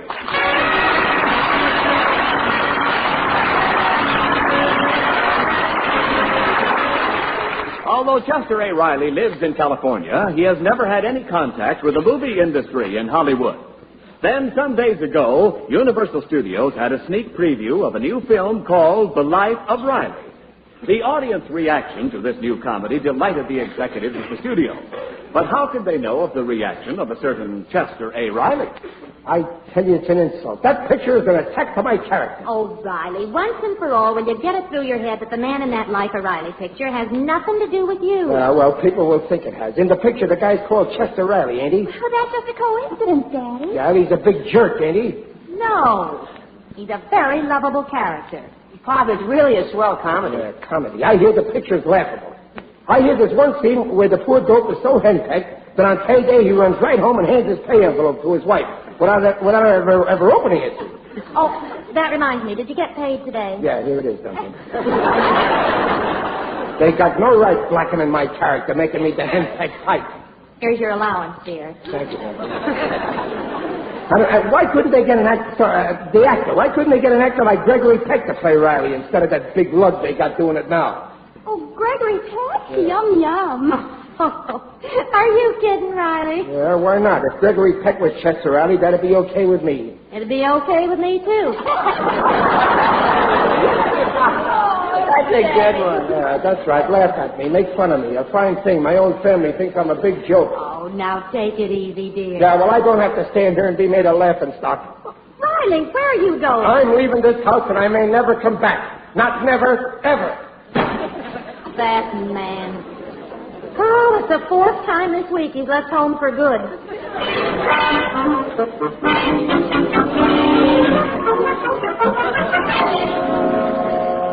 Fine thing. A man's own family giving him the horse leg. I tell you, Gillis, I'm thinking of leaving home. Well, don't blame your family, Riley. Blame that their movie studio. Yeah? Riley, if I was you, I'd make them pay. Pay? Yeah, so on. You can sue for this? Why, sure. It's libel and defamation of character. Yeah? You think I got a case? I'll say you have. Why, the Riley in that picture is nothing but a bumble and smoke. But I'll get up in court and swear that the Chester Riley I know is a man of intelligence, integrity, personality, and charm. You'd do that for me? Well, you're my best friend. For you, I'd gladly commit perjury. Well, how much could I collect? That depends on your lawyer. Now, if I was handling the case, I would say, gentlemen of the jury, once on a time, Chester Riley led a simple life, happy and contented, beloved by his family, respected by his neighbors. And then, this here picture of the life of Riley was released.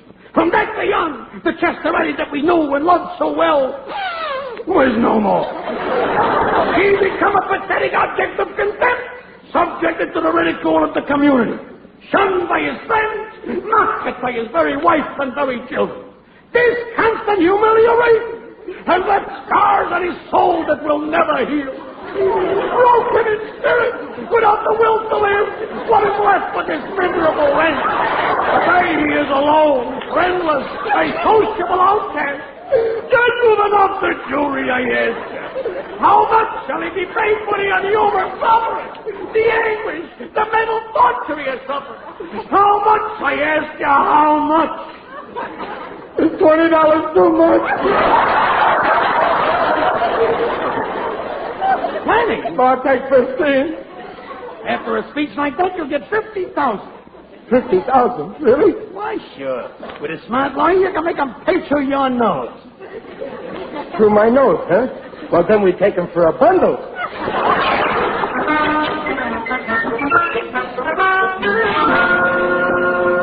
And now, Your Honor, I would like to call my next witness to the stand. Riley, what are you doing? Please, Peg, we're rehearsing for court. What? Please don't interrupt. Your Honor, I'm ready. Proceed. I call Junior Riley. Junior Riley to the stand. Do you swear, Junior? Well, no, sir. I'm a Boy Scout. Don't interrupt. Oh, Riley, you must be out of your mind. You'll see. I'm going to sue Universal for $50,000, and you'll have to be a witness, too. Take the stand, Peg. Riley, I've got a sink full of dishes. Mrs. Riley, in this picture they show a Chester Riley to be a big dope.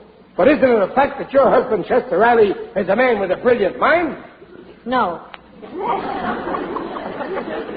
Let me rephrase the question.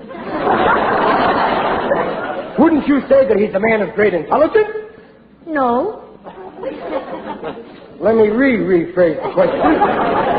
Wouldn't you say he's a man of average intelligence? Not the way he acts sometimes. Sometimes... Get off the stand. A wife can't testify against her husband.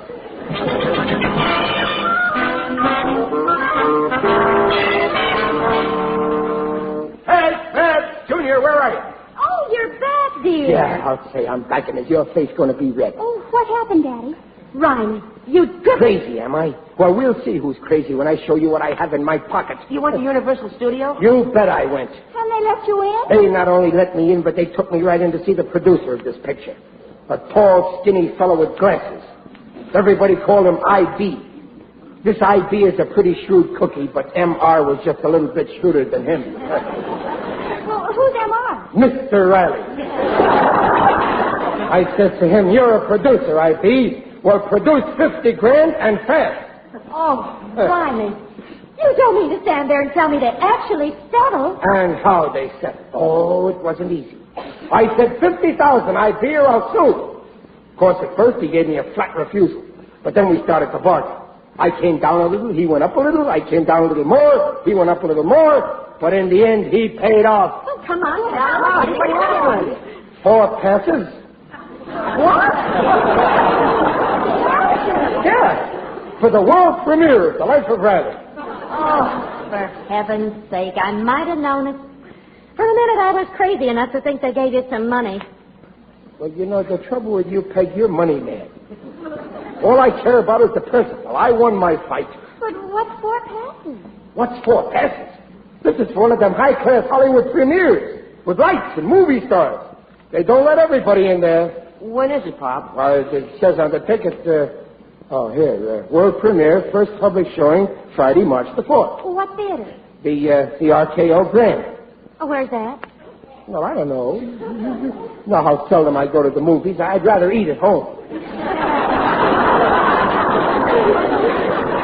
RKO Grand? Look it up in the classified phone book, Junior. There it is. Oh, okay, sis. Yeah, and listen, everybody. Now, we don't want to feel out of place with all them stars there, so we'll have to dress up. I'll wear a tie, and Peg, you can wear something. Oh. Thanks, dear. Hey, Pop, there's no RKO Grand listed. Oh, there must be, Junior. Say, maybe it was just a gag to get rid of you. Maybe there's no such theater. What do you mean there's no such theater? You don't know what you're talking about. Well, who are you phoning? The producer who gave me the passes. You know where it is. Hello. Mr. Brecker's office, please. Junior, hand me a pencil there. All right, here, Pop. Wet the end. Oh. Okay. Hello, IB. This is Riley talking. Yeah, about them passes. How do you get to this here RKO Grand Theater? Where do I live? Well, 1313 Blueview Terrace. Yeah, okay, I got a pencil, sure. You take the Hollywood trolley. Uh-huh. Yeah, and then transfer. Uh-huh. Yeah, okay, I got it. Yeah, I got it. Thanks a lot. I'll see you there at the premiere. Your son there is some wise guy. No RKO Grand, he said. Well, how do you get there? Well, I got all the directions written right down here. You take a Hollywood trolley to the Union Station. You transfer it to the Santa Fe Super Chief. 2 days later, you get to Chicago. Then you transfer it to a plane for Cincinnati, Ohio. And there you ask anybody, and they'll tell you where the RKO Grand...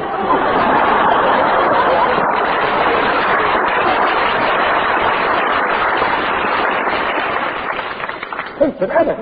It's in Cincinnati, Ohio. Oh-ho-ho. Oh-ho-ho. Oh, yo-yo. What a revolting development this is.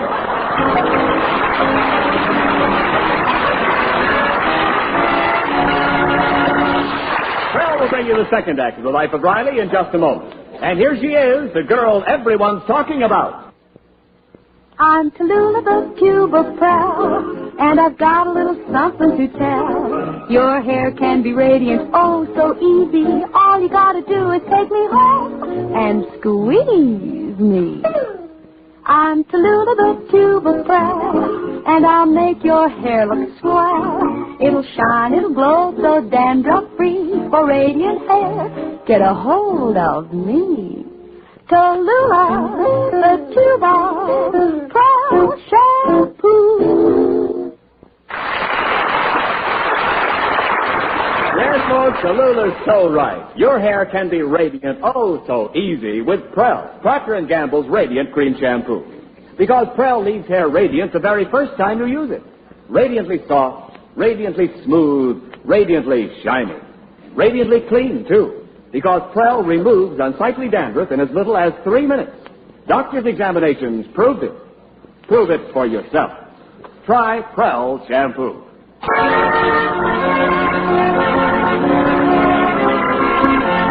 And now Now back to the Life of Riley with William Bendix as Riley.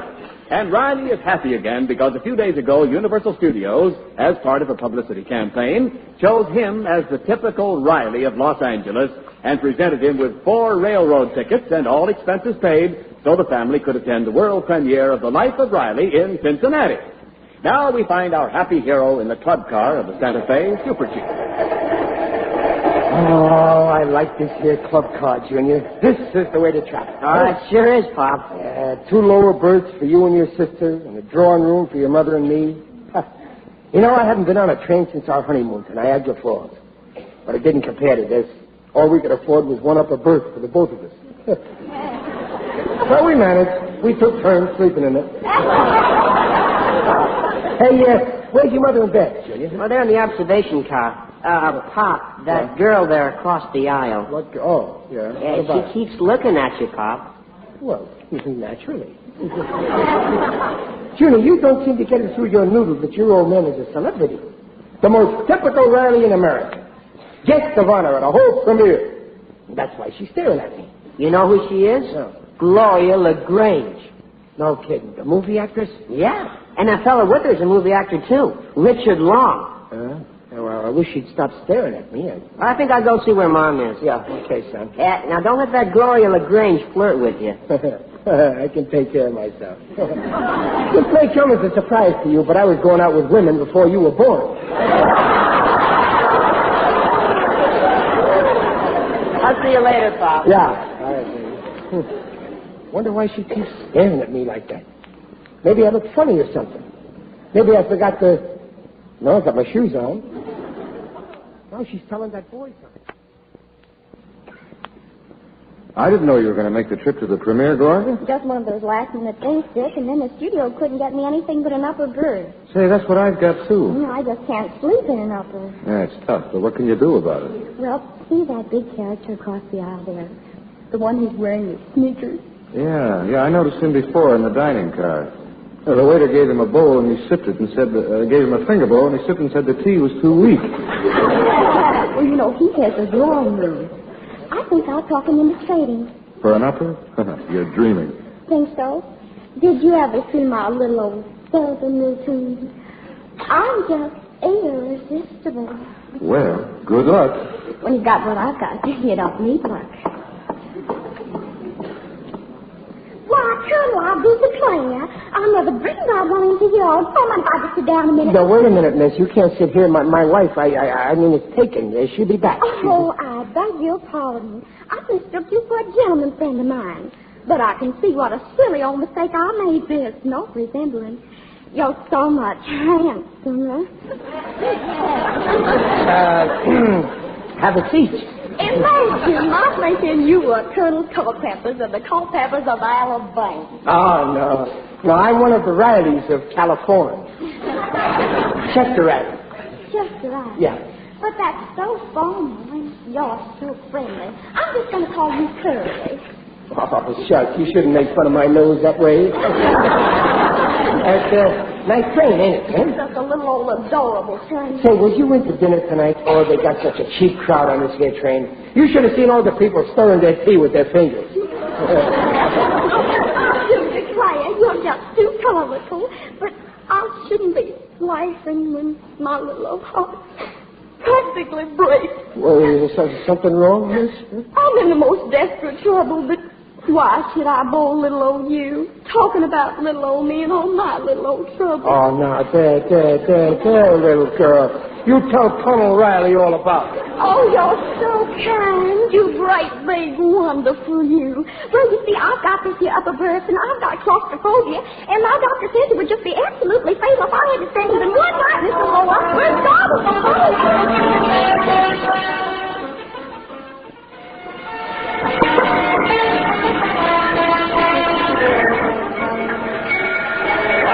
Arizona. We stop here for 2 minutes.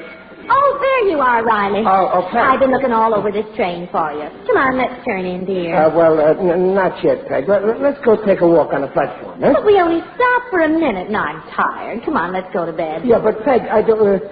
well, okay. Well, where are you going? Our drawing room's down that way. No. Well, the fact is, Peg, that we ain't sleeping in that drawing room. We changed. Changed? But changed to where? Wait, I'll go get a ladder. A ladder? Well, yeah, you see, there was some mistake, and, well, we got an upper berth. But we had tickets for a drawing room. Yeah, but that was a mistake. We'll manage. I'll go get the ladder. If you think for 1 minute I'm going to spend 2 nights in a cramped upper berth... It'll be cramped? It'll be just for little old you and little old me. Now, look here, Riley. It'll be just like a second honeymoon. We'll take turns sleeping in it. Now, Riley, you're hiding something from me. No, honest, this is our berth. Here. What's the matter there, folks? Having trouble finding your berth? Oh, you're Mr. Riley. You're the one who gave your drawing room to Gloria LaGrange. These gorgeous movie actresses. Good night, folks. Chester Riley. Now, wait a minute, Peg. I can explain. You gave up But I our couldn't help drawing it. She's a poor little old sick girl. She's got hydrophobia. You are without a doubt the... Now, wait a minute, Peg. Don't you go calling me names. I ain't just a nobody. Remember, I'm the most typical Riley. You're the most typical something of all the idiots. I ain't going to stand here and let you insult me. You come back here. I'm leaving this house, and I may never come back. Goodbye. Riley, come back here. I'm leaving this house, and I mean it. Goodbye. Nobody can talk to me that way in my own home.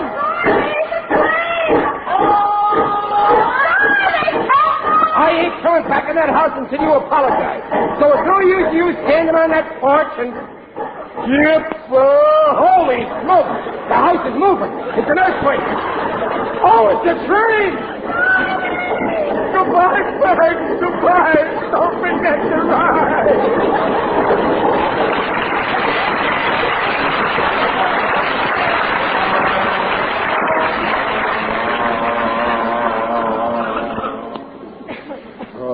What a mess.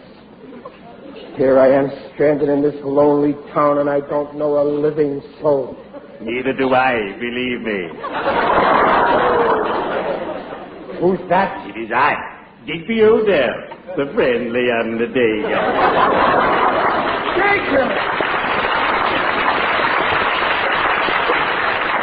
Greetings, Riley. You're looking fine. Very natural. I can't get over it, Digger. What are you doing here in this hole in the ground? Please, let's not talk shop. You see, lately I've been working too hard, so the doctor advised me to get away and forget business. So I've been touring. First I went to Death Valley, then the underground caverns of New Mexico, and then Tombstone, Arizona. Well, I was heading east until I got off the train by mistake. Now I don't know where I'll end up. I can tell you. You'll accompany me to New York, where I'm attending a convention of the UEPLIS. UEPLIS? The Undertakers, Embalmers, and Pallbearers Life Insurance Society. We have a new policy. We cover you completely. Listen, Digger, I'm on my way to the premiere of The Life of Riley. Can you drop me in Cincinnati? Oh, you know me. I'll be glad to drop you anywhere. Come along. My vehicle is over here. Oh, thanks, Digger. But can you get there in time for the opening? Don't worry. I haven't missed an opening yet. Well, here's my vehicle. Slide in. We'd better be shoveling off.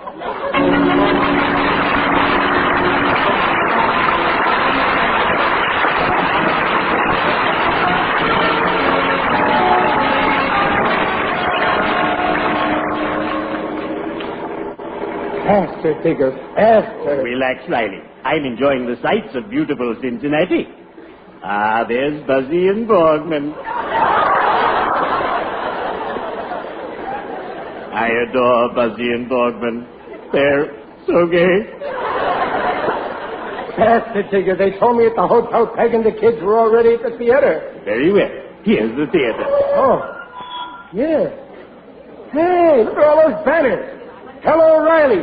Welcome to the Rileys. Vote for Mayor Cash. Cincinnati Greek Serrani. Hey, I guess I'm a pretty big man around here, huh? Oh, gee, what a crowd. Hope I can find Peg and the kids. Well, farewell, Riley. As the jitterbugs say, I'll dig you later. Goodbye, Digger.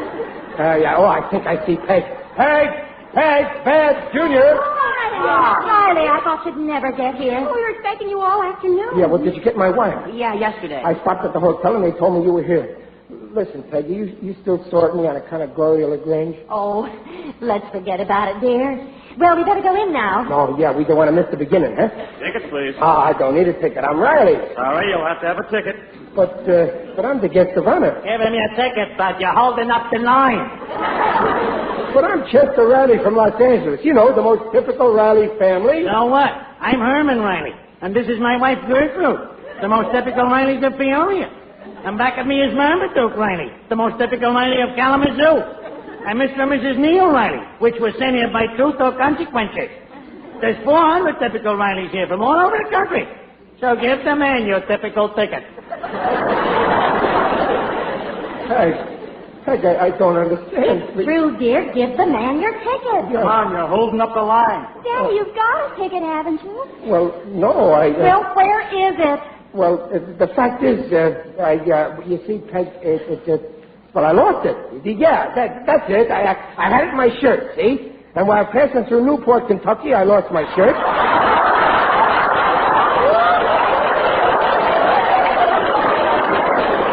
So that's why I haven't got a ticket, see? Mr. Riley, I just can't thank you all enough for giving me your little old ticket. Oh, don't mention it, Gloria.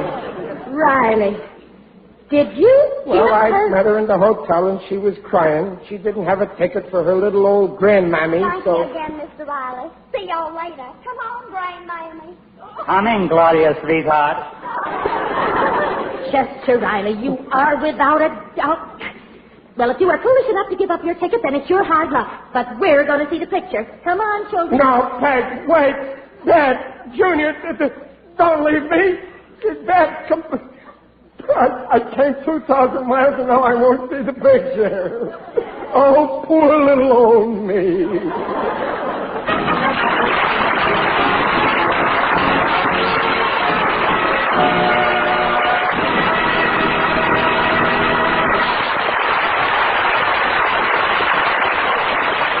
The Rileys will return in just a moment. Prell-groomed hair is well-groomed hair. Yes, that's what millions of folks discover when they use Prell, Procter & Gamble's Radiant Cream Shampoo. Because Prell leaves hair well-groomed two ways. First, Prell leaves hair more radiant than ordinary cream shampoos. And it's true in hardest water. Second, Prell removes unsightly dandruff in as little as 3 minutes. Doctors' examinations prove it. And Prell's economical, too. Goes farther than any known shampoo because it's more concentrated. Try it yourself. As Tallulah says, I'm Tallulah the tube of Prell, and I'll make your hair look swell. It'll shine, it'll glow so dandruff-free. For radiant hair, get a hold of me. Tallulah, the tube of Prell shampoo.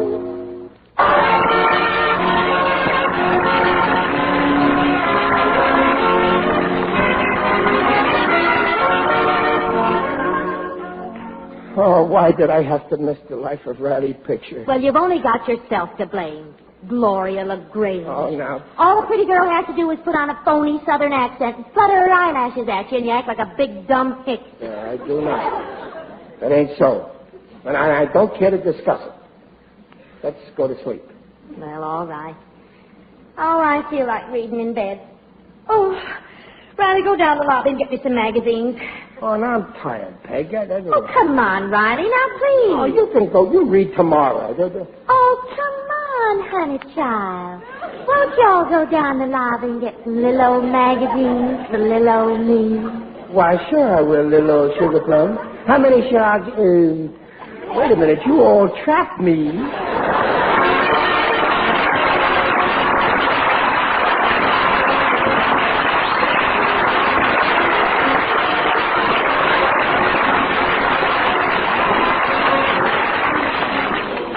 broadcast came to you from the RKO Grand Theater in Cincinnati, one of the 200 theaters now showing The Life of Riley motion picture. Procter & Gamble invites you to join us again next week to hear The Life of Riley with William Bendix as Riley. Mrs. Riley is Paula Winslow. Digger Odell is John Brown. Babs is Barbara Eilert. Junior is Tommy Cook. The script is by Alan Lipscott, Reuben Shipp, and Dick Powell. Music by Lou Cosmo. The Life of Riley is produced by Irving Brecker. And remember, for more radiant hair, free of unsightly dandruff, get the shampoo in the tube. P-R-E-L-L. Prell Shampoo.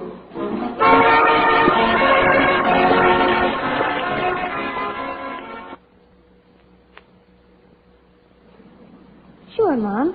I want to help with the housework, but no dishwashing. It takes so long, and it's so hard on my hands. Well, you can solve that problem with... Yes, wonderful Ivory Snow. Your own hands will tell you why it's so wonderful for dishwashing. Use Ivory Snow in the dishpan, as so many women do. When you see how it pampers your hands, you'll know it's ideal for dishwashing. Ivory mild, ivory pure, yet it's granulated for instant sudsing. No soap is faster for dishes or kinder to hands than Ivory Snow. The only soap, both ivory mild and granulated for efficiency. There's no other soap like it. For speedier dishwashing, for snow white hands, try wonderful Ivory Snow.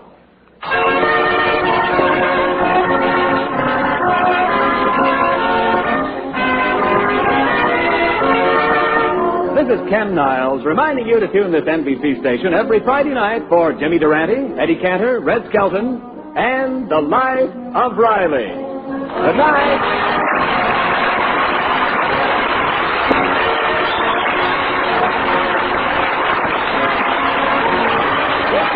The National Broadcasting Company.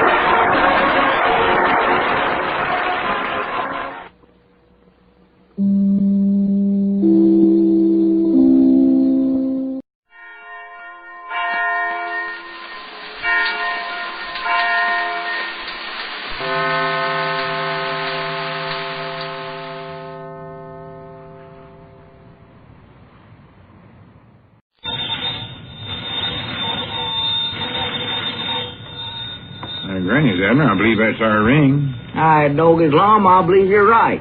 I'll see. Hello, jot 'em down, store. This is Lum and Abner.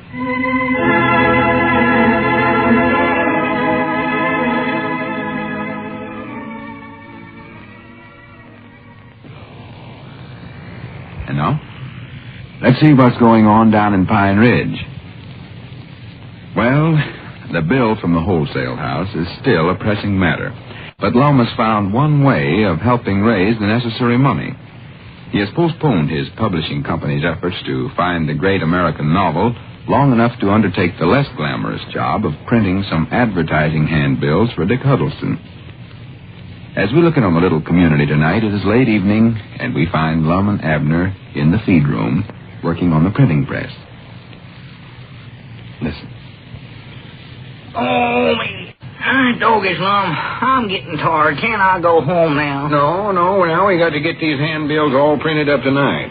Dick Huddleston wants them the first thing in the morning. Go ahead and get that press started. Well, wait a minute, Lum. Look there. It's after 10 o'clock. I'm getting sleepy. Abner, if you'd talk less and work more, we'd get this job done. And then you could go home. Well, I thought you was going to get Mousy Gray to help you with this. I was, but he never wanted to do it. I think he's mad at me for not publishing any of that junk he's writing. You mean them poems of his'n? Oh, he's been writing novels, too, but I told him I weren't interested in none of it, no way. Weren't, huh? I think maybe I hurt his feelings. I don't know. Well... Abner, get them papers straight on the press. Now, watch what you're doing there. Well, Lum, I'm getting sleepy now. I believe I'll just go on home. No, you ain't going to do no such a thing. Oh. We need the money Dick is paying us for these handbills, and we need it bad. Well, I know that, but... Doggy, there's a limit to how much work a feller can do in one day, especially a little short feller like me. You ain't so little. Besides, this ain't hard work. It is, too. If we can get one more job like this one, we can pay off that bill from the wholesale house. That is, if we can keep taking in as much money in the store as we have the last couple of days. Yeah, say, by the way, where is that money? I looked in the cash drawer this afternoon, there wasn't hardly none there. Well, I hid most of it in our regular place. Oh, you mean the big clock up on the wall in there? Yeah. Never wanted to take no chances leaving it in the cash drawer. Oh. Not with them robberies we've been having in town lately. No. Well, have they caught them fellers yet that robbed the gas station the other night? No, but they're mighty nigh sure it's the same fellers that broke in Luke Spears' restaurant. Well, I hope they hurry up and catch them. Because there's one thing I don't like to have around. It's a bunch of robbers going... Oh, just wait a minute. Lum, did you hear that? That sounded like that screen door opened up there. Yeah, it did, didn't it? And there wouldn't be nobody coming in this time of night. You don't reckon it could be them, I don't know, Abner. Maybe you better go and look. No, you better go look, Lum. I'll get these handbills printed here. That's what I'll do. Don't be a coward. All you got to do is just stick your head through the door there, and you can see if anybody come in. The store's all lit up. Yeah, all right, but if anything happens to me now, you're going to be sorry. No, nobody there. Well, you never even looked yet. Stick your head clean through the door. Take a good look. Yeah, all right. Hello? Hello, who is it? Oh, ain't nobody there, Lum. I didn't think you would be. More likely just the wind. Just about what it was. Wind blowed the door. Now, wait a minute. Hey, doggies, there's a big envelope laying there on the floor, just inside the screen door. Look up there, Lum. Envelope? Yeah. For goodness sake, run up and see what it is, Abner. Well, I ain't going up there by myself. Now, you got to come along with me now, Lum. Goodness sakes, all right, come on. Yeah, come on. Scaredy cat. Oh, I ain't. Boy, I didn't think I was your papa instead of your business partner. Well, that might be a bomb up there, I don't know. Bombs don't come in envelopes. Well, maybe they got a new kind or something. Doggies, Lum, look how your hands are shaking. They ain't shaking no such a thing. There, done it. It's natural and nervous type. Lots of fellers in the literary business are nervous and high-strung. Well, are they pale in the face, too? Abner, don't talk so much. Just pick up that envelope and see what's in it. Let's see. It's addressed to the Edwards and Edwards Publishing Company. Oh, well, here. You want it, Lum? No, you go ahead and open it up. Well, let's see here. Look in here and see what it is.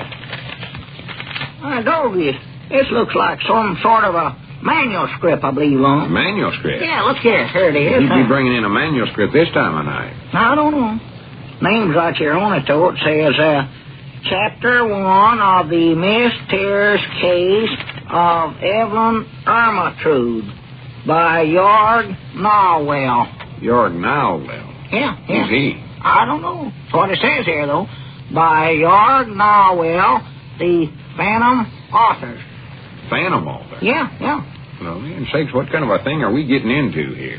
I don't know. There's a phantom feller that I saw in the Sunday Funny papers, Lum. He sort of wears long purple tights and with a hood fastened on it. Reckon it could be him? No, of course not. That fellow you seen is just in the funny papers. He ain't real. Oh, well, I didn't think he was. I don't believe no real feller run around in them long tights that way, especially when they was purple. You know, I bound you somebody just pranking us, Abner. Pranking us? That phantom author part there. Sounds suspicious to me. Well, reckon who could be, Lum? I know there ain't nobody in town by that name. Jorg Narwell. That sounds like he's some sort of a fern or something. Yeah, well, I'll admit he's got me stumped. Is there actual story wrote there? Yeah. Oh, type wrote out here. Leastwise, part of it is. What do you mean, part of it? Well, I was just looking this last page here, and it says, to be continued. Well, I do know. Yeah, right. Maybe we ought to read this and see what it's all about. The whole thing looks awful curious to me. Yeah, well, here, you take it then, Lum. You're a better out-loud reader than me. You read it. Chapter 1 of the mysterious case of Evelyn Ermintrude. Well? It was a cold, foreboding, wintry night that Evelyn Ermintrude silently slipped out of her bedroom and stole into the large room at the end of the hall. Evelyn Ermintrude smiled mysteriously through half-closed eyelids. Granny, how could she do that, smile through her eyelids? I don't know. More like there's some trick to it, I reckon. Smile mysteriously through half-closed eyelids as she crossed the threshold. Perhaps she was thinking about the many times her stepfather had told her never to go into that room. Well? Never go in that room, he always said to her. He did, huh? But Evelyn would just nod her head and smile mysteriously through half-closed eyelids. Doggy, she's getting good at that, ain't she? Or perhaps she was thinking about the mysterious and horrible secrets that would soon be revealed to her within the forbidden room. Oh, me. No sooner had Evelyn closed the door behind her and started hunting for the light switch than she heard a loud knocking. Cold chills ran down her back. Lum, did you hear anything? Sounded like somebody knocking, didn't it? Yeah, sort of, I believe. Open the door, Abner, see if there's anybody out there. I ain't going to do it now, Lum. Well, I'll do it then. Well, go ahead. Anybody's pranking us, I want to find out who it is.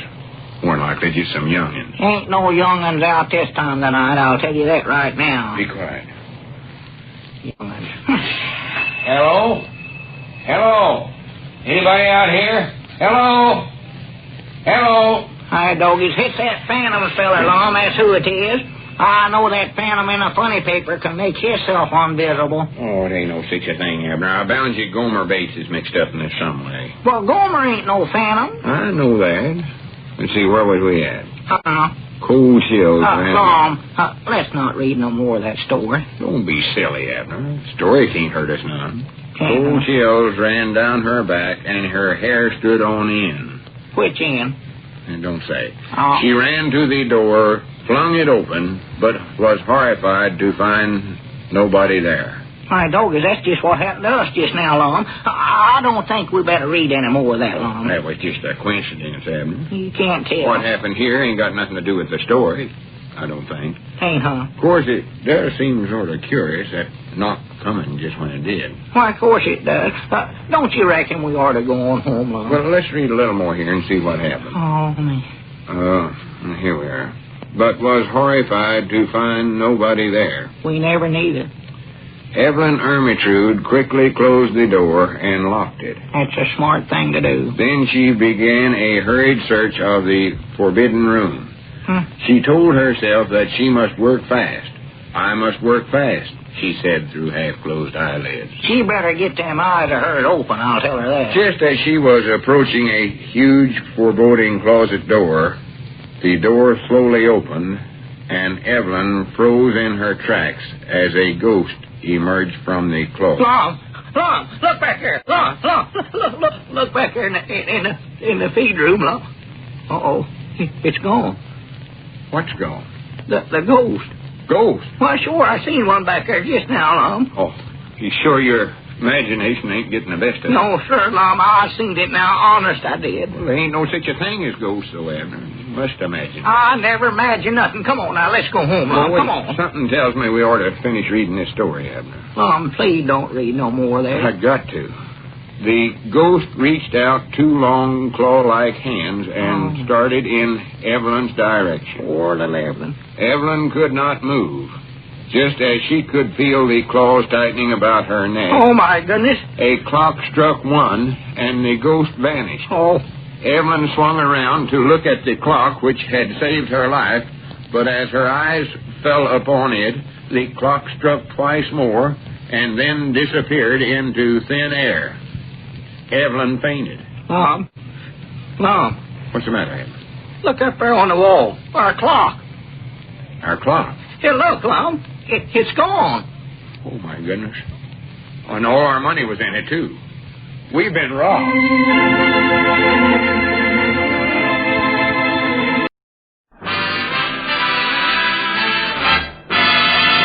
Andy, you know what that music say? Yes, sir, Amos. That music say, good health to all, from Rexall, the stores with the orange and blue sign.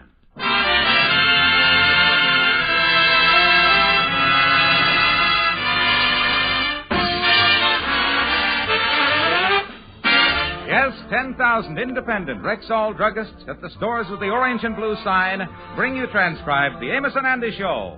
Written by Joe Connolly and Bob Mosier, featuring Ernestine Wade, Johnny Lee, Amanda Randolph, Roy Glenn, Will Wright, Ruby Dandridge, Lillian Bremond, Jeff Alexander's music, yours truly, Harlow Wilcox, and starring radio's all-time favorites, Freeman Gosden and Charles Correll. Amos and Andy.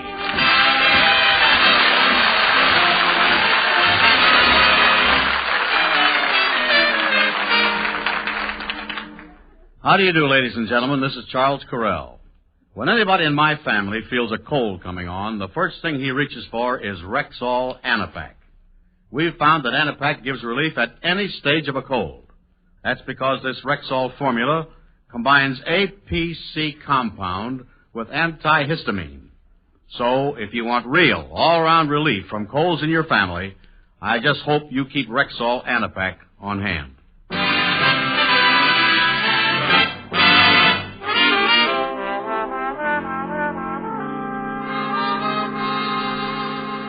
Well, once again, Andy Brown is engaged. Yes, that gay, romantic figure has fallen in love with a girl whose picture he saw in a Lonely Hearts catalog, Florabell Watkins. For the past 2 months, he's been pressing the courtship through the courtesy of the United States Mail. Last week, Andy proposed, and this morning he got a wire from Florabell saying she was arriving in New York tomorrow. Right now, the Kingfish, his wife, Sapphire, and her mother are discussing the romance. Yeah, when Andy see the gal's picture in the matrimonial catalog, the boy was smitten like he ain't never been smut before.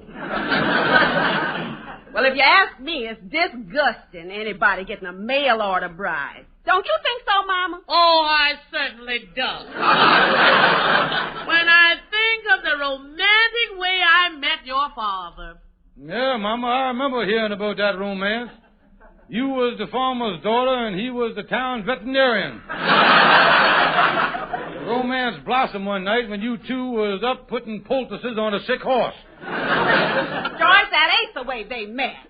Oh, no, listen, Sapphire. If that old nag hadn't bowed attendant, you might not have been here today. Well, never mind about my romance. What kind of gal is this that Andy's been writing to? She can't be much if she has to advertise in a matrimonial catalog. Oh, now, that's where you're wrong, Mama. Andy showed me a picture. She's number 66 in the catalog. She happens to be a beautiful young gal. And what a figure. She looks like a tube of toothpaste that's been squeezed in all the right places. So you was looking in the catalog, too. Well, You ought to be ashamed of yourself. A man your age looking at young girls. Now, listen, I don't get no kick out of that. It just makes me sad. What do you mean, sad? Well, it's like a poor man going to the automobile show. He looks at all the new models with the streamline and the beautiful chassis. Makes him a little sad to think all he's got to look forward to is going home and cranking up the same old Essex.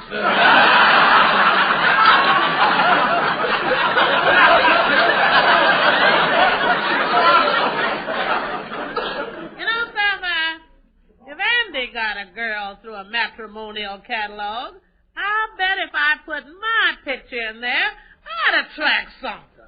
Well, I wouldn't count on it, Mama. As far as I know, there ain't an alligator in the country that can read or write.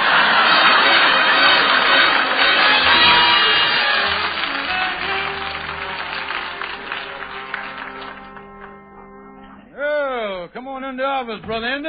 Yeah. Thank you, Kingfish. Thank you. Well, Andy, how is the expectorating bridegroom this morning? Oh, I was fine. Florabell Watkins got into town this morning. I didn't see her, but I'm going to call on her later. Yeah, well, you only proposed to her last week. You got pretty fast action. Well, I guess you don't want me to get away. You know, there's plenty of fish in the sea, but you got to look a long way before you find a more attractive flounder than me. Yeah, you was a pretty magnetic mackerel, ain't you, boy? Lucky I spotted Florabell's picture in that catalog, too. 66 is going to be my lucky number from now on. Yeah, by the way, Andy, this letter come for you at the Lodge Hall a while ago. Now, let me see the thing. From the Matrimonial Bureau. They must have heard about my proposal and they sent me the bill. Let me open the thing here. Yeah. What do it say there, Andy? Say, dear sir, this is to inform you that due to an unfortunate error, instead of sending you the name and address of picture number 66 in our catalog, We sent you the address of Florabell Watkins, who is actually number 99 in the catalog. Hope this error has not inconvenienced you. Holy mackerel, Kingfish, I done pre-posted the wrong gal. Well, now, take it easy there, Andy. You got the catalog right there in your pocket. That's full of beautiful gals. This 99 might be more punctuitous than number 66. You don't know. No, you look in the book, Kingfish. I was too nervous. Let me see here. 85, 87, 96. Ah, here we are, 99. Now, Andy, there is,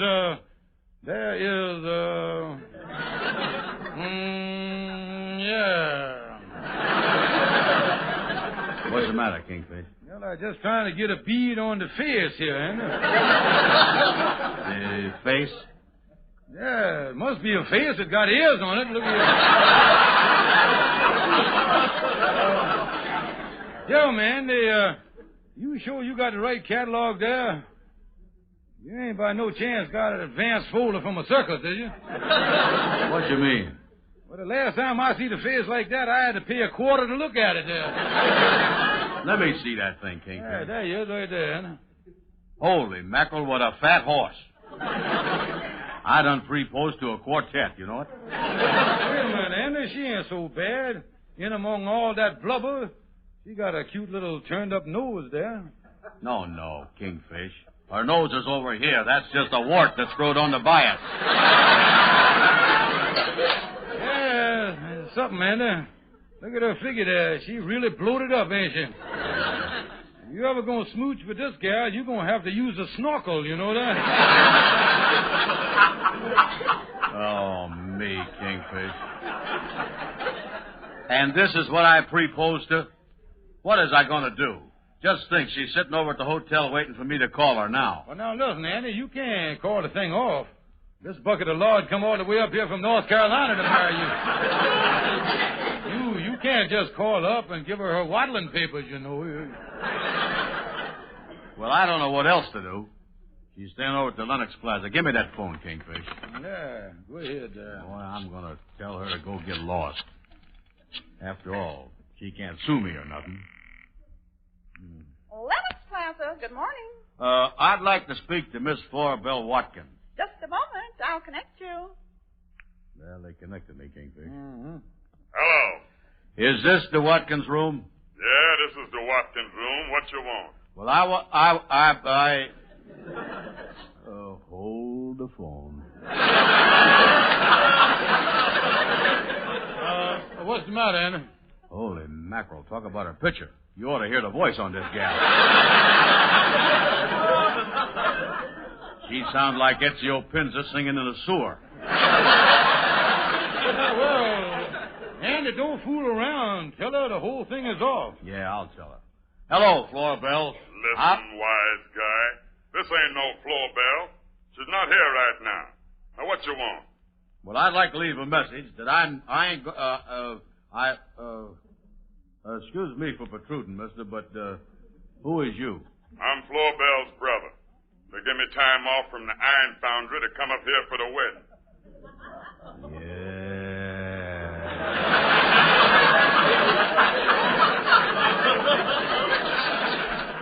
Well, what's the message?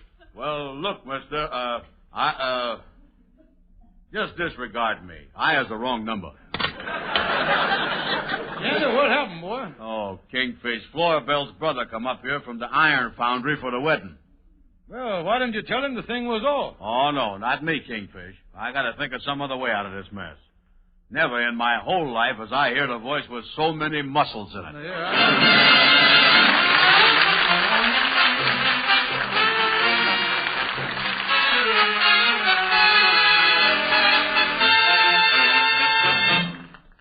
Good evening. This is your Rexall family druggist, one of the 10,000 independent druggists who have made the word Rexall part of our own store names. We've done that because we recommend and sell Rexall drug products. For example, when a customer wants a dependable mouthwash, or gargle, or antiseptic, we recommend Rexall MI31 for all three.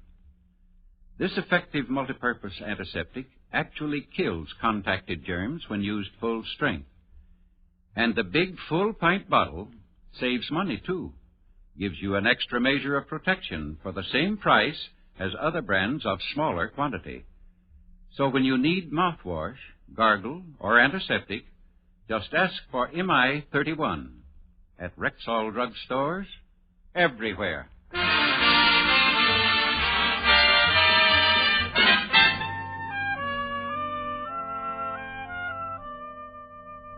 Oh, me, Kingfish, there must be some way out of this mess. Well, now, take it easy, Andy. I left word for Calhoun to get right over here.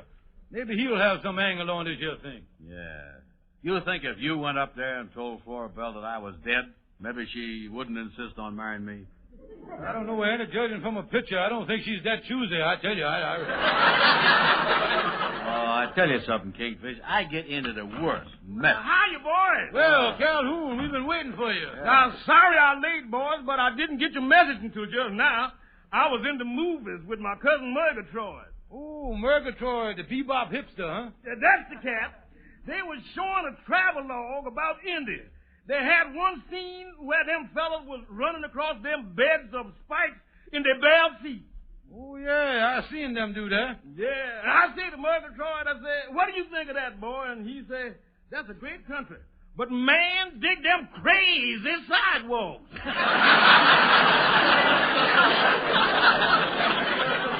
Yeah, but listen, Calhoun, is you think of any way that I can get out of this mess with this Florabell Watkins? Boys, I figured this way. With this brother of hers in town, you was going to have to be careful. The thing to do is get the gal to back out of the thing. Oh, listen, Calhoun, with that face of hers, she wouldn't back out on a kangaroo. Well, here's my angle. Lots of people thinking about getting married goes to a marriage clinic and talks to a psychiatrist. Yeah, a lot of people does that. Now, suppose Andy and the gal went to a psychiatrist, and the psychiatrist told them not to get married because they wasn't compatible. Yeah, but we can't guarantee that a psychiatrist is going to tell them that. You don't know what the man going to say. Well, that's where you comes into the picture, Dr. Stevens. Oh, yeah. I could be the psychiatrist. Yeah. Yeah, and to make it sound real legitimate, Andy, why, we can make up something out of your past, Andy, that'll give me some reason, you see, for saying that you shouldn't get married. Yeah. And, boys, if you want to, you can use my office as a marriage clinic. Yeah, well, thanks a lot, Calhoun. That's great. But what if this don't work? Andy, you have got to be brave in life. Face the thing. Look at that great Swiss hero, William Tell. The tyrant ordered him to put an apple on his own son's head and shoot it off with his bow and arrow. Yeah, that was something. Yeah.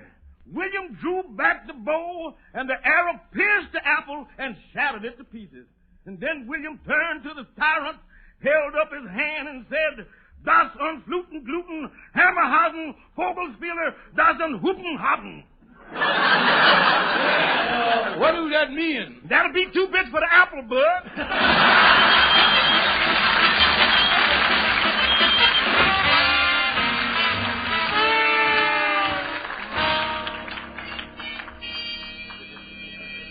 Come on, Florabell. The marriage clinic is right down the hall here. Oh, Andy, I was all out of breath from climbing up them 3 flights of stairs.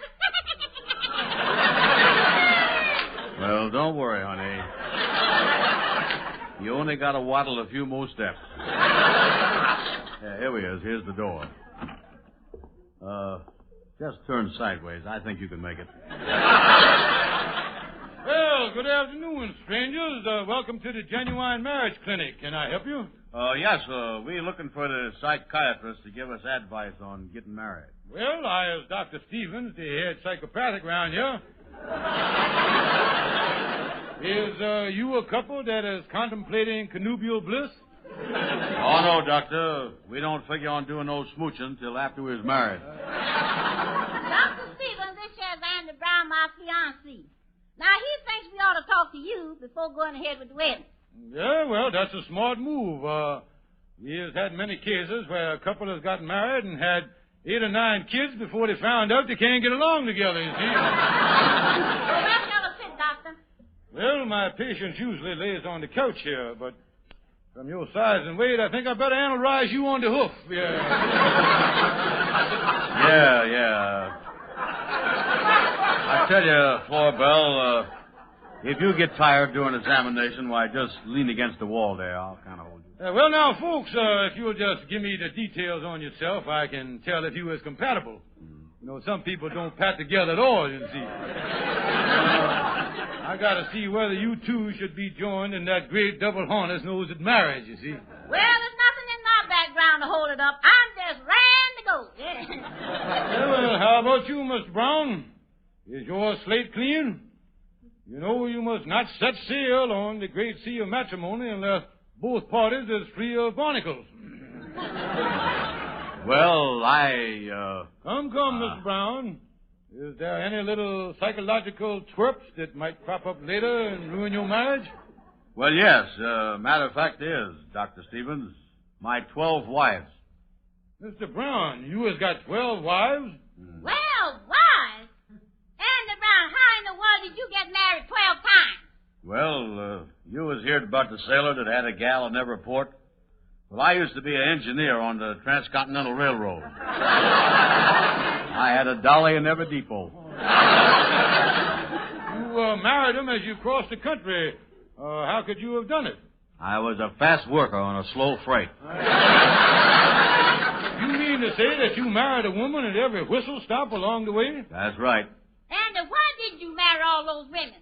Well, it was a long time between trains, and I didn't play cards.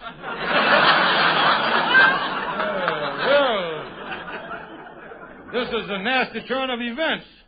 With 12 other wives, I would seriously consider calling the marriage off. Well, I don't know what I'm going to do. I come all the way up here to marry Andy, and now I find he has 12 wives. I'm going to have my brother take me right back to North Carolina. Andy Brown, you's a beast. Yeah, but I was a happy beast. And don't be disappointed, Florabell. We might get together yet. If I ever gets transferred to the Seaboard Flyer, you just be waiting on the siding with the preacher and flag down my rattler, baby.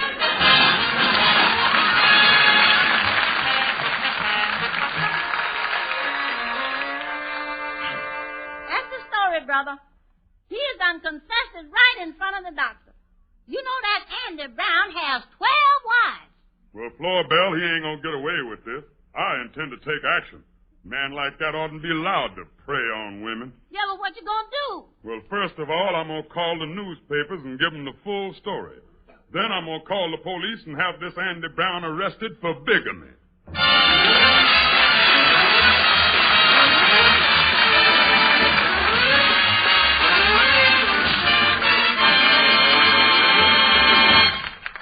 And now, here's a lovely lady to describe a beauty of a bargain at your Rexall drugstore. It's the Ann Delafield special on lipstick and face powder with foundation built in.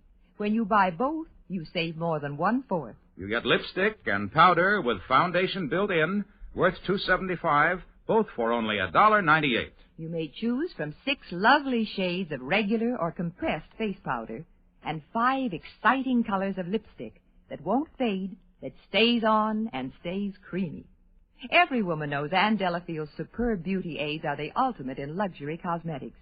So do make the most of this rare opportunity to save more than 1/4 by getting Ann Delafield lipstick and face powder with foundation built in. And be sure to see the many other money-saving beauty buys and drugstore bargains during March at Rexall drugstores everywhere, the stores with the orange and blue sign.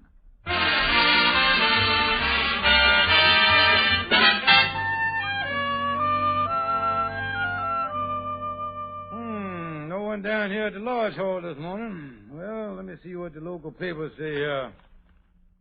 Stock market is good. Police on trail of bigamist. Another bigamist. Well, I hope they catch the bum. Authorities seek Andrew H. Brown. What? Robert R. Watkins and sister reported to authorities that... Holy mackerel. That's it. As the Australian said when the boomerang hit him in the back of the head, things are taking a turn for the worse. What is I going to tell Andy? I don't know what the... Hiya, Kingfish. Oh, I see you reading the paper there. What's new in the world today? Well, Andy, let me see the best way to explain this to you. You know out in the Middle West how they gets ready for the cyclones by digging a storm cellar? Yeah? Well, grab a shovel and start digging, son. The big blow is here. What you talking about? And look here in the paper. The Watkins has done reported you to the police, and they is looking for you for bigamy. Holy mackerel. If I tells Florabell the truth, her brother's going to make me marry her. If I don't, the police is going to throw me in jail. Well, at least in jail, there's time off for good behavior. Now, look, Anna, there must be some way out of this mess. The thing for you to do is to lay low till we figure something out. I got it. Look here. You can hide out down in the basement of the lodge hall here, and if they'll be here looking for you sooner or later, I know it's that. Yeah, but they're liable to trap me down there. No, Andy, look here. I can stay up here in my office and warn you of somebody coming. How are you going to do that? Well, look here. If you puts a cot by the furnace down there and leaves the furnace door open, you can hear everything that's said up here in my office right through the hot air vent pipe there. Oh, yeah. We don't use that furnace no more. Yeah, I can keep the furnace door open and sleep with my head in it. Yeah, that's the only thing to do, Andy. Yeah, you know something, Kingfish? If I ever gets out of this mess, I'm going to give up women for life and take up building ships and bottles. Yeah.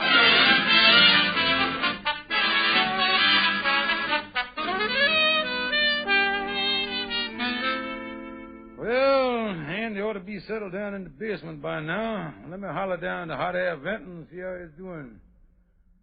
Abel Fox, the slippery rascal. Is you down there? Slippery rascal, the Able Fox.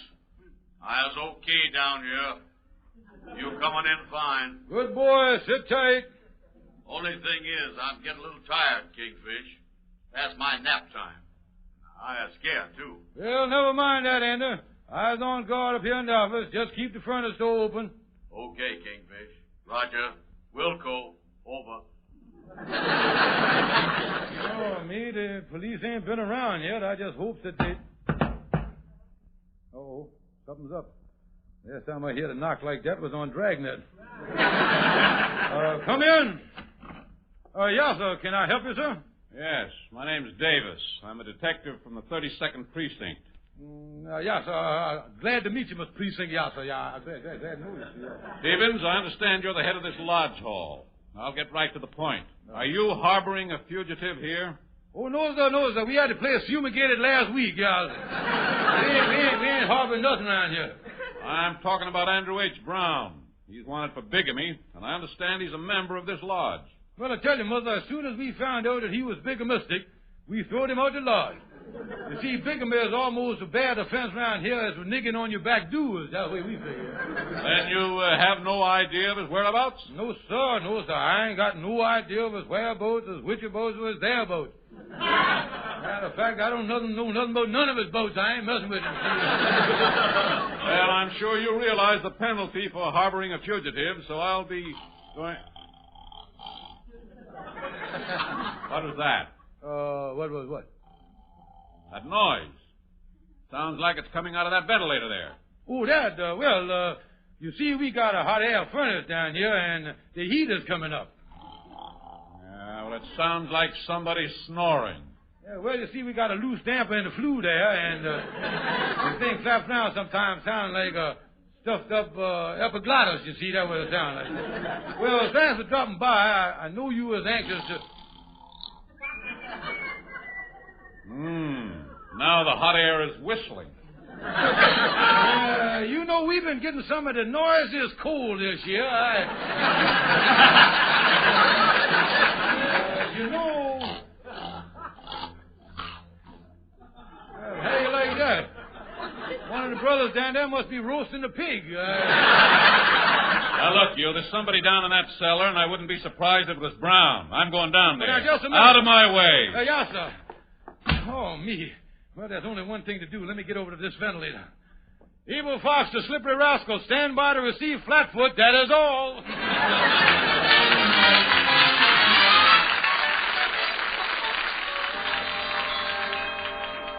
Oh, that is terrible, Andy. You say that they had you down at the police station for 3 hours? Yeah, Amos. They was nice fellows, all right, but I'd have just as soon not made their acquaintanceship. Yeah, well, you certainly was lucky you was able to explain you wasn't no bigamist. Yeah, when they found out, of course, there was nothing else they could do but just let me go. Yeah, what about Mr. Watkins and his sister? Oh, well, when Mr. Watkins found out, he said he didn't want his sister marrying no bum like me no way. He punched me in the nose a couple times, but it's worth it, getting away from that moose-faced sister of his. And I guess you was through with them matrimonial agencies for a while. What you mean? It was just a mistake. They got 99 mixed up with 66. That real 66 was a beautiful-looking gal. And you know something? I done writ her and sent her my picture and proposed to her in a letter yesterday. Oh, me. Oh, yeah, and I got a wire from her about an hour ago. She gets into New York tomorrow. Her name is Viola Wilson. Andy, I don't understand that. You would think at your age you'd be ready to settle down and sit in front of the fire. Well, I wouldn't mind that as long as I had a gal on my lap.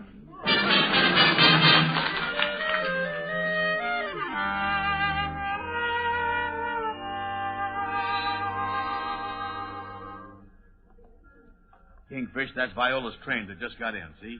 Oh, I can't wait to meet her, boy. Yeah, there ain't no two ways about it, Andy. You getting yourself a beautiful gal this time. That 66 was the prettiest gal in the whole catalog. Oh, yeah, and she can't miss me. She'll recognize me from my picture. Yeah, be careful there, Andy, and don't bump into that old lady. Oh. Well, if it ain't Andy Brown. Huh? Don't you recognize me? I'm Viola Wilson, number 66 in the catalog. You is Viola Wilson. What about the picture? I wasn't taking no chances. That picture was taken in 1907 when I was 18 years old. On to the preacher, handsome.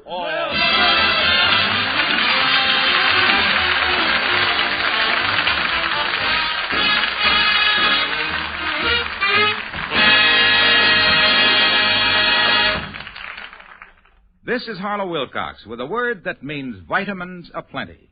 The word is Plenamins, the Rexall multivitamin capsules that provide 10 vitamins plus 3 important extras. In fact, Plenamins are so potent they provide more than your minimum daily requirement of all vitamins with known minimums, plus liver concentrate, iron, and vitamin B12. In short, Plenamins give you vitamins aplenty. So don't just ask for vitamins. Say Plenamins, Plenamins, at Rexall drugstores everywhere. Ladies and gentlemen, this is Freeman Gosden again with a reminder that you can help the victims of many, many kinds of disaster and misfortune with your donation to the Red Cross. Yes, folks, and this is Charles Correll saying, make your contribution as substantial this year as you can. The Red Cross is a worthy cause. Thank you and good night. See you next Sunday.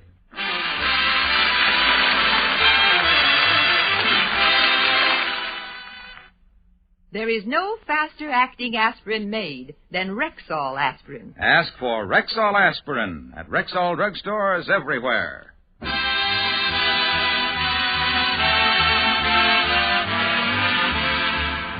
Be sure to be with us at the same time next Sunday when your Rexall druggist will again present The Amos and Andy Show, transcribed, directed by Cliff Howell. Stay tuned now for the Bing Crosby Show, which follows immediately over most of these same CBS radio stations.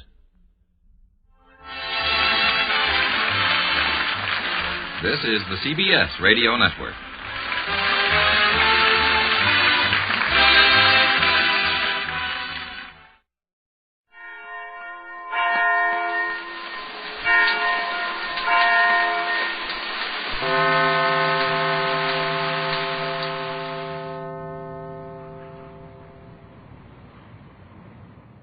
Are you reducing tooth decay with Amident ammoniated toothpaste? Well, answer the man, George. Of course, Gracie. I use Amident twice a day. You can smile when you say that.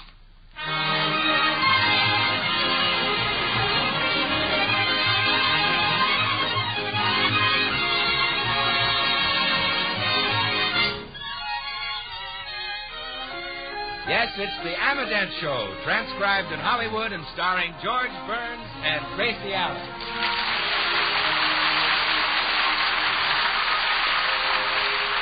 With yours truly, Bill Goodwin, Dee Benaderet, Hal March, Marvin Miller, Wally Mayer, Harry Lubin, and the Amident Orchestra. For healthy laughter, it's George and Gracie. And for healthier teeth, for fewer cavities, it's Amident toothpaste.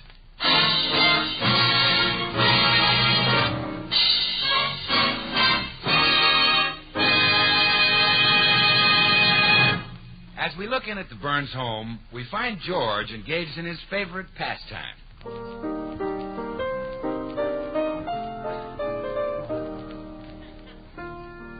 Lazy. I want to be lazy. Want to just lie in the sun with no work to be done. Oh, under that awning they call the sky, stretching and yawning. Oh, that's beautiful, Sugar Throat. Isn't that a great song? Mm-hmm. To me, that's one of the greatest things Irving Berlin has ever written. Why don't you sing that on our radio program again, so you'll get that nice present Irving Berlin promised you? You could use some new clothes. Irving Berlin promised me a present? Don't you remember? The last time you sang it, he sent a telegram and said, "Sing my song again and I will bring suit."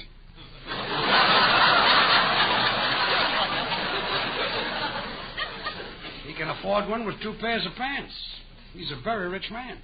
Been writing songs for 35 years. Oh, how did he make his money? Selling pickles. Gracie, he just sits in the house and money keeps pouring in. Well, why doesn't he get the house fixed? You know, you can make a lot of money composing songs. Do you know that Stardust has made over $1 million? Really? What did he compose? He wrote a tune called Hoagie Carmichael. Sometimes I wonder why I spend that lonely hoagie dreaming of a Carmichael. Like it? Well, the melody isn't much, but those are beautiful Pretty words, aren't they? You know, Gracie, years ago I started to compose a song. I never finished it. Well, let's hear it. Okay. Seeing is believing, that's a story old and true. Don't believe all you hear, you've often heard that too. You, dear, and I, dear, are exceptions to the rule. Dum-da-dum-da-dum-da-dum-da-dum-da-dum. That's the line that always stopped me. I couldn't get the right thing to rhyme with rule. Oh, maybe I can help you. Let's see now. Does school rhyme with rule? That's right. Oh, I think I've got it. You do the last line and I'll do mine. Okay. You, dear, and I, dear, are exceptions to the rule. Oh, so look on the bright side while the stars are shining high above, and I'll see you in my dreams after school. Well, too sentimental? Too short. You, dear, and I, dear, are exceptions to the rule. Yeah. Come in. Oh, hello, Blanche. Gracie, I heard George clear outside. If he's got a broken leg, shoot him. Blanche, I happen to be writing a song. That's right. George's song will make people forget Berlin. That'll even drive the Russians out. Look, girls, go into the other room, will you? I'd like to try and fix up the song. I've always had trouble with the lyrics. Well, then forget the lyrics. Just write the words. Yeah, I'll do that. Now go. Come on, Blanche. Say, Gracie, I see you had another accident. The fender on your car is folded up like an accordion. It is? Oh, my goodness. Now, when did I do that? George will kill me. You don't remember doing it? No. Oh, why don't automobile companies make their cars with the fenders already dented? What? And then when you hit something, it would straighten them out. Gracie, why don't you send that idea to General Motors? I did, but I didn't sign my name to the letter. Good. 3 days later, I got an answer saying, "Gracie, forget it." They probably recognized your handwriting. Yeah, the way I dot my E's. Well, if George sees that fender, he'll dot your I's. Yeah. You know, he gets awfully upset about my driving, and he shouldn't. It's helped us a lot socially. You know, that's how we met Mr. O'Keefe and Mr. McDonald. Who are they? Insurance adjusters. and we've gotten to know Mr. Fredericks very well. Who's he? Only the prosecuting attorney. And he'll never meet a sweeter couple than Mr. and Mrs. Davis. Where'd you meet them? I drove into the garage one night, and there they were, sitting on my front bumper.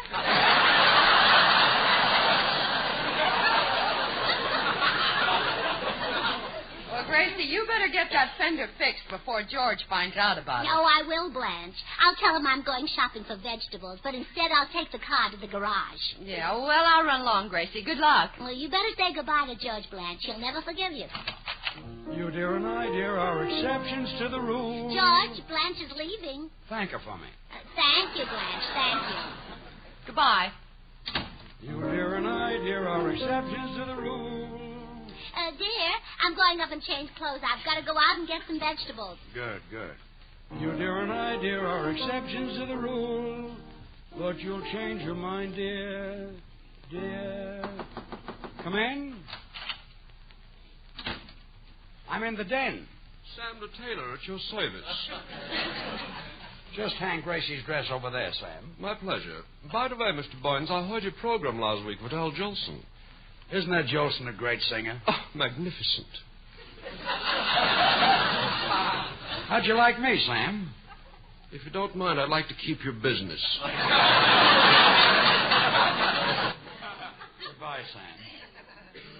Sam, goodbye. I'm busy. I'm not leaving till you're noticing something.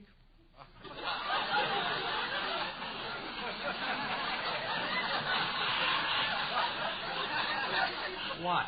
I happen to be wearing new shoes. So what? These are imported. They were made in England, sold to an exporter, exported to an importer, bought by a wholesaler who sold them to a retailer, who in turn retailed them to me. I can't understand it. Can't understand what? How all those people can make a living from shoes that I haven't paid for yet. Sam, please, I'm writing a song and I'm having a little trouble rhyming the words. Sir, that's easy. Rhyming is second nature with me. I take a word and piff, puff, poof, I got a rhyme. Piff, puff, poof. Poof, yeah. Take the word you. There's true, do, glue, flu, navy blue. Chartreuse. Hold it. Chartreuse doesn't go with you. But it goes nice with navy blue. I'll see you later, Sam. Okay, Daddy boy. Goodbye. Toodle-doodle. Toodle-doodle.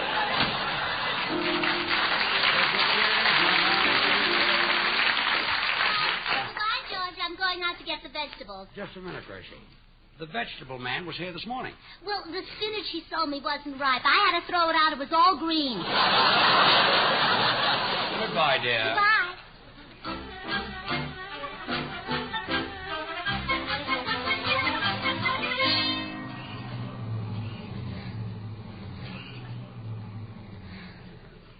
Hello, Frank. Do you know what happened to me? Which fender, Mrs. Burns? Left front. How long will it take? I'll have a look. Hey, got good news for you. Your frame is okay. Oh, you don't think George married me for my money, do you?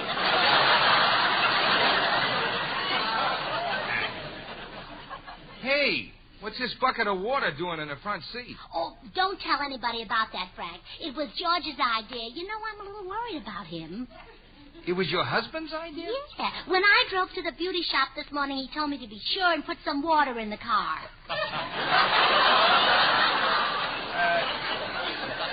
No, you see, he meant to put the water in the radiator. Oh. You see, if you don't do that, you'll have a cracked block.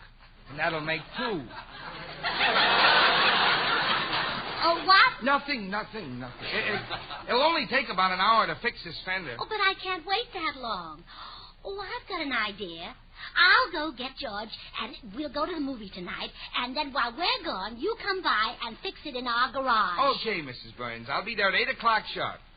Oh, before you go, would you like me to look at your tires? Go ahead, but I don't think you'll enjoy it. When you've seen one, you've seen them all. Never mind, then. I'll be at your house at 8. All right, goodbye, Frank.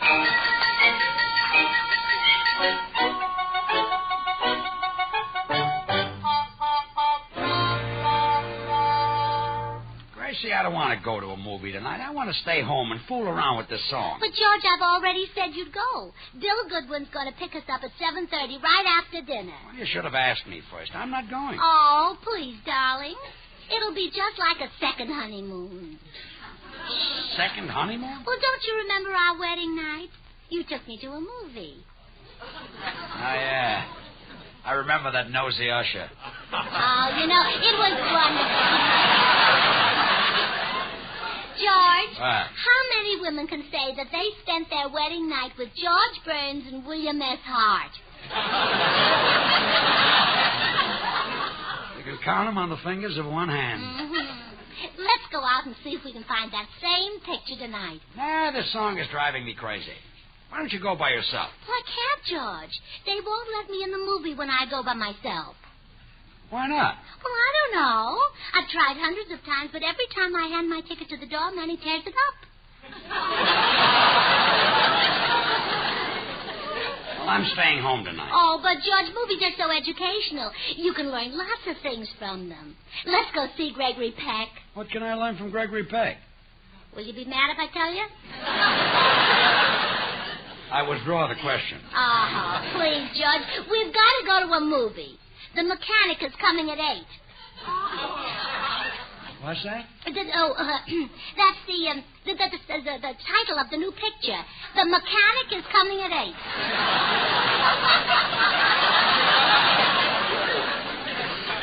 I've never heard of it. The Mechanic is coming at 8. Sounds like a picture Jester would produce. Okay, let's go and see it. Oh, no. You see, it's a foreign picture. We wouldn't understand the dialogue. Where was it made? England. Yeah, well, we speak nothing but Spanish. Well, let's go and see 12 O'Clock High. Now, I think we'll enjoy it more if we stay sober. Yeah, well, let's do it.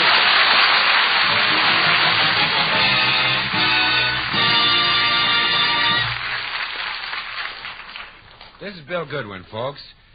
If any member of your family had any cavities last year, I'd like you to listen to this. For fewer cavities, change your toothpaste. Yes, for fewer cavities, for less tooth decay, change to an ammoniated toothpaste. Change to Amident toothpaste. Tell me, Bill, exactly what will Amident do for my family? Just this. The original Amident formula was subjected to extensive and rigid scientific tests, and here are the results. Better than 4 out of 5 who used Amident reduced tooth decay, and they reduced it by almost 50%. So if your family is like the average, that's what you can expect.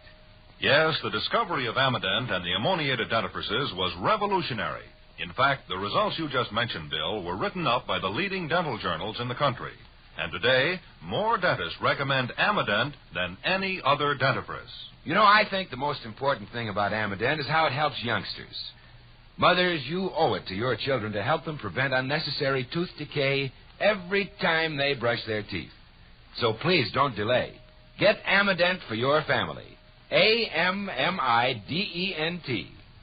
Amident is available in both toothpaste and tooth powder.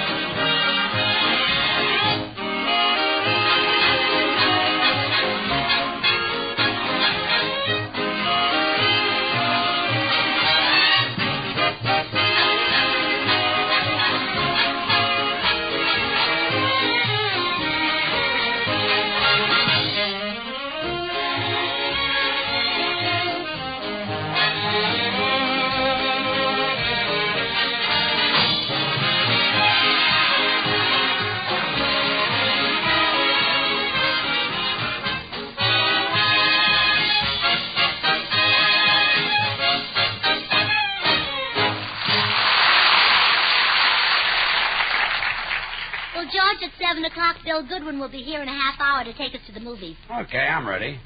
Seeing is believing, that's a story all in truth. By the way, Gracie, dinner was delicious tonight. Oh, thank you. I was going to serve corn, too, but we ate too early. 7 o'clock is too early to eat corn? Well, yes, it says right on the can, economy size, should serve between 8 and 10.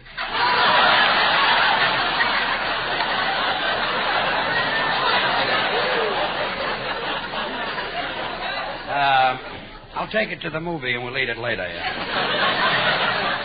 Say, That chocolate dessert was delicious. Well, I know how you love chocolate. Mm-hmm. You know, you're always saying, put enough chocolate sauce on it and you can eat sawdust. That's right. You really can, too.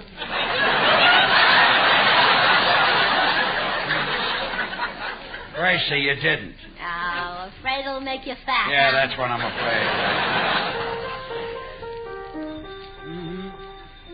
Will you answer the phone, Gracie? All right. And close the door. Hello? Hello, Gracie. This is Bill Goodwin. I just called to tell you I can't go to the movies with you and George tonight. Oh, but Bill, we need your car. Well, I'm sorry, Gracie. I'm at the airport. My girl is coming in, and her plane will be an hour late. Oh, but Bill. Gee, Gracie, if it were any other girl, I'd ditch her for you, but this girl is it, my one and only. For the first time in my life, I'm really in love. Excuse me, mister. I didn't know this phone booth was occupied. Oh, that's all right, baby. Come on in. Sit down.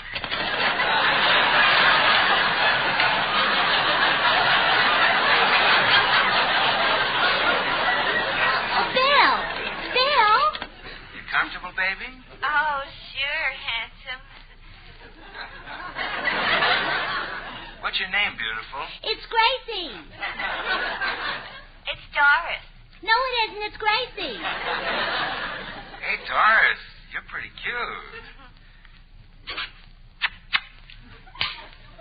You shouldn't have done that. Well, I had to slap you, baby. I'm engaged.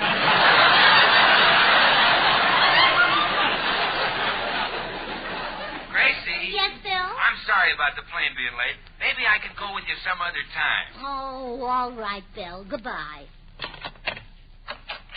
Exceptions to the rule. George, Yes? Bill Goodwin can't go to the movies with us. Well, that's okay. We'll go alone. All right. Well, we better get started. It's a long way to walk.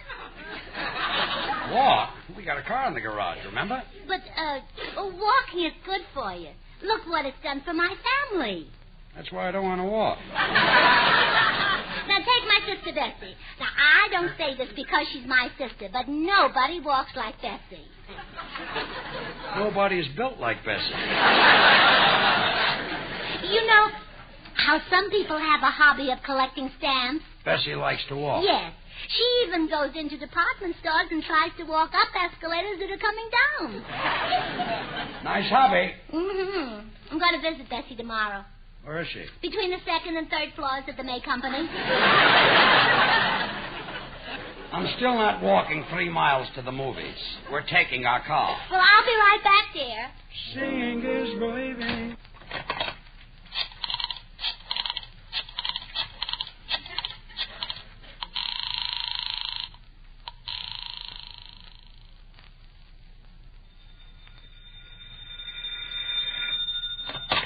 Hello? Oh, hello, Blanche. This is Gracie. Oh, hello, honey. Oh, Blanche, I'm in trouble. The mechanic is coming at 8 to fix the car, and I've got to get George out of the house. You and Harry will have to drive us to the movie. Okay, Gracie. I'll talk Harry into it. Oh, thanks, Blanche. Goodbye. Bye. Harry, we've got to go to the movies with the Burnses. Oh, no. I'm not going to a movie with Gracie, Blanche. It's too embarrassing. The last time we walked in, the usher said, "Would you mind sitting down in front?" And she said, "We can't. We bend the other way."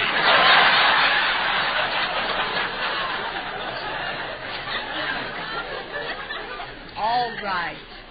So she's not an Einstein. Look at that hammy husband of hers. He even thinks he can compose music. Maybe he can. Maybe he can. George has got a lot of talent. Yeah, but it's all in his wife's name. Oh, no, it isn't. If you think George Burns is so loaded with talent, name one thing he can do. Are you kidding?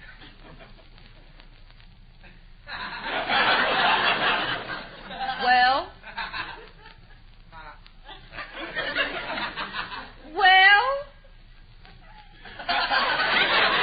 Did you ever see him mix a salad? Get your hat. We're going to the movie. Oh, no, we're not. For once, I'm going to make the decision. I'm the boss in this house. I'm the breadwinner. And picking up that rolling pin won't make me change my mind. We're going to the movies.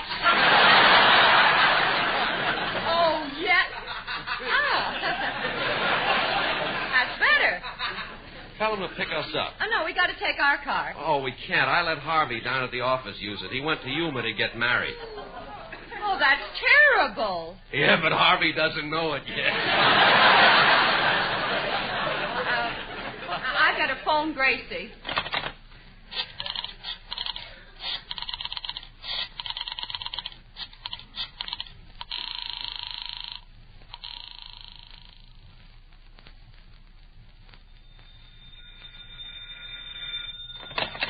Hello? Gracie, this is Blanche. I've got bad news for you. Harry just told me a friend of his took our car to Yuma to get married. Oh, don't let him kid you, Blanche. Cars do not get married.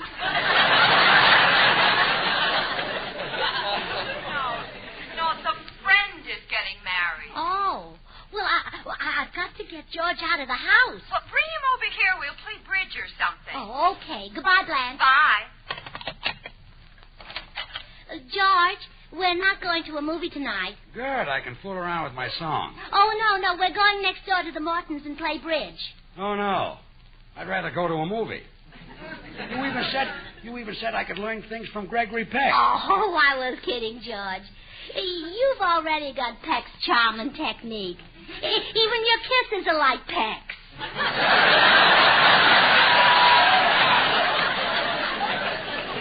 I don't understand this. A minute ago, you were begging me to go to a movie. Well, can't I change my mind? Believe me, I wish you could. Look, honey, I don't want to play bridge. I love you, but not as a bridge partner. Well, George, I happen to be very good. Just ask me any question about bridge. Any question at all. How would you indicate a strong no-trump hand? Any question at all. How many cards in a deck? Keep them coming. Make them tough. What color is the ace of spades? Black. You thought I couldn't play I made a bridge. mistake. Look, we're not playing bridge tonight. If that's the mechanic at the door, he's my dressmaker. She's going to a masquerade. This I've got to see. Come in. Hi, George. Hello, Gracie. Hello. See, I just dropped by to tell you I can drive you to the movies after all. Oh, wonderful. Let's go, George. Say, George, I hope you and Gracie won't mind sitting in the back seat. I've got my fiancée out in the car. Well, I didn't know you were engaged. Congratulations. Nice girl? Yeah. Met her in a phone booth at the airport. Sounds romantic. We'd love to sit in the back seat, Bill. George can watch you and learn something. Are you kidding? I know Bill's technique backwards. Just give me 2 beats so I can get started. All right. 1, 2. Come here, baby. Let me put my arms around you. Oh, Mr. Burns, please. I'm a married woman. Turn your pretty little face up to me and pucker up. All right. There you are. That's Bill's technique. George Burns. Bill Goodwin would never stop there. You want the rest of it? Of course. Okay, you asked for it. Gracie. Yes, darling. Are you reducing tooth decay with Amident ammoniated toothpaste? Amident is a grand wake-up toothpaste. It tastes delightful. Oh, now, wait a minute, George. When a girl has got her face turned up to you with her lips ready and waiting, that's no time to tell her about Amident toothpaste. That's a time for action. Brush her teeth.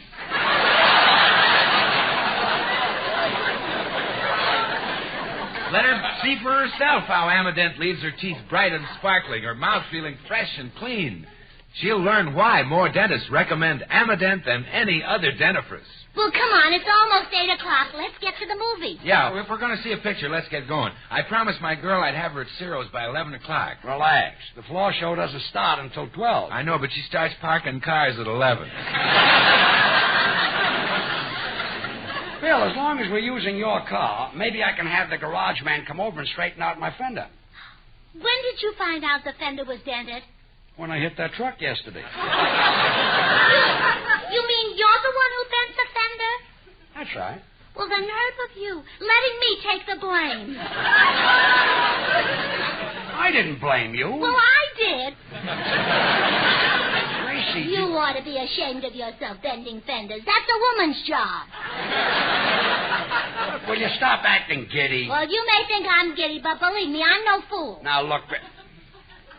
You may think I'm giddy, but believe me, I'm no fool. Hey, that line will fit my song. Well, then what are we waiting for, Sugar Throat? Get to the piano. Wait a minute. George is going to sing? Yes. Well, believe me, I'm no fool either. I'm getting out of here.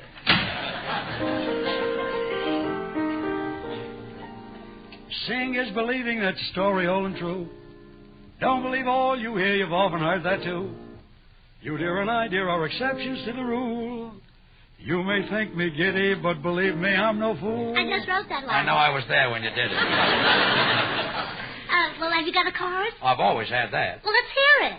Oh, I love you, dear, across my heart I do. Do you believe me? I do. That's right. Oh, you're the one and only girl I ever told that to. Do you believe me? I do. Good. And when things go wrong and skies above are gray instead of blue, you wouldn't have to worry, 'cause I'd know just what to do. I'd get up early mornings and I'd find a job for you. Do you believe me? Are you kidding? You did. I did it, Dad, didn't I?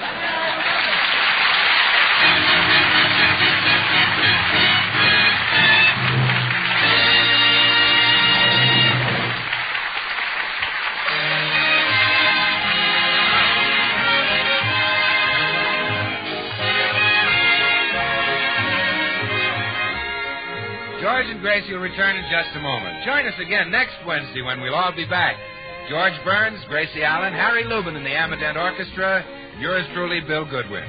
Brought to you by the makers of Amadent, the ammoniated toothpaste and tooth powder, recommended by more dentists than any other dentifrice. The George Burns and Gracie Allen program was transcribed in Hollywood, written by Paul Henning, Sid Dorfman, Harvey Helm, and Stanley Shapiro, and produced by William Burns. Now here are our stars. George, now that you're writing songs, will you write one called the Sidney Schultz Blues? Sidney Schultz? He's our butcher. Yeah, I know. Business is bad, and I thought a little publicity might help him. Good night, folks.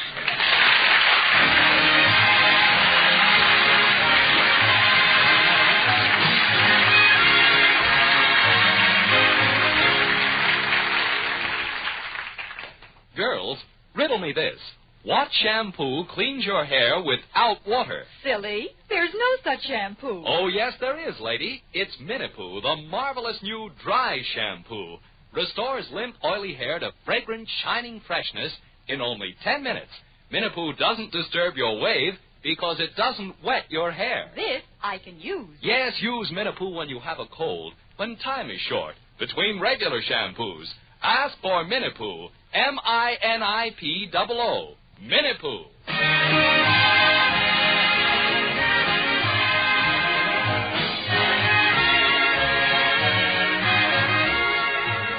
Next Wednesday and every Wednesday, listen to the Amadent Show, starring George and Gracie. Good night. Stay tuned for Lum and Abner, who follow immediately. This is CBS, the Columbia Broadcasting System.